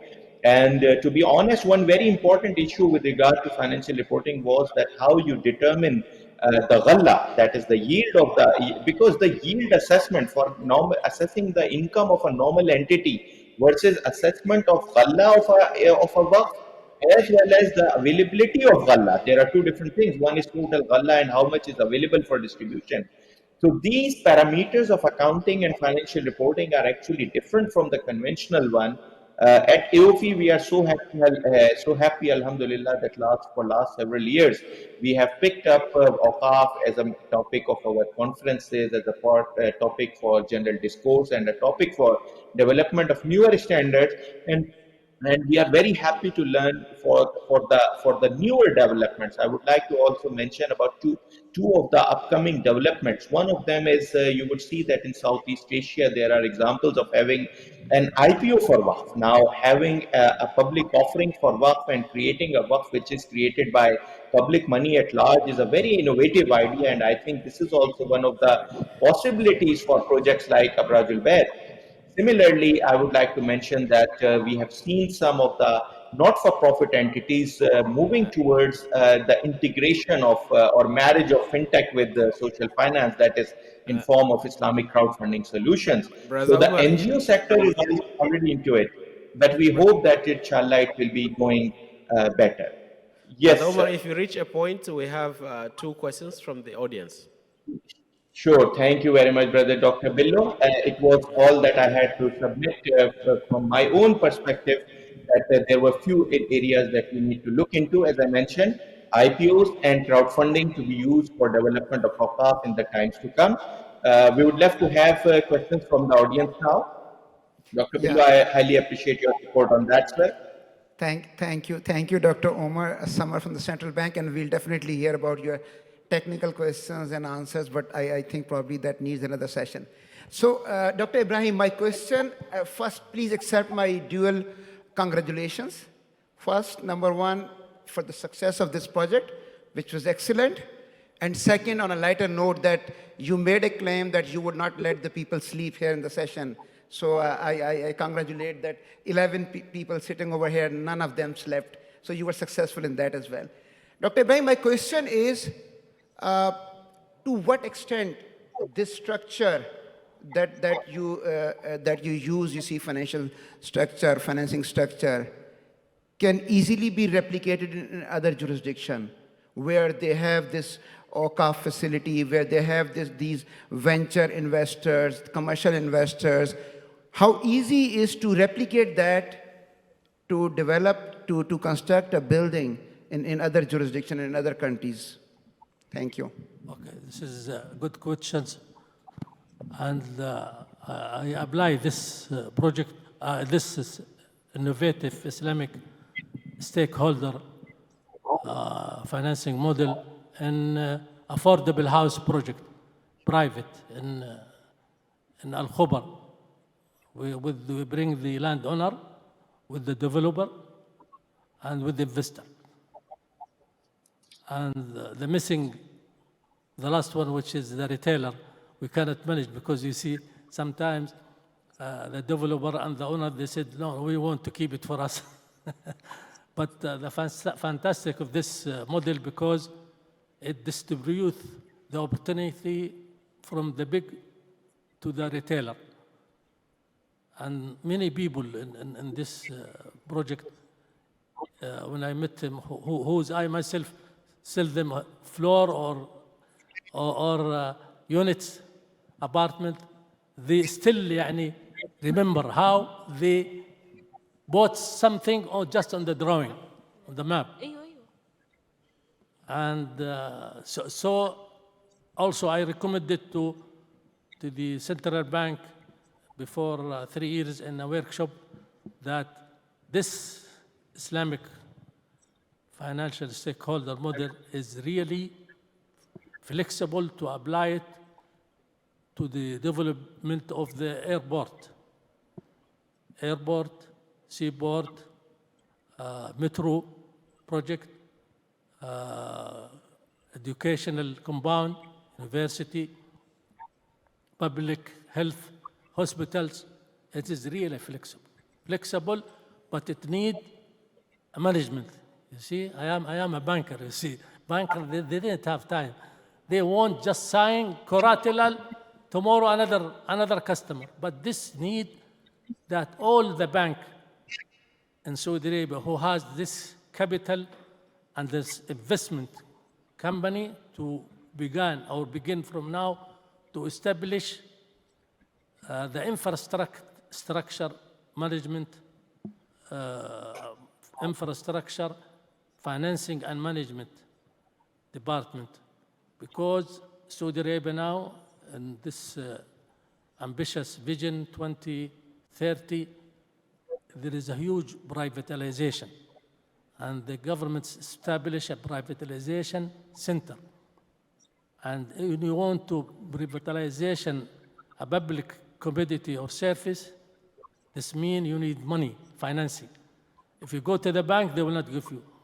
If you go to a weak developer, this will not really good combination. You need to have a good developer, and one of the benefits that you make in the beginning, a very good feasibility study, a very good business model to the end, from the big picture to the small one, and you make for each industry searching who was the pillar, who are the really the big one who develop or in management of airport, railways, hospital, whatever, so that you will have this good stakeholder model. Otherwise, will be, and also on the top of that, the agency which make the decision. Should really the governance of this agency is very clear, and it really means the public interest and the government interest. Thank you. Brother Thank Umar, you, we sir. have We have another another question. question, I'm told. Yeah. Yes, please. Dr. Fatma Usman, Board President of AI Society. My question is addressed to Dr. Al-Faiz. Thank you very much for your presentation. It was really amazing, and especially how you worked on establishing the investment company to support the endorsement sector. My question is related to non-profit organizations. Is it possible to go into establishing the company with one of the non-profit organization, and if yes, how? Thank you. Thank you so much for your kind words. That's a great question. Actually, that's a discussion we're currently having. Whether, for example, universities now, they do have endowments. Is it really good for each university to develop its own company? I don't think this is the right answer. We, as Awqaf Investment Company, will be more than happy to play that role. The same goes for charitable organizations. I think there are more than 400 or 500 of those who are currently have assets. I don't think it makes sense for organizations to develop their own companies. And I think we do have the tools, either Awqaf funds, as-Sanadiq al-Waqfiyya, or Awqaf Investment Company can play a role where they can help these organizations. But that discussion is currently happening, and I think there are ways we can enhance the thinking. There's no, I would say, clear answer now, but that discussion is currently happening. And I guess we'll be happy at Awqaf Investment Company to communicate with yourself and others to find ways and tools to solve that issue. Thank you very much, brother. And I think that one thing just I can take clue from your point that while it's not advantageous for each institution to have their own investment wing, but at a government level you have it in Saudi Arabia, but in other countries there can be some of the financial institutions coming up with a similar solution like yours, Awqaf Management Company, where the government is not taking enough initiative. We are so thankful to the Saudi government that it has taken this very important initiative, but solutions can be found in private Awqaf management companies actually, where preferably it should be government. But if the government is not taking that necessary initiative, financial sector can come in and bring its expertise to develop these sort of companies, because every Awqaf and every organization putting investment by a company and investment wing by themselves might not be cost beneficial and might not be very effective. So I think, but this idea of having an Awqaf management company is something we all need to learn from. Do we have any other questions from the audience? Yes, there is one more question, brother Amar. Yes, please. Assalamu Sure. alaikum wa rahmatullahi wa barakatuh. My name is Dr. Sultan Abdul Salam. I would like to thank the speakers for their efforts and really good presentations. My questions to the Mr. Al-Faiz, more specifically about Gazette, about what kind of hindrance that Awqaf investment face, and also other endowment funds or non-profit organization with added value tax. So when we see the regulation itself, we don't say any preference or preferential treatment with endowments. So it means that I have to pay taxes, I have to pay zakah. So far, are you facing the same when you invest with Awqaf or not?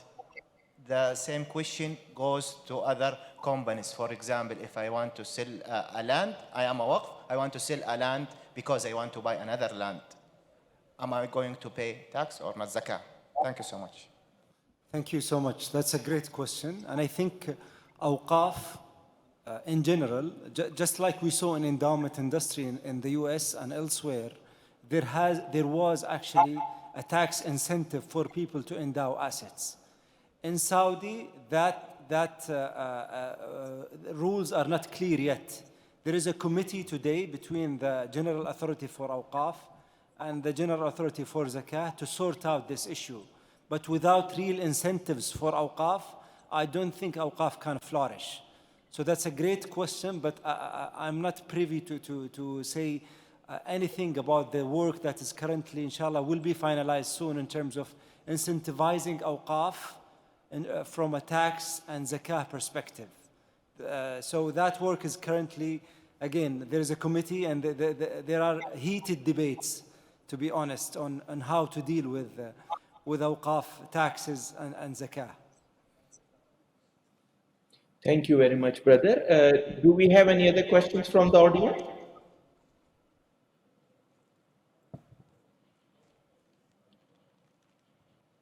Okay, then I would like to thank again the organizers, IFSB and Saudi Central Bank, and I would like to thank my fellow participants here, the presenters. Actually, for me, myself, it was a great learning opportunity, taking the lighter note of what Brother Samar has said, that not too many people were there to get benefit out of that. But I can assure you that whatever was discussed here, these are all the points which need to be replicated, learned and built upon, and we hope that we will be able to move the things in the right directions. Thank you again and congratulations to IFSB on such a very important session, selection of the speakers. It was a great experience. Thank you very much. Assalamu alaikum wa rahmatullahi wa barakatuh.